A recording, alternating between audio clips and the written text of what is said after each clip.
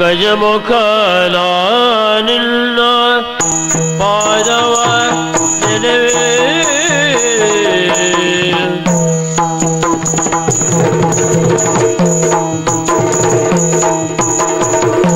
ಗಜಮುಖ ನಿನ್ನ ಪಾದವ ನೆನವೇ ನಿಜವಾಗಿ ಕರುಣಿದು ವರಗಳ ಪ್ರಭುವೇ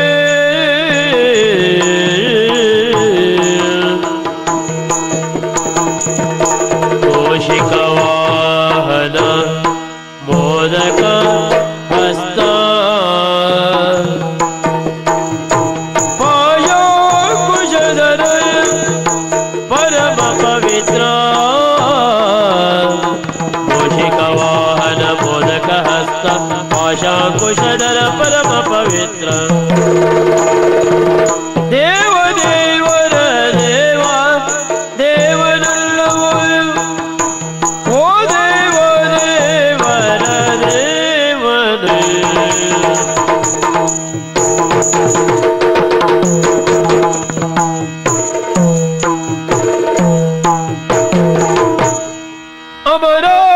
ಅಮರಾವತಿಯ ಪೋಲುವ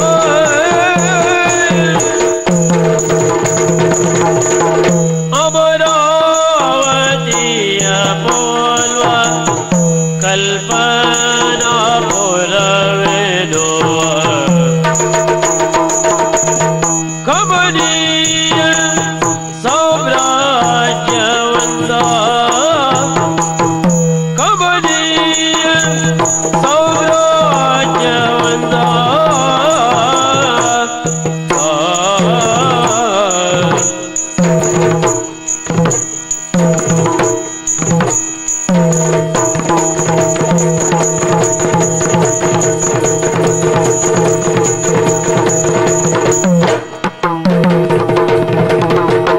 ಕಮನೀಯ ಸಾಮ್ರಾಜ್ಯವಂದ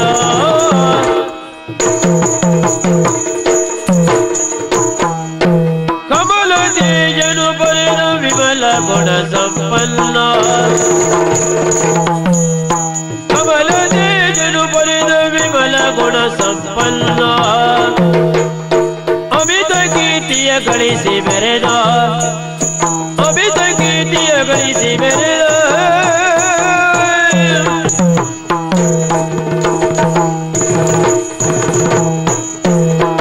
ಏನೋ ಜಗದ್ರಕ್ಷಕ ನೀನೇ ರಕ್ಷಿಸು.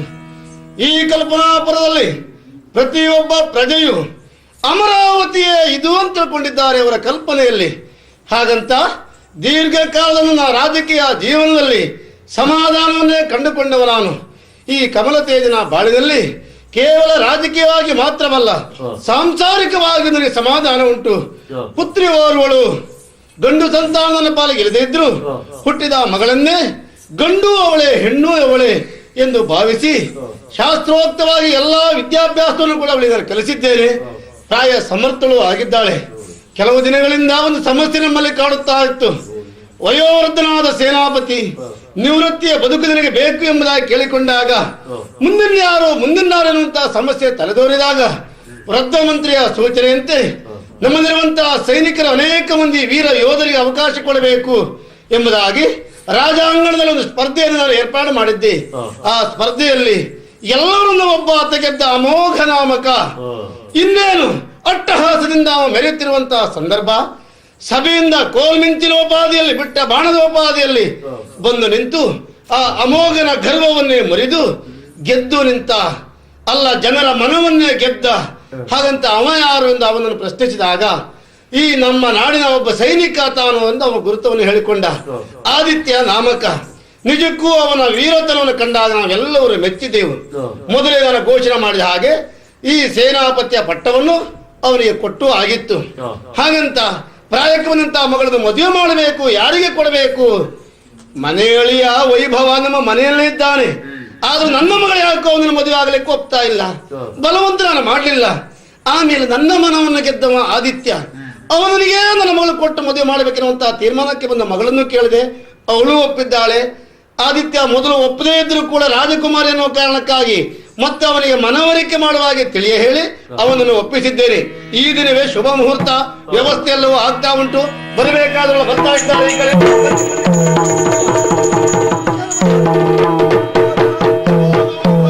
ಹೇಗಿದೆ ಮದುವೆ ಮನೆಯ ಶೃಂಗಾರ? ನಿಜಕ್ಕೂ ಇದು ಅಮೋಘ ವೈಭವ. ಯಾಕಂದ್ರೆ ಮಾಡಿಸಿದ್ದು ಅಮೋಘ ವೈಭವ ಅಲ್ವಾ? ಮನ ಮೆಚ್ಚಿದ್ದೇನೆ. ಆದ್ರೆ ಈಗ ಬರಬೇಕಾದವರು ಎಲ್ಲರೂ ಬರಬೇಕಲ್ಲ. ಹೌದು. ಮದುವೆ ಗಂಡು ಈ ಕಡೆ ಬರಲಿಲ್ಲ, ಪುರೋಹಿತರಲ್ಲಿ ಎಲ್ಲ ವ್ಯವಸ್ಥೆ ನಿಮ್ಗೆ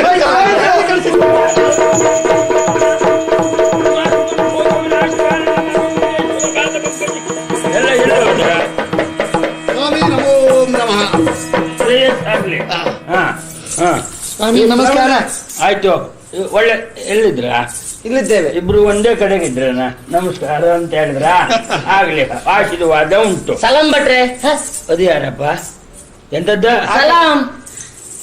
ನೀನ್ ಯಾರೇ? ನಾನು ಜಮೀಲ, ಜಕೀರ್ ಸಾಹೇಬ್ರ ಮಗಳು. ಯಾರ? ಜಮೀಲ್ ಸಾಹೇಬ್ರ ಮಗಳು ಜಕೀಲ್ನ? ಜಕೀರ್ ಸಾಹೇಬ್ರ ಮಗಳು ಜಮೀಲ. ನಿನಗೆ ಇಲ್ಲಿ ಯಾಕೆ ಬಂದೆ? ನಾನು ಮದುವೆಗೆ ಬಂದಿದ್ದು. ನೀ ಅಂತಂದೆ? ಯಾವ ಭಟ್ರು ಅಂದೆ? ರಮೇಶ್ ಭಟ್ರು. ನಮಸ್ಕಾರ. ನಿಂದ ಆಚೆ ಹೋಗಿ ಸಾಯಿ ನೀನು. ಎಂತದ್ದ ಏನ ಅದು ಬಂದ್ಲು ಏನಾದ್ರು ಹೇಳಿಬಿಟ್ಲು? ಆ ಕುರಿತು ನೀವೆಲ್ಲ ತಲೆ ಕೆಡಿಸಿಕೊಳ್ಳೋದು ಬೇಡ. ನೋಡಿ, ಉತ್ಸಾಹಿ ಯುವಕರು ನಾವಿಬ್ಬರಿದ್ದೇವೆ. ಹೌದು. ನಿಮಗೆ ಏನಾದ್ರೂ ಸಹಾಯ ಬೇಕಿದ್ರೆ ನಾವು ಸಿದ್ಧರಾಗಿದ್ದೇವೆ. ಸ್ವಾಮಿ, ನನ್ನ ಮಗಳ ಮದುವೆ ದಿವಸ. ಓಹೋ, ನನ್ ಕಳ್ಸೋದ್ ಅದಕ್ಕೆ ಅಲ್ವಾ? ಅಲ್ಲ, ವಿಷಯ ಹೌದಾದ್ರೂ ಈಗ ಮತ್ತೆ ಇನ್ನೇನ್ ಆಗ್ಬೇಕು ನಮ್ಮ ಕಡೆಯಿಂದ? ಅವತ್ತೇ ನಾ ಮಾಡ್ತೇನೆ. ನೀನೊಂದ್ ಕೆಲಸ ಮಾಡಿ, ಈಗ ಸಾಯ್ತಾಳೆ, ಇನ್ನೊಂದು ಕ್ಷಣಕ್ಕೆ ಸಾಯ್ತಾಳೆ, ಅವಳು ಪರಿಸ್ಥಿತಿ ಉಂಟು ನೋಡು. ಆ ಕಡೆ ನಿಂತ್ಕೋ, ಮುಖ ಹೀಗೆ ತಿರ್ಸಿ ಇಟ್ಕೋ. ಇದೊಂದು ಕರ್ಮಾಂತ್ರ. ನಮಸ್ಕಾರ. ಏನು? ಅವರು ನಮ್ಮ ಧರ್ಮಪತ್ನಿ ಅವಳು. ಪಾಪ ಏನೋ ಏನಿಲ್ಲ, ಅದೊಂದೇನೋ ಏನೋ ಅದು ಏನ್ ತೊಂದ್ರೆ ಇಲ್ಲ. ಅದೊಂದು ನಮ್ಗೆ ಗ್ರಾಚಾರ ನರ ದೌರ್ಬಲ್ಯ ಉಂಟು ಅವಳಿಗೆ. ಹಾಗಾಗಿ ಎಷ್ಟೊತ್ತಿಗೂ ತಲೆ ಹೀಗೆ ಹೀಗೆ ಹೀಗೆ ಹೀಗೆ ಅಂತ ಇರ್ತಾಳೆ.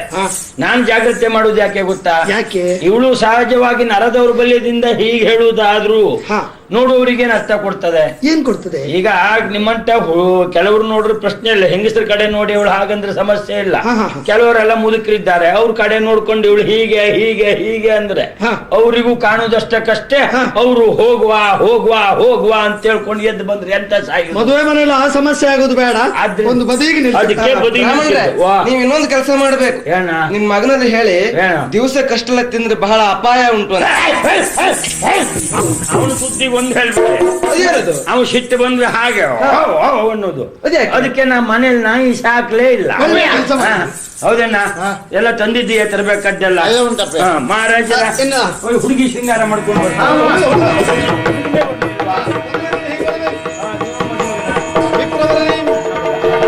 ಸೀರಿಯಸ್ ಆಗಿ ಆತ್ಮೀಯ ಅವಳು ಹುಡುಗಿ ಹುಡುಗಿ ಬರ್ಲಿ ಬರ್ಲಿ ಬರ್ಲಿ.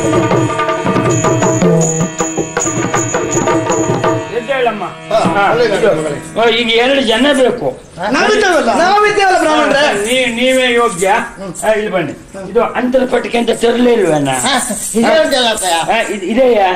ಇದೇ ಎಲ್ಲ ನಾನು ಹಿಡ್ಕೊಳ್ಳ ಭಟ್ರೆ.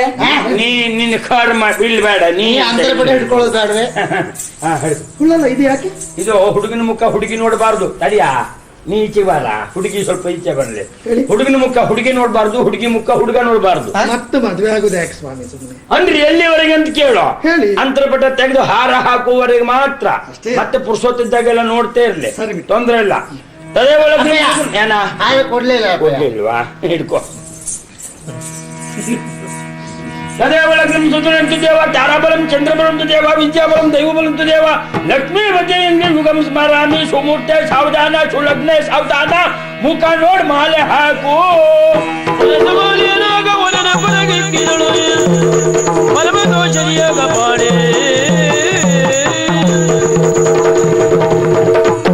ಮಾದೇವಿ, ಮಂಗಲಸೂತ್ರ ಎಲ್ಲಿಟ್ಟಿದ್ದೆ ತೆಗೆಯ?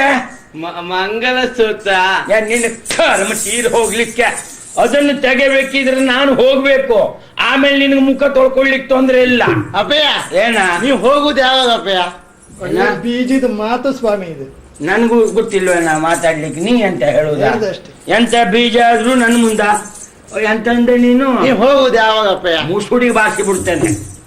ಅಪ್ಪನ ಹತ್ರ ಮಗ ಹೋಗುದು ಯಾವಾಗ ಕೇಳುದೇನ ನೀ ಹೇಳಿದೆ ಆದ್ರೂ ಒಂದು ಮಗ ಅದು ಹೇಳಲಿಕ್ಕೆ ಆಗುದಿಲ್ಲ. ಯಾಕಪ್ಪ? ಮೊದಲೆಲ್ಲ ತೆಂಗಿನಕಾಯಿ ಹಳತಾದ ಮೇಲೆ ಬೀಳ್ತಿತ್ತು, ಈಗ ಎಳೆ ಮಿರಳೆ ಇರುವಾಗಲೇ ಬೀಳುದು ಹೆಚ್ಚು. ಹಾಗಾಗಿ ಯಾವ್ದು ಎಷ್ಟೊತ್ತಿಗೆ ಹೋಗ್ತದೆ ಅಂತ ಹೇಳಲಿಕ್ಕೆ ಆಗುದಿಲ್ಲ. ಸ್ವಲ್ಪ ಜಾಗ್ರತೆ ಮಾಡುದು ಒಳ್ಳೇದೇನೋ. ಅದಿರ್ಲಿ, ಮಂಗಲಸೂತ್ರ ಎಲ್ಲಿಟ್ಟಿದ್ದೀಯ? ಏನ ಇಲ್ಲೇ ಉಂಟಲ್ಲಪ್ಪಯ್ಯ. ಎಂತದ? ಇಲ್ಲೇ ಉಂಟಲ್ಲಪ್ಪಯ್ಯ. ನಾ ಧರ್ಮ ಕವಳಿಗೆ ಬೈದಂತೆ ಪುಣ್ಯಾತ್ಮ. ನಾನು ಅದೇ ಜಾಗ ಪುಣ್ಯಾತ್ಮ ಇದು ಬಿಡಿಸು ನೋಡುವ.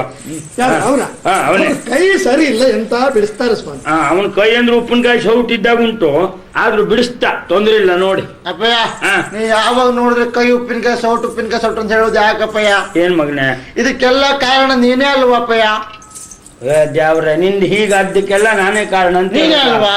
ಅಲ್ಲ, ಒಂದ್ ಲೆಕ್ಕದ ನೀ ಹೇಳಿದ್ದು ಹೌದು, ಆದ್ರೂ ವಿಚಾರ ಮಾಡ್ಲಿಕ್ಕೆ ಉಂಟು. ಈ ನಿನ್ಗೆ ಕೊಟ್ಟೆ ಕಡುಬು ಅಂತ ಗೊತ್ತಾ? ಎಲ್ಲುಂಟು ಇಲ್ಲೇ ಆ ಕೊಟ್ಟೆ ಕಡುಬಿಗೆ ಆಕಾರ ಬರುವುದು ಮಾಡಿದ ಕೊಟ್ಟೆಯಿಂದಲೋ ಅಥವಾ ಒಳಗಿದ ಹಿಟ್ಟಿನಿಂದಲ? ಹಿಟ್ಟಿನಿಂದಲೂ ಹೌದು. ಆಕಾರ ಬರುವುದು ಕೊಟ್ಟೆಯಿಂದಲೇ. ಹೌದಾ? ದರಿದ್ರ ಈ ಸಂಪೂರ್ಣ ಇಷ್ಟು ಅಸ್ತವ್ಯಸ್ತ ಆಗ್ಲಿಕ್ಕೆ ಕಾರಣ ಈ ಕೊಟ್ಟೆಯ ಬಿಟ್ಟರೆ ನಮ್ದೇನಿಲ್ಲ ಅದ್ರಲ್ಲಿ. ಆ ಕೊಟ್ಟೆಯ ಕೊಟ್ಟೆ ಹಿಟ್ಟು ಹಾಕಿದ್ ನೀನೇ ಅಲ್ವಾ? ಹಿಟ್ಟು ನಾನು ಹಾಕಿದ್ರು ಕಡುಬು ಆಗ್ಬೇಕಲ್ಲ ಪುಣ್ಯಾತ್ಮ. ಅದಲ್ವಾ, ಹೋಗ್ಲಿ ಬಿಡು. ಒಂದು 5 ಜನ ಮುತ್ತೈದೆಯರು ಬಂದು ಮುಟ್ಟು ಕೊಡ್ಬೇಕು. ಇದು ನಾನ್ ಮುಡ್ತೇನೆ. ನೀನು ಮುಗ್ದೆ ಹೋಯ್ತು ಮಂಗಳ ಕಾರ್ಯದಲ್ಲಿ. ನಿನ್ನೆಂತದ್ದು ಇದ್ರ ಮುಖ ತಂದ್ಕೊಂಡು ನಾನು ಮುಡ್ತೀಯ? ಏನಾಯ್ತು? ಮದುವೆ ಆಗಿದೆಯಾ? ಮಂಗಲಸೂತ್ರ ಉಂಟಾ? ಮತ್ತೆ ನೀನು ಮುಟ್ಟ ಇದೆಯಾ? ಒಂದ್ಸರಿ ಮುಟ್ಲಿ ಅಪ್ಪ. ಯಾರ ಮುಟ್ಲಿ ಅಪ್ಪ.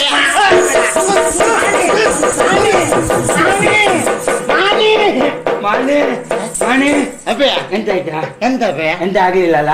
ನಿಂತ್ಕೋ. ಏನಾಗಿತ್ತು ನಿಮ್ಮ ಮಗನಿಗೆ? ಅವ್ನು ಒಂದೊಂದ್ ಸಲ ಏರಿ ಹೋಗುದು, ಏರಿದ್ರೆ ಹಾಗೆ, ಮತ್ತೆ ಇಳಿದ ಮೇಲೆ ಏನು ಅಂತ ಗೊತ್ತಿರುವುದಿಲ್ಲ. ಅದು ನಮ್ಮ ಪುಣ್ಯ. ನಿಮ್ಮ ಯೋಗ. ಹೌದು. ಇದು ಎಲ್ಲಾ ಮುತ್ತೈದೆಯರು ಬಂದು ಮುಟ್ಲಿಕ್ಕೆ ಪುರ್ಸೊತ್ತಿಲ್ಲ. ನೋಡುವ, ನೀನಾದ್ರೂ ಮುಟ್ಟು. ಎಂತ ಅದೇನು ಬ್ರಾಹ್ಮಣರೇ ಅದು? ಕರ್ಮ ನಿಂದು. ಇಲ್ಲಿ ಮುಟ್ಟಿ ಸಾಯಿ. ಅವಳ ಹತ್ರ ಮುಟ್ಟು ಅಂದ್ರೆ ಹಾಗೆ ಸರಿ ಕಂಡು ಸಾಯುವುದಿಲ್ಲ. ಒಳ್ಳೆ ಕೈ ಹಂಗೆ ಒಳ್ಳೆ ನಾಯಿ ಕಾಲು ಹಾಕಿದಾಗ ಹೀಗಂತಾಳೆ ಅವಳು. ನಮ್ ಪ್ರಾರಬ್ಧ. ನಿಮ್ಮ ಹೆಂಡತಿ ಹಾಗೆ.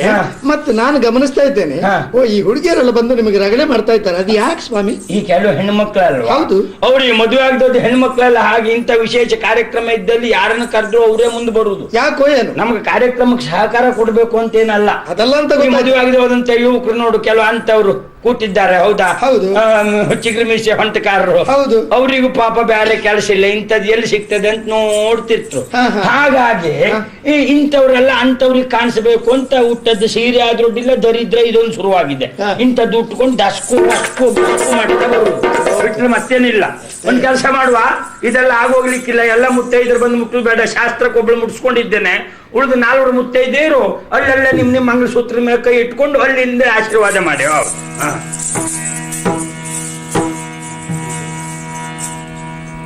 ಮಾಂಗಲ್ಯ ತಂತು ನಾನೇನ ಮಮ ಜೀವನ ಹೇತುನ ಕಂಠೆ ಬದ್ನಾಮಿ ಶುಭಗೆ ತ್ವಂ ಜೀವ ಶರದ ಶತಂ ಕಠೋ.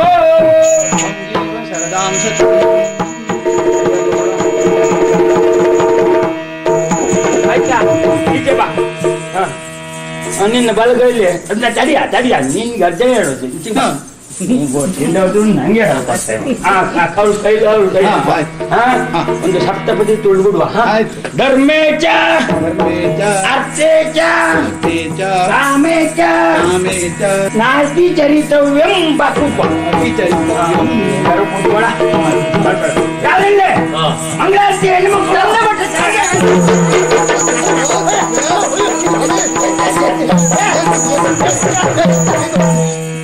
ಆರತಿ ಬೆಳಗಿದರು ನಮ್ಮ ಕಾಮರೂಪನಿಗೆ, ಹನುಮತನಯ್ಯಗಿರತಿರೋಪಳಿಗೆ ಆರತಿ ಬೆಳಗಿದರು.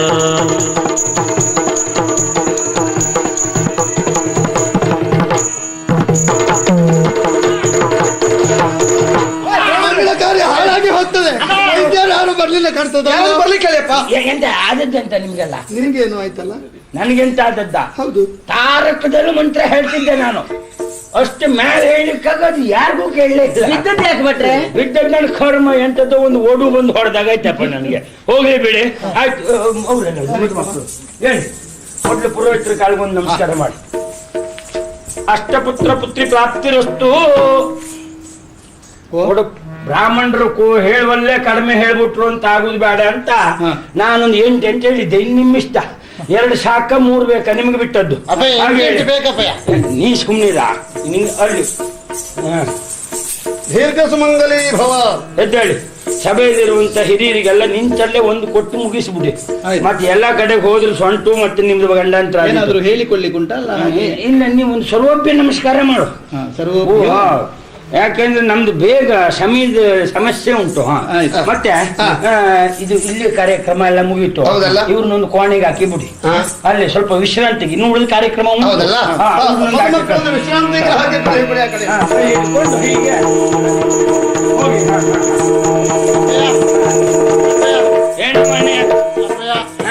ನೀ ಎಲ್ರಿಗೂ ಮದುವೆ ಮಾಡಿಸ್ತೀಯಲ್ಲಪ್ಪಯ್ಯ? ಹೌದು. ನಂಗೆ ಯಾವಾಗ ಮದುವೆ ಅಪ್ಪಯ್ಯ? ನಿನ್ಗ ನಿನ್ನ ಉಪ್ಪಿನಕಾಯಿ ಸೌಟಿ ಯಾವಾಗ ಸರಿ ಆಗ್ತದೆ ಆವಾಗ ಮದುವೆ. ಅಲ್ಲಿ ತನಕ ನಿಂಗೆ ಮದುವೆ ಇಲ್ಲ ಸ್ವಾಮಿ. ಆಪಿ ಮಗ ಇವ ನಿಮ್ಮ ಮಾಣಿ ಅಲ್ಲವಾ? ಹೌದು ಸ್ವಾಮಿ. ಅವ ಆಡಿದ ಮಾತು ಕೇಳಿದಾಗ ನನ್ನ ಕರಳು ಚೂರು ಅಂತ ಹೇಳ್ತಾ ಇದೆ. ಯಾಕಂದ್ರೆ ಅಪ್ಪಯ್ಯ ಎಲ್ಲವರ ಮದುವೆ ಮಾಡಿಸ್ತೀಯ, ನನ್ನ ಮದುವೆ ಯಾವಾಗ ನಾವು ಕೇಳ್ತಾನೆ. ನೀವೇನೋ ಹಾರಿಕೆ ಉತ್ತರ ಕೊಡ್ತಾ ಇದ್ದೀರಾ. ಏನೋ ಆರ್ಥಿಕವಾಗಿ ಬಹಳ ತೊಂದರೆ ಇದೆಯಾ? ತೊಂದರೆ ಇಲ್ಲ, ಅನುಕೂಲವೇ ಇಲ್ಲ ನೋಡಿ. ಹಾಗೆಲ್ಲ ಹೇಳಬಾರದು ಬ್ರಾಹ್ಮಣರು, ಅದು ನಮ್ಮ ಆಡಳಿತದಲ್ಲಿ. ಈ ವರ್ಷ ಎಷ್ಟೇ ಕಷ್ಟ ಆದ್ರೂ ತೊಂದರೆ ಇಲ್ಲ. ಅವ್ನಿಗೆ ಹುಡುಗಿ ನೋಡಿಸಿ ಮದುವೆ ಮಾಡಿಸಿ ಹಣ ನಾನು ಕೊಡ್ತೇನೆ. ನಿಮ್ಮ ಮಗನಿಗೆ ಏನೋ ಆಯ್ತು ಬ್ರಾಹ್ಮಣರೇ? ಸರಿ, ನಾ ಮಾಡ್ತೆ.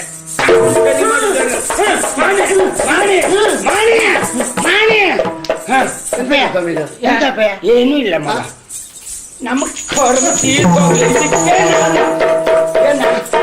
ಬೇರೆ ಕೆಲಸ ಇಲ್ವ ನಿನ್ಗೆ? ಹಾಗಲ್ಲ, ಬಹಳ ಹೊತ್ತಿನಿಂದ ನೋಡ್ತಾ ಇದ್ದೇನೆ, ಅದು ಏನ್ ಮಾಡಿದ್ರು ನಿಲ್ಲುದಿಲ್ಲ ಅಂತ ನಿನ್ನ ಪ್ರಯತ್ನ ಸರಿ ಮಾಡುದು. ಹಾಗೇನಿಲ್ಲ ಸ್ವಾಮಿ, ನಿನಗೆ ಬೇಡದೆ ಹೊದ್ದು ನೀ ಸರಿ ಮಾಡುದೇ ಮಾಡು.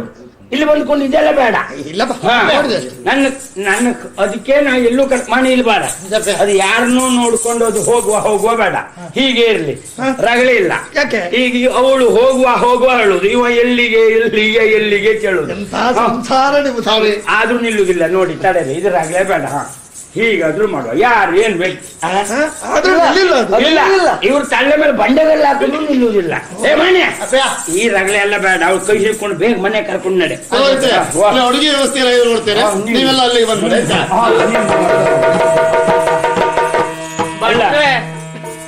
ನಾ ಬರ್ಲ ನಿಮ್ಮನೆಗೆ.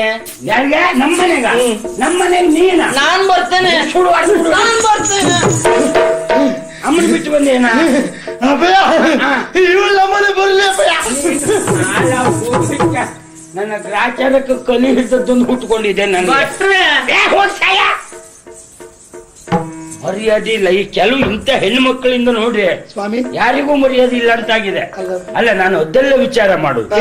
ಈ ಮದುವೆ ಮನೇಲಿ ಉಂಟಲ್ಲ, ನಾನು ಮದುವೆ ಮಾಡಿಸುವಾಗ್ಲೂ ನೋಡ್ತೇ ಇದ್ದೆ. ಈ ಕೆಲವು ಇದ್ದಲ್ಲ ಅವಳು ಬಹಳ ಜೋರು ಇದ್ದಾಳ ಹುಡುಗ.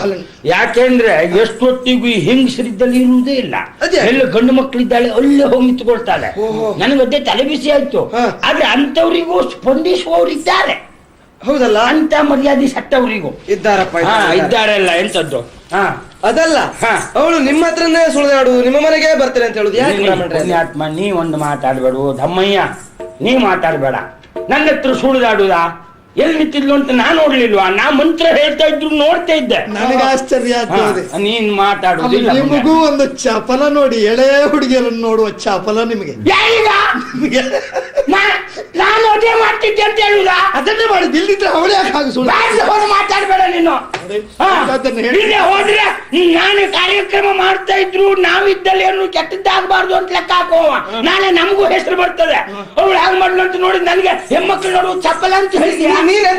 ಪ್ರಾಯದಲ್ಲಿ ಈ ವಯಸ್ಸಿನಲ್ಲಿ ನನಗೆ ಆ ಕರ್ಮ ಬೇಕಾ? ವೈಭವ ನೀನಂತ ಮಾತಾಡುವುದು? ವಯಸ್ಸಂತದ್ದು ಏನು ಮಾತಾಡು? ಪಾಪ ರಮೇಶ್ ಭಟ್ರು ಅಂತ ಹೇಳಿದ್ರೆ ದೇವರಿಗೆ ಸಮಾನ. ಹೌದು, ಅವರ ಈ ವಯಸ್ಸಲ್ಲ ಅಂತ ಚಪಲ ಅವರಿಗೆ.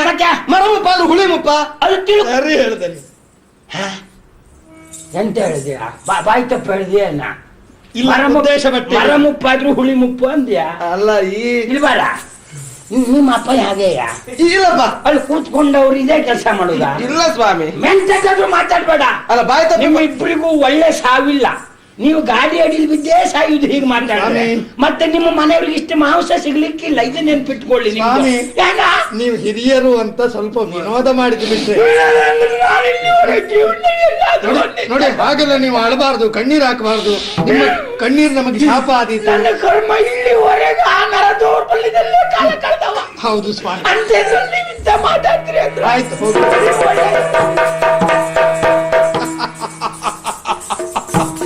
ಆದಿತ್ಯ, ನಿನಗಾಗುತ್ತಿರುವುದು ಪ್ರಥಮ ರಾತ್ರಿ ಅಲ್ಲ, ಈ ದಿನವೇ ನಿನ್ನ ಅಸ್ತಮಾನ. ನೋಡೋಣ.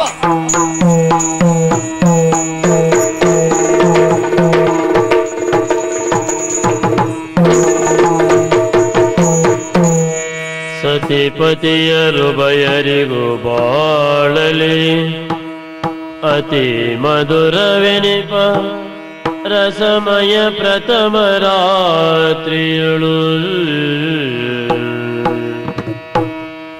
ಕ್ಷೀರವನು ತಾನೀಡಿ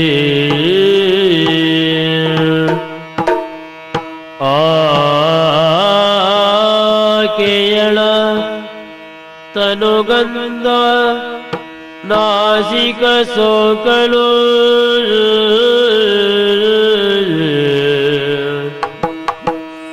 ಸತಿಯ ಈ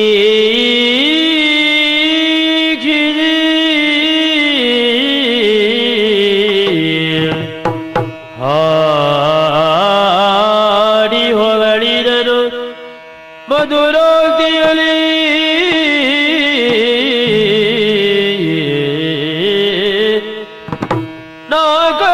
ನಾಗಲೋಕದ ಅಪ್ಸರೆಯ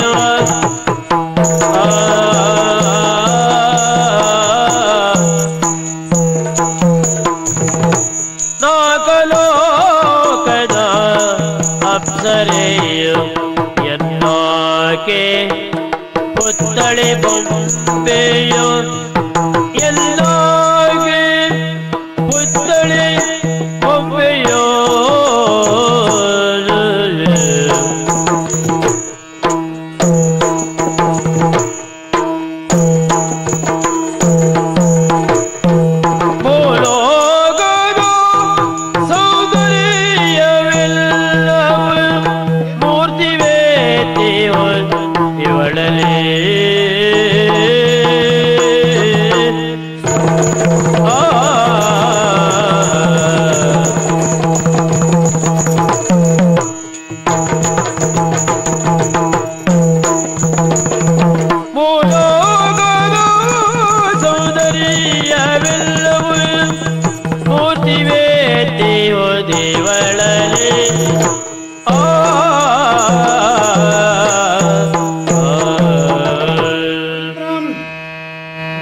ಪವಿತ್ರವಾದಂತಹ ನಮ್ಮ ದಾಂಪತ್ಯದಲ್ಲಿ ನನ್ನ ಅರ್ಧಾಂಗಿಯಾಗಿ ನನ್ನ ಮನೆಯನ್ನು ಮನವನ್ನು ತುಂಬುವುದಕ್ಕಾಗಿ ಬಂದವಳು ನೀನು.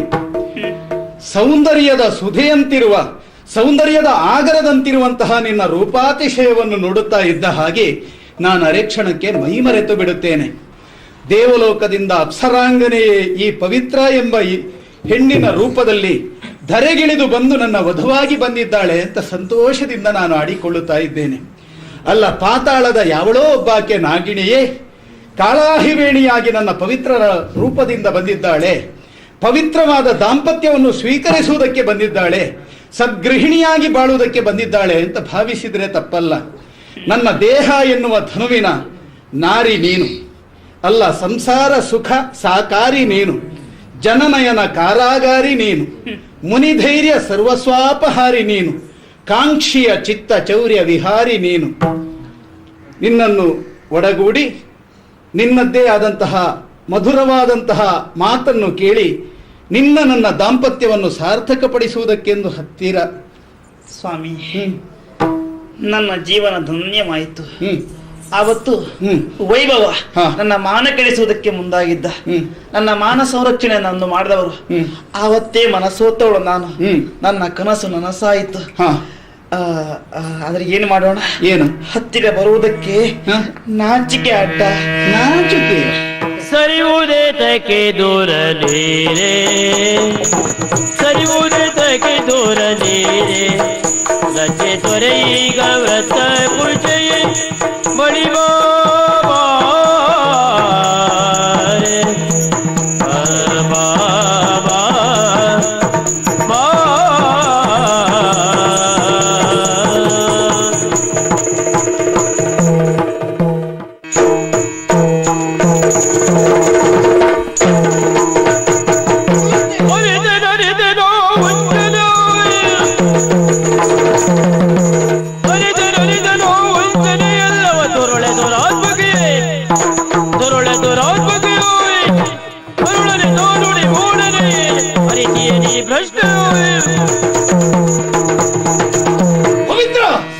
ನಿನ್ನ ಮನಸ್ಸಿನಲ್ಲಿ ಇಂತಹ ಕುತ್ಸಿತವಾದಂತಹ ಕಾಮ ಹೊಗೆಯಾಡುತ್ತಾ ಇತ್ತು ಎನ್ನುವುದನ್ನು ನಾನು ತಿಳಿಯುವಾಗ ತಡವಾಯಿತು.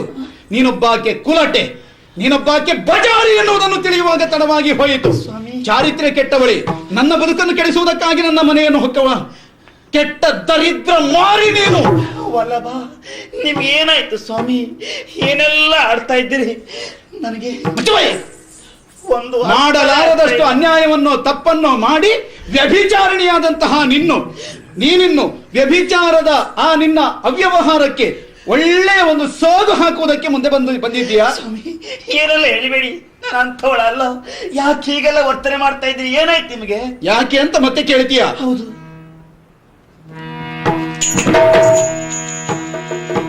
ನಿನ್ನ ಚಾರಿತ್ರ್ಯದ ಪುಟ ಇದರಲ್ಲಿದೆ ನೋಡು.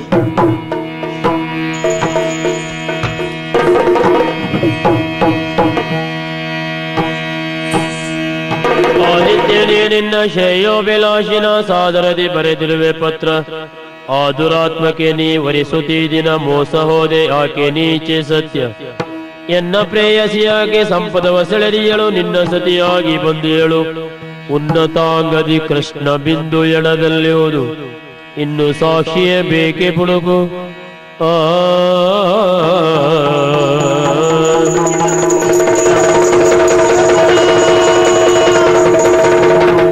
ತಾಳು ಸಹನೆಯದೀಗ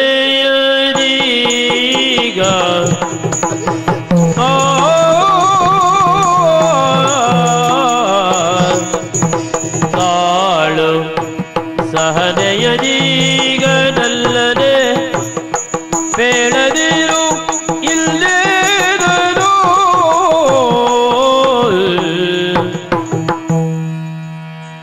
ತವ ಶತಿಶೀಲಿದಿತವು ತವ ಸತಿಶೀಲಿದಿತವು ಮಾಂಗಲ್ಯದಾಣೆ ಮಾಂಗಲ್ಯದಾಣೆಯನು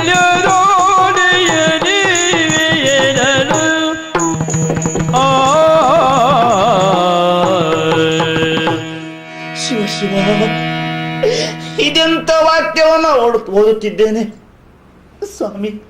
ಏನು? ನಾನು ಅಂಥವಳಲ್ಲ ವಲ್ಲಭ. ನಿಮ್ಮಂಥವರೇ ಆಡದ ಮಾತು ಕಣ್ಣಲ್ಲಿ ಕಂಡರೂ ಪರಾಂಬರಿಸಿ ನೋಡಬೇಕು ಎಂಬುದಾಗಿ ನೋಡಿ, ಪರಾಂಬರಿಸಿದ ಮೇಲೆಯೇ ಈ ನಿರ್ಧಾರವನ್ನು ಮಾಡಿದ್ದೇನೆ. ನಮ್ಮಿಬ್ಬರ ಮಧುರ ದಾಂಪತ್ಯವನ್ನ ಹಾಳು ಮಾಡಬೇಕಂತ ಒಂದೇ ಒಂದು ಉದ್ದೇಶಕ್ಕಾಗಿ ಯಾರೋ ದುಷ್ಟರು ಈ ಕೃತ್ಯವನ್ನ ಮಾಡಿದ್ದಾರೆ. ನಾನು ಶುದ್ಧಳು, ನಾನು ಪಾವಿತ್ರ್ಯವಂತಳು. ನಂಬಿ ಸ್ವಾಮಿ ನನ್ನ ಮಾತನ್ನ, ಸಿಟ್ಟಾಗಿ ಬೇಡಿ. ನಾನು ಅಂತವಳಲ್ಲ ಸ್ವಾಮಿ, ಅಂತವಳಲ್ಲ. ಯಾರನ್ನು ನಂಬಿಸುವುದಕ್ಕೆ ಹೇಳ್ತಾ ಇದ್ದೀನಿ ನೀನು? ನಿನ್ನಲ್ಲಿ ನಾನು ಕಂಡಂತಹ ಕುರುಹಿರುವುದು ಸತ್ಯ ತಾನೇ? ಆ ಕಾರಣಕ್ಕಾಗಿ ನಿನ್ನನ್ನು ಕಡೆಗಣಿಸುತ್ತಾ ಇದ್ದೇನೆ. ಸ್ವಾಮಿ, ನಿಮಗೆ ಭರವಸೆ ಇಲ್ಲ ಅಂತಾದ್ರೆ ಆಣೆ ಪ್ರಮಾಣ ಮಾಡಿ ಹೇಳ್ತೇನೆ. 1000 ಆಣೆ ಹಾಕಬಹುದು. ಆಣೆ ಹಾಕಿದವರೆಲ್ಲ ಸಂಭಾವಿತರು, ಸತ್ಯಸಂಧರು ಅಂತ ಅರ್ಥ ಅಲ್ವೇ ಅಲ್ಲ. ಆದ್ರಿಂದ ನಂಬಲಾಗುವುದಿಲ್ಲ. ಯಾವ ಆಣೆಯನ್ನು ಕೊಟ್ಟರು ಭರವಸೆ ಬರ್ಲಿಕ್ಕಿಲ್ಲ ಸ್ವಾಮಿ. ನೋಡಿ, ಹೆಣ್ಣಿಗೆ ಮಾಂಗಲ್ಯವೇ ಭೂಷಣ. ಹಾಗಾಗಿ ಅಗ್ನಿ ಸಾಕ್ಷಿಯಾಗಿ ನೀವೇ ಕಟ್ಟಿದ ಮಾಂಗಲ್ಯದ ಆಣೆಯಾಗಿ ಹೇಳ್ತೇನೆ, ನಾನು ಪರಿಶುದ್ಧರು, ನಾನು ಪಾವಿತ್ರ್ಯವಂತಳು, ನಾನು ಶೀಲಗಟ್ಟವಳು ಅಲ್ಲವಲ್ಲಭ. ಮಾಡಲಾರದಷ್ಟು ವ್ಯಭಿಚಾರ ತಪ್ಪು ಕೆಲಸಗಳನ್ನು ಮಾಡಿಕೊಂಡು ಸಜ್ಜನಿಕೆಯ ಸೋಗು ಹಾಕುವಂತಹ ಪ್ರಯತ್ನವನ್ನು ಮಾಡ್ತಾ ಇದ್ದೀಯಾ? ಯಾರನ್ನು ಮೆಚ್ಚಿಸುವುದಕ್ಕಾಗಿ ನೀನು ಮಾಂಗಲ್ಯದ ಆಣೆ ಹಾಕಿದ್ದು? ಬೀದಿಯ ಬಜಾರಿಯಾದಂತಹ ವೇಶ್ಯೆಯೊಬ್ಬಳು ಕೊರಳಿಗೆ ಮಾಂಗಲ್ಯವನ್ನು ಕಟ್ಟಿಕೊಳ್ಳಬಹುದು. ಅದರಲ್ಲಿ ಪಾವಿತ್ರ್ಯ ಉಂಟು ಅಂತ ಅರ್ಥ ಅಲ್ಲ. ತನ್ನದ್ದಾದಂತಹ ಯಾವುದೋ ಪಾತಿವೃತ್ಯದ ಸೋಗು ಹಾಕಿಕೊಳ್ಳುವುದಕ್ಕೂ ಕಟ್ಟುತ್ತಾಳೆ. ಆದರೆ ನಾನು ಕಟ್ಟಿದಂತಹ ಮಾಂಗಲ್ಯ ಅಂಥದ್ದಲ್ಲ. ನನ್ನ ಜೀವನದುದ್ದಕ್ಕೂ ನಿನ್ನನ್ನು ನನ್ನ ಬಾಳ ಸಂಗಾತಿಯಾಗಿ ಮುನ್ನಡೆಸುತ್ತೇನೆ ಎನ್ನುವಂತಹ ಪ್ರತಿಜ್ಞೆಗೆ ಬದ್ಧನಾಗಿ ಧರ್ಮದಲ್ಲೂ ಅರ್ಥದಲ್ಲೂ ಕಾಮದಲ್ಲೂ ನಿನ್ನನ್ನು ಅತಿಕ್ರಮಿಸುವುದಿಲ್ಲ ಅಂತ ಹೇಳಿ ಆ ನುಡಿಯನ್ನಾಡಿ 1000 ಸಜ್ಜನರ ಸಮ್ಮುಖದಲ್ಲಿ ಕಟ್ಟಿದಂತಹ ಈ ಮಂಗಳ ಸೂತ್ರವನ್ನು ನಿನ್ನಂತಹ ವ್ಯಭಿಚಾರಿಣಿ ಸಾಕ್ಷಿಗಾಗಿ ತೋರಿಸ್ತಾ ಇದ್ದೀಯಾ? ಸಾಕ್ಷಿಗಾಗಿ ಎಲ್ಲವಲ್ಲೂ ಮಲ್ಲನೋ ಮಾಯಗಾರನೋ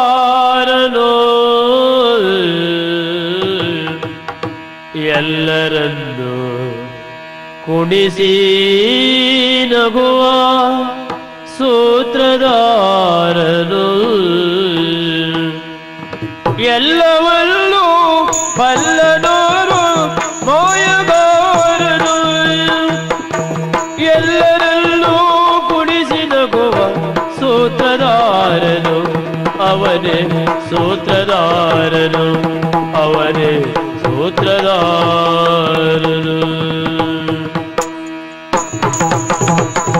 ಎಲ್ಲವನೇ ಜನ ಎಲ್ಲವನೇ ಜನ ಸೌಭಾಗ್ಯ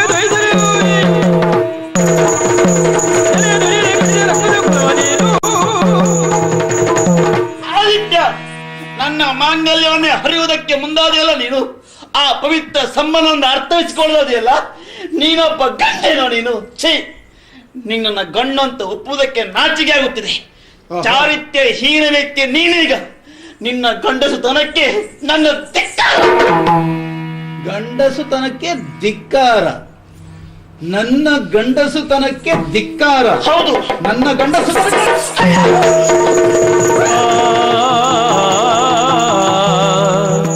ಮರದಿ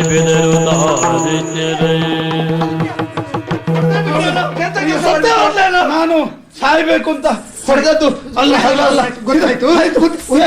ಏನು ಯೋಚನೆ ಮಾಡಬೇಡ. ಮೊದಲು ಈ ಸ್ಥಳಕ್ಕೆ ವ್ಯವಸ್ಥೆ ನಾವು ಮಾಡ್ತೇವೆ.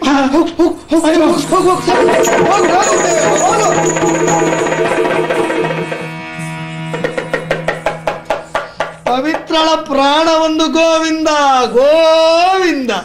ಸರಿಯಾಗಿ ಸತ್ತಿದ್ದಾಳೆ ಇಲ್ವಾ ನೋಡ್ಕೋ ಗೋವಿಂದ ಗೋವಿಂದ. ಸಾಯದೆ ಇದ್ರೆ ನಷ್ಟ ನಮಗೇನು ಇಲ್ಲ, ಸಾಯಿಸಬೇಕು ನಾವು. ಹೆಣ ಹೊತ್ಕೊಂಡು ಸ್ಮಶಾನಕ್ಕೆ ಹೋಗೋಣ.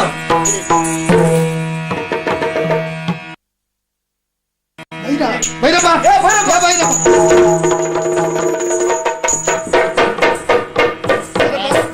ನಮಸ್ಕಾರ ಸ್ವಾಮಿ. ಯೋಗ ಇದ್ರೆ ಉದ್ಧಾರ ಆಗು. ಏನು ವಿಶೇಷ? ಯಾರು, ಯಾಕೆ, ಯಾವುದು ಪ್ರಶ್ನೆ ಬೇಡ. ಇಲ್ಲೊಂದು ಹೆಣ ಬಂದಿದೆ, ಶೀಘ್ರವೇ ಸುಟ್ಟಾಕಿಬಿಡಿ. ನೋಡಿ, ಬೇಗ. ನಾನು ಹೀಗೆ ಕೇಳ್ತೀನಿ ಅಂತ ಬೇಸರ ಮಾಡಬಾರ್ದು. ಇರುವುದು ನೀವಿಲ್ಲಿ ಇಬ್ರು. ಹೌದಾ? ಹೌದು. ನಿಮ್ಮಲ್ಲಿ ಹೆಣ ಬಾರಿಸ್ತಾ ಹಿಡಿದು ಹೇಳುವ ನೀನು ಹೆಣ. ನಾ ಜೀವ ಇಲ್ವಾ? ಮತ್ತೆ ನಾವಿಲ್ವಾ? ಅಲ್ಲಿ ಹೆಣ ಉಂಟು ಅಂತ ಹೇಳಿದ. ಎಲ್ಲಿ ಉಂಟು? ಅಲ್ಲಿ ಇವರು ರಾಜಕುಮಾರಿ ಅಲ್ವಾ? ಸಾಯುವವರಿಗೆ ರಾಜಕುಮಾರಿ ಮತ್ತೊಂದು ಅಂತ ಉಂಟೇನಾ? ಸ್ವಾಮಿ, ನಿನ್ನೆ ಮದುವೆ, ನಾನು ಮದುವೆ ಹೋಗಿದ್ದೆ. ಇವತ್ತು ಈ ಸ್ಥಿತಿ. ಸಾವು ಬರುವಾಗ ಮದುವೆಯನ್ನು ನೋಡುವುದಿಲ್ಲ, ಮತ್ತೊಂದನ್ನು ನೋಡುವುದಿಲ್ಲ. ಆಯ್ತಾ? ನಿನ್ನೆ ಮದುವೆ ಉಂಟಾ? ನಿನ್ಗೆ ಅದೆಲ್ಲ ಬೇಡ. ನೋಡು, ನೀನು ಯಾವತ್ತೂ ತೆಗೆದುಕೊಳ್ತೀಯಲ್ಲ ಹಣ ಹೆಣ ಸುಟ್ಟದಕ್ಕೆ, ಅದಕ್ಕಿಂತ 2 ಪಟ್ಟು ಹೆಚ್ಚು ಕೊಡ್ತೇನೆ. ಬೇಗ ಸುಟ್ಟಾಕಿ. ಸ್ವಾಮಿ, ಅದಕ್ಕೆಲ್ಲ ಬಾಯಿ ಬಿಡು. ನಾನಲ್ಲ. ಯಾಕೆ ಅಂತ ಹೇಳಿದ್ರೆ, ನೋಡಿ, ಅವಳು ಸತ್ತಿದ್ದಾಳೆ. ಮದುವೆ ಆದ ಹೆಂಗಸೌದ. ಹೌದು. ಅವಳ ಜೊತೆಯಲ್ಲಿ ಗಂಡ ಬರ್ಬೇಕಿತ್ತು. ಗಂಡ ಬರುವ ಸ್ಥಿತಿಯಲ್ಲಿಲ್ಲ. ಬೇಡ ಬಿಡಿ, ತಂದೆ ತಾಯಿ ಬರ್ಬೇಕಿತ್ತು. ನಾವು ಬಂದಿದ್ದೇವಲ್ಲ. ನೀವು ತಂದೆ ತಾಯಿಯ? ಯಾವುದೂ ಅಲ್ಲ, ಆ ಹೆಣಕ್ಕೆ ಸಂಬಂಧಪಟ್ಟವರು ಅಂತ ಇಟ್ಕೊ. ಸಂಬಂಧಪಟ್ಟವರು ಬಂದ್ರೆ ಮಾತ್ರ ಸುಡ್ತೇನೆ, ಇದು ಸುಡುವುದಿಲ್ಲ. ನೀವು ಹಣ ಕೊಡಿಬಿಡಿ. ಹೆಚ್ಚು ಕೊಡ್ತೇನೆ. ಎಷ್ಟು ಕೊಟ್ಟರು ಬೇಡ. ಸುಡುತ್ತೀಯೋ ಅದನ್ನ, ಅಥವಾ ಅದರೊಟ್ಟಿಗೆ ನಿನ್ನನ್ನು ಇಟ್ಟು ಒಳ್ಳೇದು. ಹಾಗಬಾ ದಾರಿಗೆ. ಬಿಸಿ ಮುಟ್ಟದೆ ಬೆಣ್ಣೆ ಕರಗುವುದಿಲ್ಲ ಭೈರಪ್ಪ. ನೋಡು, ಯಾರಾದ್ರೂ ನಾಳೆ ಆಸ್ಥಾನದಲ್ಲಿ ವಿಚಾರಣೆ ಸಂದರ್ಭ ಬಂತು ಅಂತಾದ್ರೆ ನೀನ್ ಹೇಳಬೇಕಾದಿಷ್ಟೇ. ಎಷ್ಟು? ಹೆಣವನ್ನು ಹೊತ್ತು ತಂದವ ಆದಿತ್ಯ. ಅಮೋಘ ವೈಭವರಲ್ಲ, ನಿಮ್ಮ ಸುದ್ದಿಯೇ ಬರಬಾರ್ದು. ಆದಿತ್ಯ. ಆದಿತ್ಯ ನಿನಗೆ ಪಕ್ಕನೆ ಅವನ ಹೆಸರು ನೆನಪಾಗಲಿಲ್ಲ ಅಂತ ಆದ್ರೆ ಆದಿತ್ಯ ವಾರದ ನೆನ್ಪು ಮಾಡ್ಕೊ. ಆದಿತ್ಯವಾರ ನೆನಪು. ಒಬ್ಬನೇ ಹೆಣ ಹೊತ್ತು ತಂದವ ಯಾರು? ಆದಿತ್ಯ. ಆದಿತ್ಯ. ನೀವಿಬ್ರು ನಿಮ್ ಸುದ್ದಿ ನಮ್ಮ ಸುದ್ದಿ ಬರ್ಲಿಕ್ಕಿಲ್ಲ. ತಪ್ಪಿದ್ರೆ ಮಗನೇ. ಇಲ್ಲ ಇಲ್ಲ.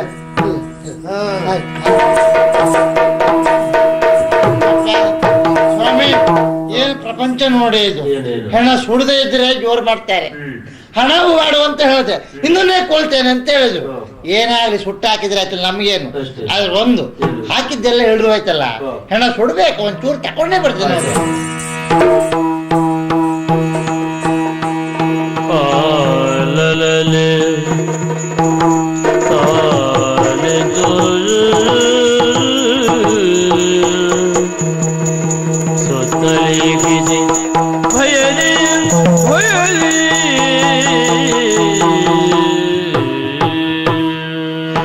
ನಾನು ಇಲ್ಲಿ ಹೇಗೆ ಬಂದೆ?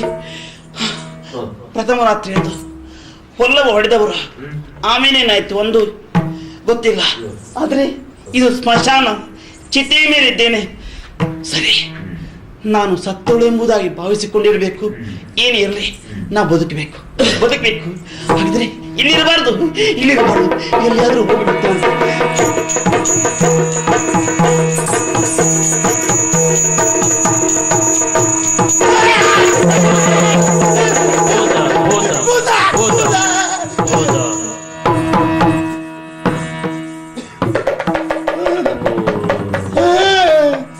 ಅಯ್ಯೋ ಶಿವನೇ, ಸ್ವಾಮಿ, ನಾನು ಏನ್ ನೋಡ್ತಾ ಇದ್ದೇನೆ? ಹೆಣ ಸುಡ್ಬೇಕು ಅಂತ ಈ ಕಡೆ ಬರ್ತಾ ಇದ್ದೇನೆ, ಹೆಣವೇ ಎದ್ದು ಹೋಗ್ತಾ ಉಂಟಲ್ಲಪ್ಪ. ಹೆಣ ಎದ್ದು ಹೋಯ್ತಾ? ಇಲ್ಲ, ರಾಜಕುಮಾರಿ ಎದ್ದು ಹೋದದ್ದು. ಅಂತ ರಾಜಕುಮಾರಿ ಸಾಯಲಿಲ್ಲ, ಮೂರ್ಛೆ ಹೋಗಿರ್ಬೇಕು. ಈ ಪಾಪೆ ಮಕ್ಕಳು ಮೋಸ ಮಾಡಿದ್ದು. ಆದ್ರೆ ಏನೇ ಆಗಲಿ ಎದ್ದು ಹೋಗೋದು ಹೋಯ್ತಲ್ಲ, ನಾನು ಸುಡಲೇಬೇಕು. ಕಟ್ಟಿಗೆ ಉಂಟು, ಅದೇ ಸುಟ್ಟಾಗ್ತದೆ ನನಗೆ.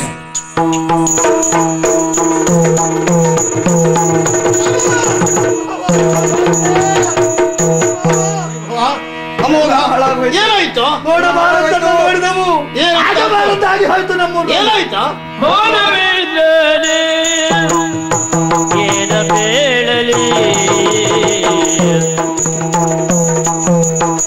ಮೌನವೇದನೆ, ಏನ ಬೇಡಲಿ ಸೇನೆಯಲಿ ಕಾದುವೆ ಈ ನವತಿಯಲ್ಲಿ ಮಾಲಿನಿಯಳದು ನಾದು ಕೊಲ್ಲಿಯ ನಾದವತ್ತವ ಸತಿಗೆ ತೋರಿದ.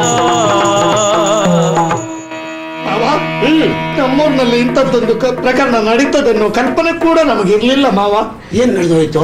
ಮದುವೆಯ ಸಡಗರವನ್ನೇ ಮೆಲುಕು ಹಾಕುತ್ತಾ ಹೀಗೆ ಅರಮನೆಯ ಹೊರಪರಿಸರದಲ್ಲಿ ಗಾಳಿ ಸೇವಿಸ್ತಾ ಓಡಾಡ್ತಾ ಇದ್ದವರು ನಾವು. ತಪ್ಪಲ್ಲ. ಅಲ್ಲೊಂದು ಸೋಜಿಗವನ್ನು ಕಂಡೆವು ಮಾವ. ಏನಂತಹದ್ದು? ಅರಮನೆಯಿಂದ ಒಬ್ಬನೇ ಒಬ್ಬ ಒಂದು ಹೆಣವನ್ನು ಹೊತ್ತುಕೊಂಡು ಸ್ಮಶಾನದ ದಾರಿ ಹಿಡಿದಿದ್ದ. ಅರಮನೆಯಿಂದ ಶವವೊಂದನ್ನು ಹೊತ್ತುಕೊಂಡು ಹೋಗ್ತಾ ಇದ್ರು. ಅಂತದುಂಟ? ಒಬ್ಬನೇ ಒಂದು ಹೆಣ ಬರುವ ಪ್ರಸಂಗ ಉಂಟ? ಹೆಣಕ್ಕೆ ಸಂಬಂಧಪಟ್ಟವರು ಯಾರು ಇಲ್ಲವೋ? ಹಾಗ ನಮಗೂ ಪ್ರಶ್ನೆ ಕೆರಳಿತು. ಹಾಗೆ ಅವರನ್ನು ಹಿಂಬಾಲಿಸಿ ನೇರವಾಗಿ ಹೋದ್ರೆ ಆ ಹೆಣ ಸುಡುವ ಭೈರಪ್ಪನನ್ನು ಕಂಡು ಅವ ಆಡಿದ ಮಾತೇನು ಗೊತ್ತಾ? ಯಾರಿಗೂ ಗೊತ್ತಾಗದ ರೀತಿಯಲ್ಲಿ ಬೆಳಗಾಗುವ ಮೊದಲು ಈ ಹೆಣವನ್ನು ಬೂದಿ ಮಾಡಿ ಬಿಡು ಅಂತ ಹೇಳಿದ. ಅದಕ್ಕೆ ಅವ ಏನ್ ಹೇಳಿದ? ಒಪ್ಪಲಿಲ್ಲ ಮೊದಲು. ಆದ್ರೆ ಆ ಪಾಪಿ ಮಗ ಹಣದ ಆಮಿಷ ತೋರಿಸಿದ, ಅದಕ್ಕೂ ಒಪ್ಪಲಿಲ್ಲ. ಆ ಪಾಪಿ ಮಗ ಕತ್ತಿ ತೋರಿಸಿದ, ಕೊಂದೇ ಮುಗಿಸ್ತೇವೆ ಅಂತ ಹೇಳಿದ. ಯಾರ್ಯಾರು ಸುದ್ದಿ ನಮಗೆ ಯಾಕೆ? ಕಡೆಗೆ ಅವ ಒಪ್ಪುಕೊಂಡ. ಸರಿ, ಹಾಗಾದ್ರೆ ಆ ಒಬ್ಬ ವ್ಯಕ್ತಿ ಶವ ಹೊತ್ಕೊಂಡು ಹೋಗ್ತಾ ಇದ್ದಂತ ಹೇಳಿದ್ರಲ್ಲ, ಹೌದು, ಅವ ಯಾರೆಂದು ನೀವು ಗುರುತಿಸಿದ್ರ? ಹೌದು ಮಾವ, ನಮ್ಮ ಸೇನೆಯ ಅಧಿಪತಿ ಆದಿತ್ಯ. ಏನಕ್ಕೆ ನಾನು ಹೇಳಲಿಕ್ಕೆ ಹೋಗಬೇಡಿ. ಯಾಕೆ ಮಾವ? ನಿನ್ನಿನ ರಾತ್ರಿ ಅವನ ಪಾಲಿಗೆ ಶುಭ ರಾತ್ರಿ ಅಂತ ಪ್ರಥಮ ರಾತ್ರಿಯ ದಿನವನ್ನು ಬಿಟ್ಟು ಹೆಣ ಹೊತ್ಕೊಂಡು ಹೋಗ್ತಾ ಅಂತ ಹೇಳ್ತಾ ಇದ್ದೀರಾ ನೀವು? ಅಲ್ಲ, ಸತ್ತವರನ್ನು ಹೊತ್ಕೊಂಡು ಹೋಗ್ಲೇಬೇಕಲ್ಲ ಸುಡ್ಲಿಕ್ಕೆ. ಆದ್ರೂ ಅವ ಆ ವ್ಯಕ್ತಿ ಆಗ್ಲಿಕ್ಕೆ ಸಾಧ್ಯವೇ ಇಲ್ಲ. ನಾವು ಕಣ್ಣಾರೆ ಕಂಡದ್ದು ನಮ್ಮ. ಯಾರೇ ಆಗಿರ್ಲಿ, ಹಾಗಾದ್ರೆ ಆ ಹೊತ್ತುಕೊಂಡು ಹೋದಂತ ಹೆಣದ ಗುರುತು ನಿಮಗುಂಟಾ? ಯಾಕೋ ಇಷ್ಟು ಹೇಳಿದ್ರೆ ಹೇಳಲಿಕ್ಕೆ ಆಗುದಿಲ್ವೇ? ನಾವು ಹೇಳಲಿಕ್ಕೆ ನಾಲಿಗೆ ತಡವರಿಸಿದ ಆ ವಿಷಯ ಆಶಯವನ್ನ. ಈ ಮನೆಯಲ್ಲಿ ಹುಟ್ಟಿ ಈ ಮನೆ ಅಂಗಳದಲ್ಲಿ ಬೆಳೆದು ಈ ಮನೆಯಲ್ಲಿ ನಡೆಸಬೇಕಾದ ಎಷ್ಟೋ ಕನಸುಗಳನ್ನು ಕಂಡಿದ್ದ ನಿಮ್ಮ ಮುದ್ದು ಮಗಳು ಪವಿತ್ರಳ ಹೆಣ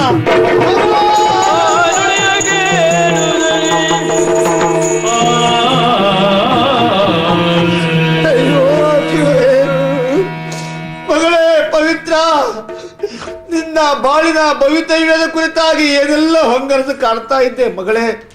ನನ್ನ ಪಾಲಿಗೆ ಗಂಡು ಸಂತಾನ ಇಲ್ಲದಿದ್ರು ಕೂಡ ನಿನ್ನ ಕೈ ಹಿಡಿದು ಬರುವಂತ ಆ ವ್ಯಕ್ತಿಯೇ ನನ್ನ ಮಗನಾಗಿ ಬಾಳ್ತಾನೆ ಎಂದು ತಿಳ್ಕೊಂಡಿದ್ದೆ ನಾನು. ಆದ್ರೆ ಮದುವೆಯಾಗಿ ಹೊಸದ್ರಲ್ಲಿ ನೀನು ಸ್ಮಶಾನವನ್ನು ಸೇರಿಬಿಟ್ಟಿಯ ಮಗಳೇ. ಮಾವ, ಕೊಟ್ಟ ಶಿವ ತಾನೇ ಕೈಯಾರೆ ಕಿತ್ಕೊಂಡ್ಬಿಟ್ಟವ್ವ. ಹುಟ್ಟಿದವರಿಗೆ ಸಾವು ಸಹಜ, ಹಾಗೆ ಸಹಜವಾದ ಸಾವು ಬಂದದ್ದಿದ್ರೆ ಯಾರು ಅಳುವುದಕ್ಕಿಲ್ವಾಗಿತ್ತು. ಆದ್ರೆ ನಿಮ್ಮ ಮಗಳ ಸಾವು ಹೇಗಾಯಿತು ಕೇಳಿ ಮಾವ. ಅಂದ್ರೆ ನಿಮ್ಮ ಅಳಿಯ ಕೈಯಾರೆ ಹೊಡೆದುಕೊಂಡದ್ದು ನನ್ನ ಮಗಳ ಸಹಜವಾದ ಸಾವಲ್ಲ, ಇದು ಕೊಲೆಯಾದ. ಹೌದು, ಆದಿತ್ಯನೇ ಕೊಂದದ್ದು. ಈ ಮಾತನ್ನು ನಾನು ನಂಬಲಾರೆ. ಇದಕ್ಕೆ ತಕ್ಕ ವಿಚಾರಣೆ ಆಗಲೇಬೇಕು. ಮಾಡಿ ಸಾಕ್ಷಿ ಬೇಕು. ಇದ್ದಾರಲ್ಲ, ಎಲ್ಲಿ ನಿಮ್ಮ ಸ್ಮಶಾನ ಭೈರಪ್ಪನ? ಸ್ಮಶಾನ ನಿವಾಸಿ ಭೈರಪ್ಪನ ನೀನಲ್ವೇನಾ? ನಾನು ಒಡೆಯ. ಅಲ್ಲಿ ನಿನ್ನೆ ರಾತ್ರಿ ಒಂದು ಶವ ಬಂದಿತ್ತ? ಒಂದಲ್ಲ, ಒಂದು 2-3 ಬಂದಿತ್ತು. ಒಬ್ಬ ವ್ಯಕ್ತಿ ಮಧ್ಯರಾತ್ರಿಯ ಸಂದರ್ಭದಲ್ಲಿ ಶವವನ್ನು ಹೊತ್ತು ಬಂದನ? ಆದಿತ್ಯ, ಆದಿತ್ಯವರ. ಯಾರವ? ಬೇರೆ ಯಾರು ಅಲ್ಲ, ನಿಮ್ಮ ಒಳಿಯ. ಒಳಿಯ ಅಂದ್ರೆ ಒಳಿಯ ಅಲ್ಲ, ಮಗಳ ಗಂಡ. ಮಗಳ ಗಂಡ ಆದಿತ್ಯನೇ ಅಂತ ಆಯ್ತು. ಹೌದು. ಏನ್ ಹೇಳಿದ? ಹಣ ಈ ಸುಡ್ಬೇಕು ಅಂತ ಹೇಳಿದ್ರು. ನೀನೇನ್ ಹೇಳಿದೆ? ನಾನು ಆಗುದಿಲ್ಲ ಅಂತ ಹೇಳಿ ಸಂಬಂಧಪಟ್ಟವ್ರು ಬರ್ಬೇಕು, ಅವಾಗ ಹಣ ಸುಡ್ತೇನೆ ಅಂತ ಹೇಳಿದೆ. ಆಮೇಲೆ ಹಣ ಕೊಡ್ತೇನೆ ಅಂದ ಅವ. ನಾವು ಅದಕ್ಕೆ ಒಪ್ಪಲಿಲ್ಲ. ಆಮೇಲೆ ಕತ್ತಿ ತೋರಿಸಿದ, ನೀನು ಹಣ ಸುಡದೆ ಇದ್ರೆ ನಿನ್ನೆ ಕೊಲ್ತೇನೆ ಅಂದ. ಆ ಹೆಣದ ಪರಿಚಯ ನಿನಗಿದೆಯಾ? ಮಹಾರಾಜರೇ, ಹೇಳಲಿಕ್ಕೆ ಬಾಯಿ ಬರುವುದಿಲ್ಲ ಮಹಾರಾಜರೇ. ಆ ಹೆಣ ಮಗಳ ಹೆಣ. ಹೋಗಾಚ್. ಅಂತೂ ನನ್ನ ಮಗಳ ಸತ್ತದ್ದು ಸ್ಪಷ್ಟ ಅಂತ ಆಯಿತು. ಯಾರಲ್ಲಿ ಬರ್ಲಿಕ್ಕೆ ಹೇಳಿ.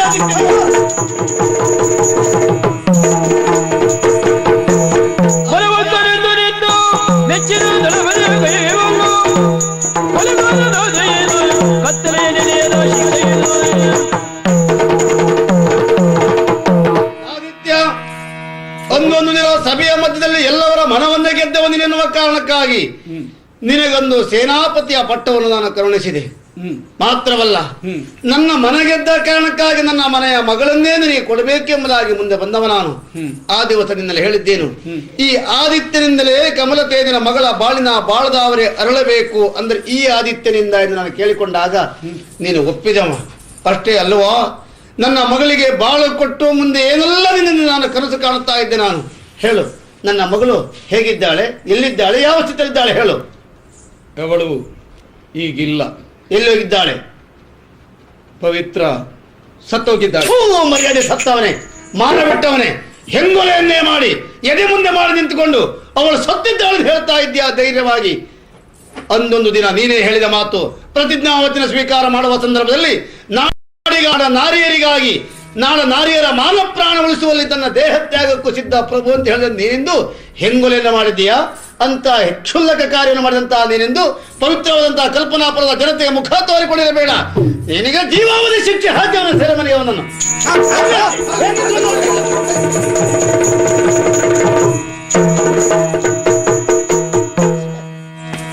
ಯಾರನ್ನು ನಂಬುದು ಕಷ್ಟ ಈ ಕಾಲ. ಹೌದು ಮಾವ, ಅಪರಾಧಿಗಳಿಗೆ ಆಗಬೇಕಾದ ತಕ್ಕ ಶಿಕ್ಷೆಯಂತೆ ಆದಿತ್ಯನಿಗೆ ಕಾರಾಗೃಹ ವಾಸವಾಯಿತು.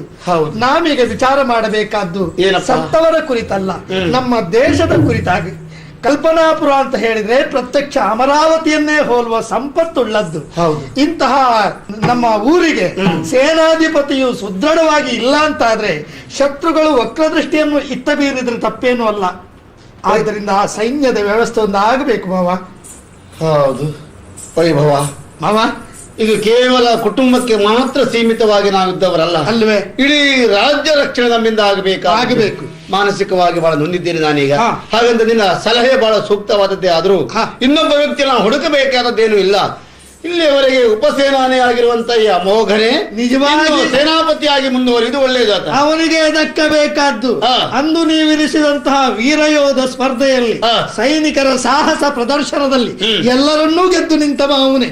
ಕಡೆಗೆ ಬಂದವ ಆದಿತ್ಯ ಅಧಿಕಾರ ಕಸ್ಕೊಂಡ ಬಿಡಿ. ಹೊಣೆಗಾರಿಕೆಯನ್ನು ನೀನೇ ನಿಭಾಯಿಸಿಕೊಂಡು ಹೋಗಬೇಕು ಏನು? ಆಯ್ತು ಪ್ರಭು. ಅದು ಹೌದು. ಹಾಗಂತ ಈ ರೀತಿಯಂತ ವಿಷಯದಲ್ಲಿ ನೀವು ಮಾನಸಿಕವಾಗಿ ಕುಗ್ಗಿದ್ದೀರಿ ಅಂತಲೂ ನಮ್ಗೆ ಗೊತ್ತಾಗಿದೆ ಪ್ರಭು. ಮಕ್ಕಳ ಸತ್ತ ದುಃಖ ಏನೆಂದು ಗೊತ್ತಾಗಬೇಕಾದ್ರೆ ಮಕ್ಕಳ ಕಳ್ಕೊಂಡ ತಂದೆ ತಾಯಂದಿರೇ ಆಗಬೇಕು ಮಕ್ಕಳೇ. ಹಾಗಂತ ನಾಡಿನ ಮಹಾರಾಜರಾದಂತ ನೀವು ಹೀಗೆ ಮಾನಸಿಕವಾಗಿ ನೋವನ್ನು ಅನುಭವಿಸ್ತಾ ಉಳಿದ್ರಿ ಅಂತಾದ್ರೆ ರಾಜಕೀಯದಲ್ಲಿ ಪಾಲ್ಗೊಳ್ಳುವುದು ಬಹಳ ಕಷ್ಟ ಆಗಿ ಹೋಗ್ತದೆ. ಏನ್ ಮಾಡೋಣ ಹೇಳೋದನಿಗೆ ಗಂಡು ಮಕ್ಕಳಿದ್ದಿದ್ರೆ ಅವರಿಗೆ ಅಧಿಕಾರ ಹಸ್ತಾಂತರಿಸಬಹುದಿತ್ತು. ಹೊರಬೇಕಾದಂತ ಅಳಿಯ ಈಗ ಸೆರೆಮನೆಗೆ ಹೋದ, ಅವ ಹೋದ ಎಂಬಲ್ಲಿಗೆ ನೀವು ಮತ್ತೆ ಯೋಚನೆ ಮಾಡಬೇಕಾದ ಅಗತ್ಯ ಇಲ್ಲ. ಹೊಣೆಗಾರಿಕೆ ಹೊರುವುದಕ್ಕೆ ವೈಭವ ಇಲ್ವಾ? ನಿಮ್ಮ ಅಳಿಯ ಇಲ್ವಾ? ಅಧಿಕಾರ ಅಲ್ಲದಿದ್ರು ಈಗ ಬೇರೆ ಯಾರು ಇರದ ಕಾರಣ ಆತನಿಗೆ ನಾವು ಹೊಣೆಗಾರಿಕೆ ಕೊಡಬಹುದು. ನೀನು ಹೇಳುತ್ತೆ ಹೊಣೆಗಾರಿಕೆ ಹೊರಬೇಕಾದಂತ ವ್ಯಕ್ತಿ ಆತನಿಗೆ ಮನಸ್ಸಿಲ್ಲದೆ ಹೋದ್ರೆ ಒತ್ತಾಯಕ್ಕೆ ನಾವು ಹೊರೆ ಹೇರಿಸ್ಲಿಕ್ಕೆ ಬರ್ತದ? ಅಳಿಯಂದ್ರೆ ಮಗನಿಗೆ ಸಮಾನ ಅಲ್ವ, ಹೊರಲೇಬೇಕು. ಅವನಲ್ಲಿ ಕೇಳಿ ಒಂದು ಮಾತು. ವೈಭವ ಹೌದಪ್ಪ, ನಿನ್ನ ನೋವೇನು ನನಗೂ ಅರ್ಥ ಆಗಿದೆ. ಏನ್ ಮಾಡೋಣ ಹೇಳ ಮಗು? ಕಣ್ಣೀರು ಹಾಕ್ತಾ ಕೊಡ್ತೀರ, ಪ್ರಯೋಜನ ಇಲ್ಲ. ಅಮೋಘ ಹೇಳಿದ ಮಾತು ನೀನು ಕೇಳಿದೆಯಲ್ಲ? ಕೇಳಿಸಿಕೊಂಡೆ ಮಾಮ. ಅದು 100ಕ್ಕೆ 100 ಸತ್ಯ. ನೋಯಬೇಕಾದವ ನಾನು, ಈಗ ನೀನಲ್ಲ. ಇಲ್ಲ ಮಾಮ, ನನ್ನ ದುಃಖ ಏನು ಅಂತ ನಿಮ್ಗೆ ಅರ್ಥ ಆಗ್ತಾ ಇಲ್ಲ. ನಿಮ್ಮ ಮಗಳನ್ನು ಕಳ್ಕೊಂಡಂತಹ ದುಃಖ ನಿಮಗೆ ಮಗಳಾದ್ರೂ ಕೂಡ ನನಗೆ ಮಾವನ ಮಗಳಲ್ಲವೇ? ಆ ದುಃಖದಿಂದ ನಾನಿನ್ನು ಚೇತರಿಸಿಕೊಳ್ಳಿಲ್ಲ. ಅದಕ್ಕೂ ಮೊದಲೇ ಇಂತಹ ಭಾರವಾದ ಹೊರೆಯನ್ನು ನನ್ನ ತಲೆ ಮೇಲೆ ಇಡ್ತೀರಾ? ನನಗೆ ದಯವಿಟ್ಟು ಬೇಡ ಮಾವ. ಹೇ ವೈಭವ, ಎಂತ ಮಾತನಾಡ್ತೀಯೋ? ಮಹಾರಾಜರ ಸ್ಥಿತಿಯನ್ನಾದ್ರೂ ಅರ್ಥ ಮಾಡಿಕೊ. ನಾಡಿನ ಹಿತಕ್ಕಾಗಿ ಆದ್ರೂ ನಿನ್ನ ಮಾವನ ಒಳಿತಿಗಾಗಿ ಆದ್ರೂ ಒಪ್ಕೊಳ್ಳೋ ಪುಣ್ಯಾತ್ಮ. ಹೌದು, ಈ ಮಾವನಿಗೆ ಮಗನ ಸ್ಥಾನದಲ್ಲಿದ್ದು ನಾನು ವಿಚಾರ ಮಾಡಬೇಕು. ನೊಂದ ಇವರನ್ನು ಸಂತೈಸಬೇಕಾದ್ದು ನನಗೆ ಕರ್ತವ್ಯ ಬಿಟ್ರೆ ಬೇರೆ ಯಾರಿಗೂ ಅಲ್ಲ. ನನಗಿಷ್ಟ ಇಲ್ಲವಾದ್ರೂ ಕೂಡ, ಯೋಗ್ಯತೆ ಇಲ್ಲದೆ ಹೋದ್ರೂ ಕೂಡ, ಈಗ ನಿಮ್ಮ ಸಮಾಧಾನಕ್ಕಾಗಿ, ಇವರೆಲ್ಲರ ಒತ್ತಾಯಕ್ಕಾಗಿ ಅಧಿಕಾರವನ್ನು ನಾನು ಒಪ್ಪಿಕೊಳ್ತೇನೆ ಮಾವ. ಹೌದಾ? ಹೌದು, ಸಂತೋಷವಾಗಿ. ಮಾವ, ಅಧಿಕಾರವನ್ನು ನನಗೆ ಕೊಟ್ಟ ಮೇಲೆ ನೀವು ನಾನು ಇಲ್ಲಿರುವುದಿಲ್ಲ ಮಗು. ಮಾನಸಿಕವಾಗಿ ಬಹಳ ನೊಂದಿದ್ದೀರಿ ನಾನು. ಇನ್ನು ಆಶ್ರಮ ಧರ್ಮಗಳಲ್ಲಿ ಒಂದಾದಂತಹ ಕೊನೆಯದ್ದಾದದ್ದು ವಾನಪ್ರಸ್ಥ ಆಶ್ರಮ, ಅಲ್ಲಿಗೆ ಹೋಗಲು ನಾನು ಮನ ಮಾಡಿದ್ದೇನೆ. ಒಳ್ಳೇದು ಬಾಬಾ, ಒಳ್ಳೆ ಸುದ್ದಿಯನ್ನೇ ಹೇಳ್ತಾ ಇದ್ದೀರಿ. ಹೋಗುವ ಮೊದಲು ದಯವಿಟ್ಟು ನಿಮ್ಮ ಪಾದುಕೆಯೊಂದನ್ನು ನಾನು ಕೊಟ್ಟೋಗಿ ಬಾಬಾ. ನನ್ನದು ಕಳೆದೋಗಿದೆ ಅಂತಲ್ಲ, ನಾನು ಭರತನ ಆದರ್ಶವನ್ನು ಹೊರ್ತೇನೋ. ರಾಮಾಯಣದ ಭರತನಾಗಲಿ ಹೊರಟಿದ್ದಾನೆ ನನ್ನ. ನಾನು ಹಾಗಾದ್ರೆ ಶ್ರೀರಾಮನೇ ಆಗುತ್ತೇನೆ. ನಿಮ್ಗೆಲ್ಲರಿಗೂ ಒಳ್ಳೆಯದಾಗಲಿ. ಬರ್ತೇನೆ.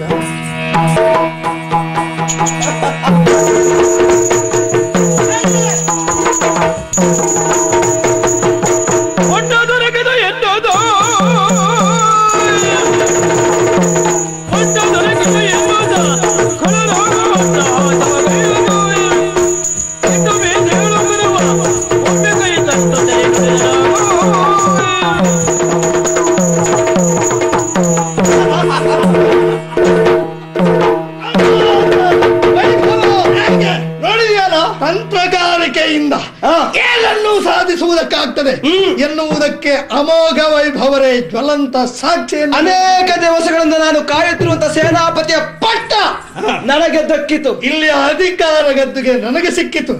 ನಮ್ಮ ಶತ್ರುವಾದಂತ ಆದಿತ್ಯ ಸಾವಿನ ಕೊನೆ ತನಕವು ಕಾರಾಗೃಹದಲ್ಲಿದ್ದು ಕೊಳಿತಾನೆ. ಅವನಿಂದ ಯಾವ ಭಯವೂ ನಮಗಿಲ್ಲವಲ್ಲ. ಇಲ್ಲಿಯ ಸೇನಾಧಿಪತಿ ಅಮೋಘ, ಇಲ್ಲಿಯ ಅರಸ ವೈಭವ.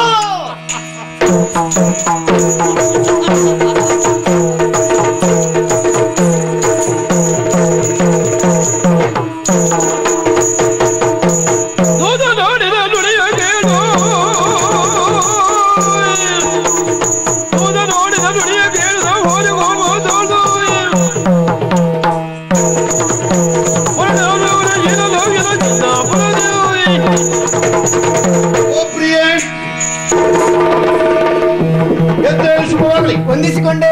ಚಂದನಾಪುರದ ಸಕಲ ಅಭ್ಯುದಯಕ್ಕೆ ಅನುದಿನವೂ ಹೆಣಗಾಡುತ್ತಿರುವವರು ನಾವು. ನಾಡ ಪ್ರಜೆಗಳನ್ನು ಮಕ್ಕಳಂತೆ ಪಾಲಿಸುತ್ತಾ ಬಂದಿದ್ದೇವೆ. ನಿಜ.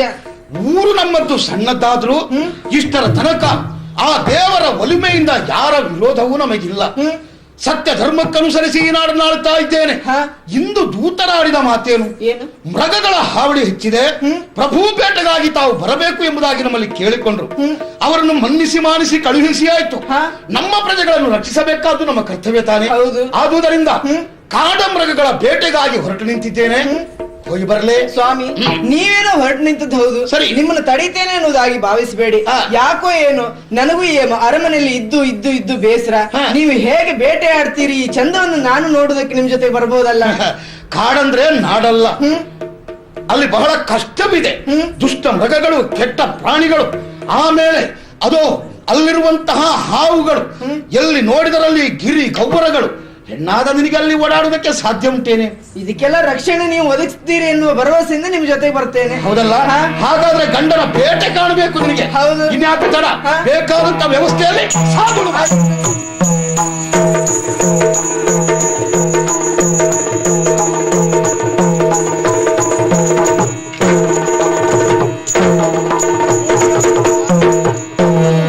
ಕೊಡುತ್ತಿರುವಂತಹ ದುಷ್ಟ ಪ್ರಾಣಿಗಳನ್ನು ನಾವು ದೂರದ ಕಾಡಿಗೆ ಓಡಿಸಿ ಆಯ್ತು. ಕೆಲವೆಲ್ಲ ನನ್ನ ಬಾಣಕ್ಕೆ ಹತಿಯಾಗಿದ್ದಾವೆ. ಹೌದು. ಆದ್ರೆ ಯಾಕೋ ಒಂದು ರೀತಿಯ ಆಯಾಸ. ಸ್ವಲ್ಪ ಹೊತ್ತು ಇಲ್ಲಿ ಕುಳಿತು ವಿಶ್ರಮಿಸೋಣ.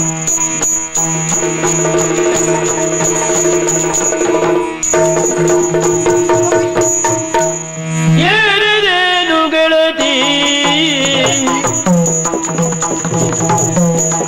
ಏರಿದೇನು ಗೆಳತಿ, ನಿನ್ನಯದೇನು ಕಥೆಯ ಸುರದಿ, ನಿನ್ನಯದೇನು ಕಥೆಯ ಸುರದಿ. ಆನನ ಕಲ್ಲಿ ಹೋದೇನಾಯಿತು ನುಡಿ, ಆನನ ಕಲ್ಲಿ ಹೋದೇನಾಯಿತು ನುಡಿ. ನೀರಿದೆರಗಲಿಯೇ ನಿನ್ನ ಬಲ್ಲಿಯೇ. ಮಿತ್ರೆ, ನನಗೆ ಆಶ್ಚರ್ಯ ಆಗ್ತಾ ಉಂಟು. ನಿನ್ನನ್ನು ಈ ಸ್ಥಿತಿಯಲ್ಲಿ ನಾನು ಇಲ್ಲಿ ಕಾಣ್ತೇನೆ ಅನ್ನೋದಾಗಿ ಕಲ್ಪನೆ ನನಗಿಲ್ಲದೆ ಹೋಯಿತು. ಯಾಕೆಂದ್ರೆ ನಿನ್ನ ಮದುವೆಯ ಸಂದರ್ಭದಲ್ಲಿ ನನ್ನವರನ್ನು ಒಡಗೂಡಿ ನಾನು ಅಲ್ಲಿಗೆ ಬಂದು ನಿನ್ನ ಮದುವೆಯ ಸಂಭ್ರಮದಲ್ಲಿ ಪಾಲ್ಗೊಂಡವಳು ನಾನು. ಆದ್ರೆ ಈಗ ಹೀಗೆ ಏಕಾಂಗಿಯಾಗಿ ಇಲ್ಲಿಗೆ ಬರ್ತಾ ಇದೆಯಲ್ಲ, ಏನೇ ನಿನ್ನ ಮುಖವನ್ನು ನೋಡ್ತಾ ಇದ್ದೇನೆ, ಏನೋ ಗಾಢವಾದ ಚಿಂತೆ ನಿನ್ನನ್ನು ಆವರಿಸಿಕೊಂಡಿದೆ ಎನ್ನುವುದು ಸುಳ್ಳಲ್ಲ. ಯಾಕೆ ನಿನ್ನ ಚಿಂತೆಗೆ ಏನು ಕಾರಣ ಎನ್ನುವುದಾಗಿ ನನ್ನಲ್ಲಿ ಹೇಳಬಾರ್ದೇನೆ? ಕೇಳ್ಬೇಡಮ್ಮ. ಹೇಳುವುದಕ್ಕೆ ಶಕ್ತಿ ಸಾಮರ್ಥ್ಯ ಎರಡು ನನಗಿಲ್ಲ ಸ್ವಾಮಿ. ನಾವು ಮದುವೆಗೆ ಹೋಗಿದ್ದೀವಲ್ಲ, ಅವಳೇ ಇವಳು ಪವಿತ್ರ. ಅವಳು ಏನೋ ಚಿಂತೆಯಲ್ಲಿದ್ದಾಳೆ ಎನ್ನುವುದು ಸುಳ್ಳಲ್ಲ. ಹಾಗಾದ್ರೆ ಅವಳನ್ನ ಈ ಕಾಡಿನಲ್ಲಿ ಬಿಟ್ಟು ಹೋಗುವುದು ಸರಿಯಾ ಹೇಳಿ? ಆದ್ರಿಂದ ನಮ್ಮ ಅರಮನೆಗೆ ಕರೆದುಕೊಂಡು ಹೋಗೋಣ, ಏನಂತೀರಿ? ನಿನ್ನ ಗೆಳತಿ ನನಗೆ ತಂಗಿಗೆ ಸಮಾನ. ಅಮ್ಮ, ನಿನ್ನ ಮನಸ್ಸಿನ ಅಲ್ಲಾದಂತಹ ಬೇಸರದ ವಿಷಯವನ್ನು ಈಗ ನಾನು ಕದಕ್ಕೆ ಹೇಳುವುದಿಲ್ಲ. ನಮ್ಮ ಅರಮನೆಯನ್ನು ಸೇರಿದ ಬಳಿಕ ಸಾವಧಾನವಾಗಿ ನೀನು ಸುಧಾರಿಸಿ ಆ ಬಳಿಕವಾದರೂ ನಿನ್ನ ವ್ಯಥೆಯ ಕಥೆಯನ್ನು ನಮ್ಮಲ್ಲಿ ಹೇಳ್ತೀಯೇನಮ್ಮ? ಹೇಳ್ತೇನೆ. ಹಾಗಾದ್ರೆ ಇದೋ ನನ್ನ ಒಡ ಹುಟ್ಟಿದ ತಂಗಿಯಂತೆ ನಿನ್ನನ್ನು ರಕ್ಷಿಸುವಂತಹ ಹೊಣೆ ನನ್ನ ಪಾಲಿಗೆ ಸೇರಿದ್ದು. ಯೋಚಿಸಬೇಡ, ಇವಳ ಜೊತೆಯಲ್ಲಿ ಬರ್ತ್ಯಾ ನಮ್ಮ ಅರಮನೆಗೆ.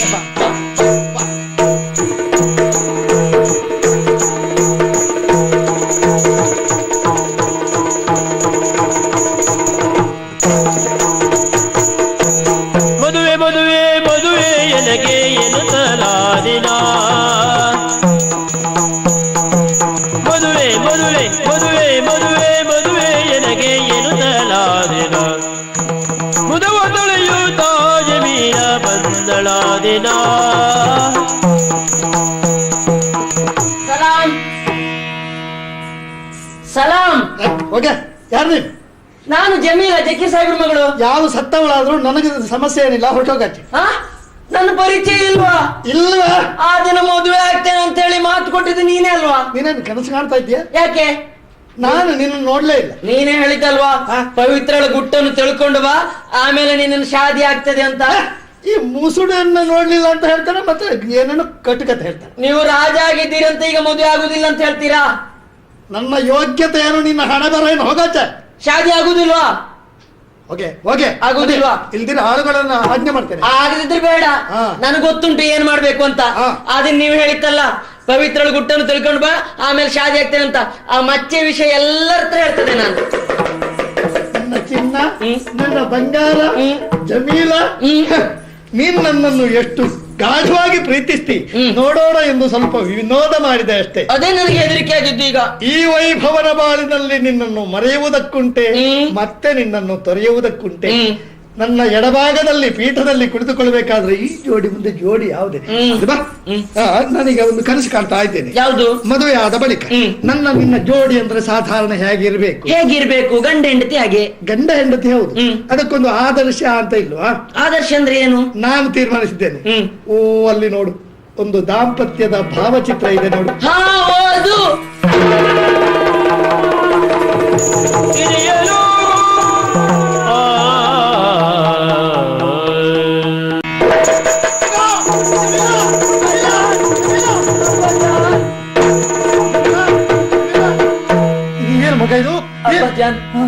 मुझे माफ करो अब्बाजान.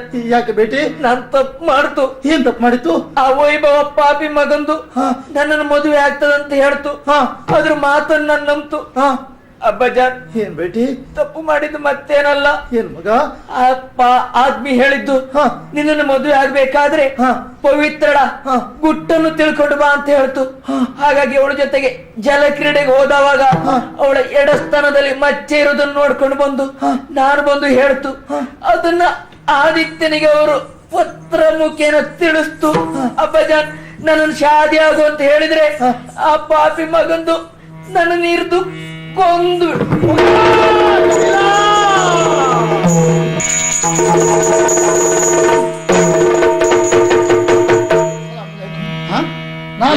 ಹೌದು, ಸೆರೆಮನೆಯಲ್ಲಿ ನಾನು ಮಾಡಿದ ಅಪರಾಧಕ್ಕಾಗಿ ಕೊಳೆಯುತ್ತಿದ್ದವ ನಾನು. ಹೌದು ಸಾಬ್. ಮಹಾರಾಜನೇ ನನ್ನ ಪಾಲಿಗೆ ಕೊಟ್ಟಂತಹ ಶಿಕ್ಷೆಯನ್ನು ತಪ್ಪಿತಸ್ಥನಾದ್ದರಿಂದ ನಾನು ಅನುಭವಿಸ್ತೇನೆ ಅಂತ ಅಲ್ಲಿದ್ರೆ ಸೆರೆಮನೆಯಿಂದ ನನ್ನನ್ನು ಬಿಡಿಸಿ ಎಳೆದು ತಂದಿಯಲ್ಲ. ಹೌದು. ಯಾಕಯ್ಯ? ಸ್ವಾಮಿ, ಸೆರೆಮನೆಯಲ್ಲಿರಬೇಕಾದವರು ನೀವಲ್ಲ, ಮತ್ತೆ ನೀವು ಅಪರಾಧಿಗಳಲ್ಲ. ನನಗೆ ವಿಷಯ ಎಲ್ಲ ಅರ್ಥ ಆಗಿದೆ. ಏನು ಅರ್ಥವಾಗಿದೆ? ನೀವು ಹೆಂಡತಿಯನ್ನು ಕೊಲೆ ಮಾಡಿದಿರೆಂಬ ಕಾರಣಕ್ಕಾಗಿ ಮಹಾರಾಜ ನಿಮ್ಮನ್ನು ಸೆರೆಯಲ್ಲಿಟ್ಟಿದ್ದಾರೆ, ಹೌದಾ? ಹೌದು, ಪ್ರಮಾದವಶಾತ್ ನಡೆದು ಹೋಯಿತು. ಸ್ವಾಮಿ, ನೀವು ಕೊಲೆ ಮಾಡಿದವರು ಅಲ್ಲ, ಮಾಡುವವರು ಅಲ್ಲ. ಹಾಗೆ ಮಾಡ್ಲಿಕ್ಕೆ ಕಾರಣ ಬೇರೆಯವರ ಕುತಂತ್ರ. ಅಂದರೆ ಅದಕ್ಕೆಲ್ಲ ಕಾರಣ ನನ್ನ ಮಗಳೇ. ಅರ್ಥವಾಗಲಿಲ್ಲ. ಹೀಗಾಗಿ ನನ್ನ ಮಗಳು ಪ್ರಾಣ ಬಿಡುವಾಗ ಸತ್ಯ ವಿಚಾರ ಹೇಳಿ ಸತ್ತೋದ್ಲು. ಆವತ್ತು ಪ್ರಥಮ ರಾತ್ರಿ ದಿವಸ ಲೇಖನ ನೋಡಿಕೊಂಡು ಅವಳಿಗೆ ನೀವು ಹೊಡೆದ್ರಿ, ಹೌದಾ?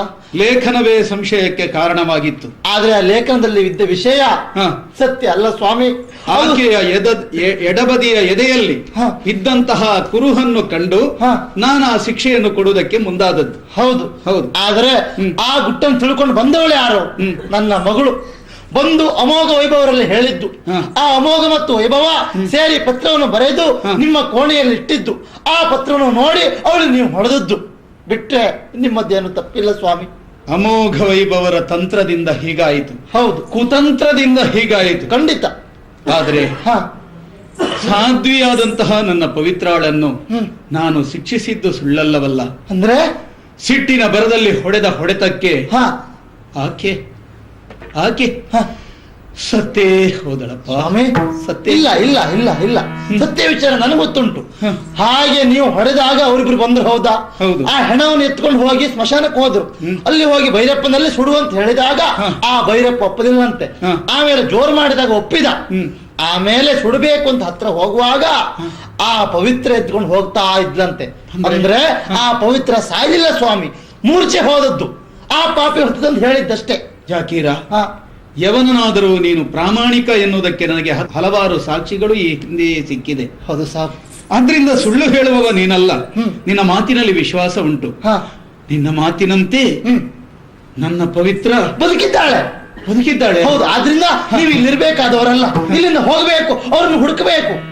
ತಪ್ಪಿತಸ್ಥನಲ್ಲವಾದುದರಿಂದಲೂ ನಾನಿಲ್ಲಿರುವುದಕ್ಕಿಲ್ಲ, ಇರಬಾರದು. ಹೌದು. ಮಾತ್ರವಲ್ಲ, ನನ್ನ ಆಕೆಯನ್ನು ನಾನು ಕಾಣಬೇಕು. ಹೌದು ಸ್ವಾಮಿ. ಅವಳಿಗೆ ನನ್ನಿಂದ ಆದ ಅನ್ಯಾಯಕ್ಕೆ ನಾನು ಕ್ಷಮಾಯಾಚನೆ ಮಾಡಬೇಕು. ಹೌದು ಸಾಬ್. ನನ್ನ ಪವಿತ್ರಳನ್ನು ಕಾಣಬೇಕು, ಹೊರಡಬೇಕು. ಹೋಗಿ, ನೀವು ಹೋಗಿ.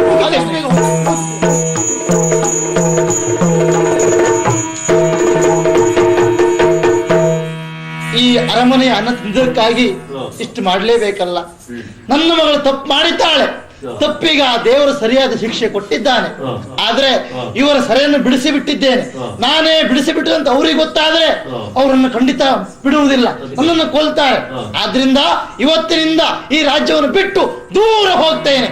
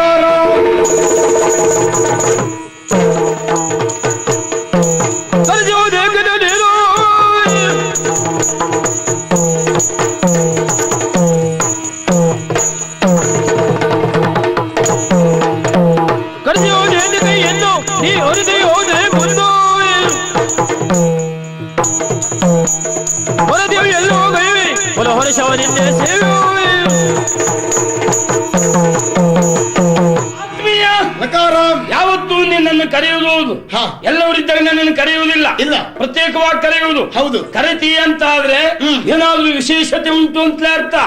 ಹಾಗಿದ್ರೆ ನಮ್ಮ ನಾಡಿನ ಮೇಲೆ ಏನಾದ್ರೂ ಹರಿಗಳು ಬಂದ್ರೆ ಏನ್ ಮಾಡ್ತೀವಿ? ಹರಿಗಳನ್ನೆಲ್ಲರೂ ಕರೆಯುವ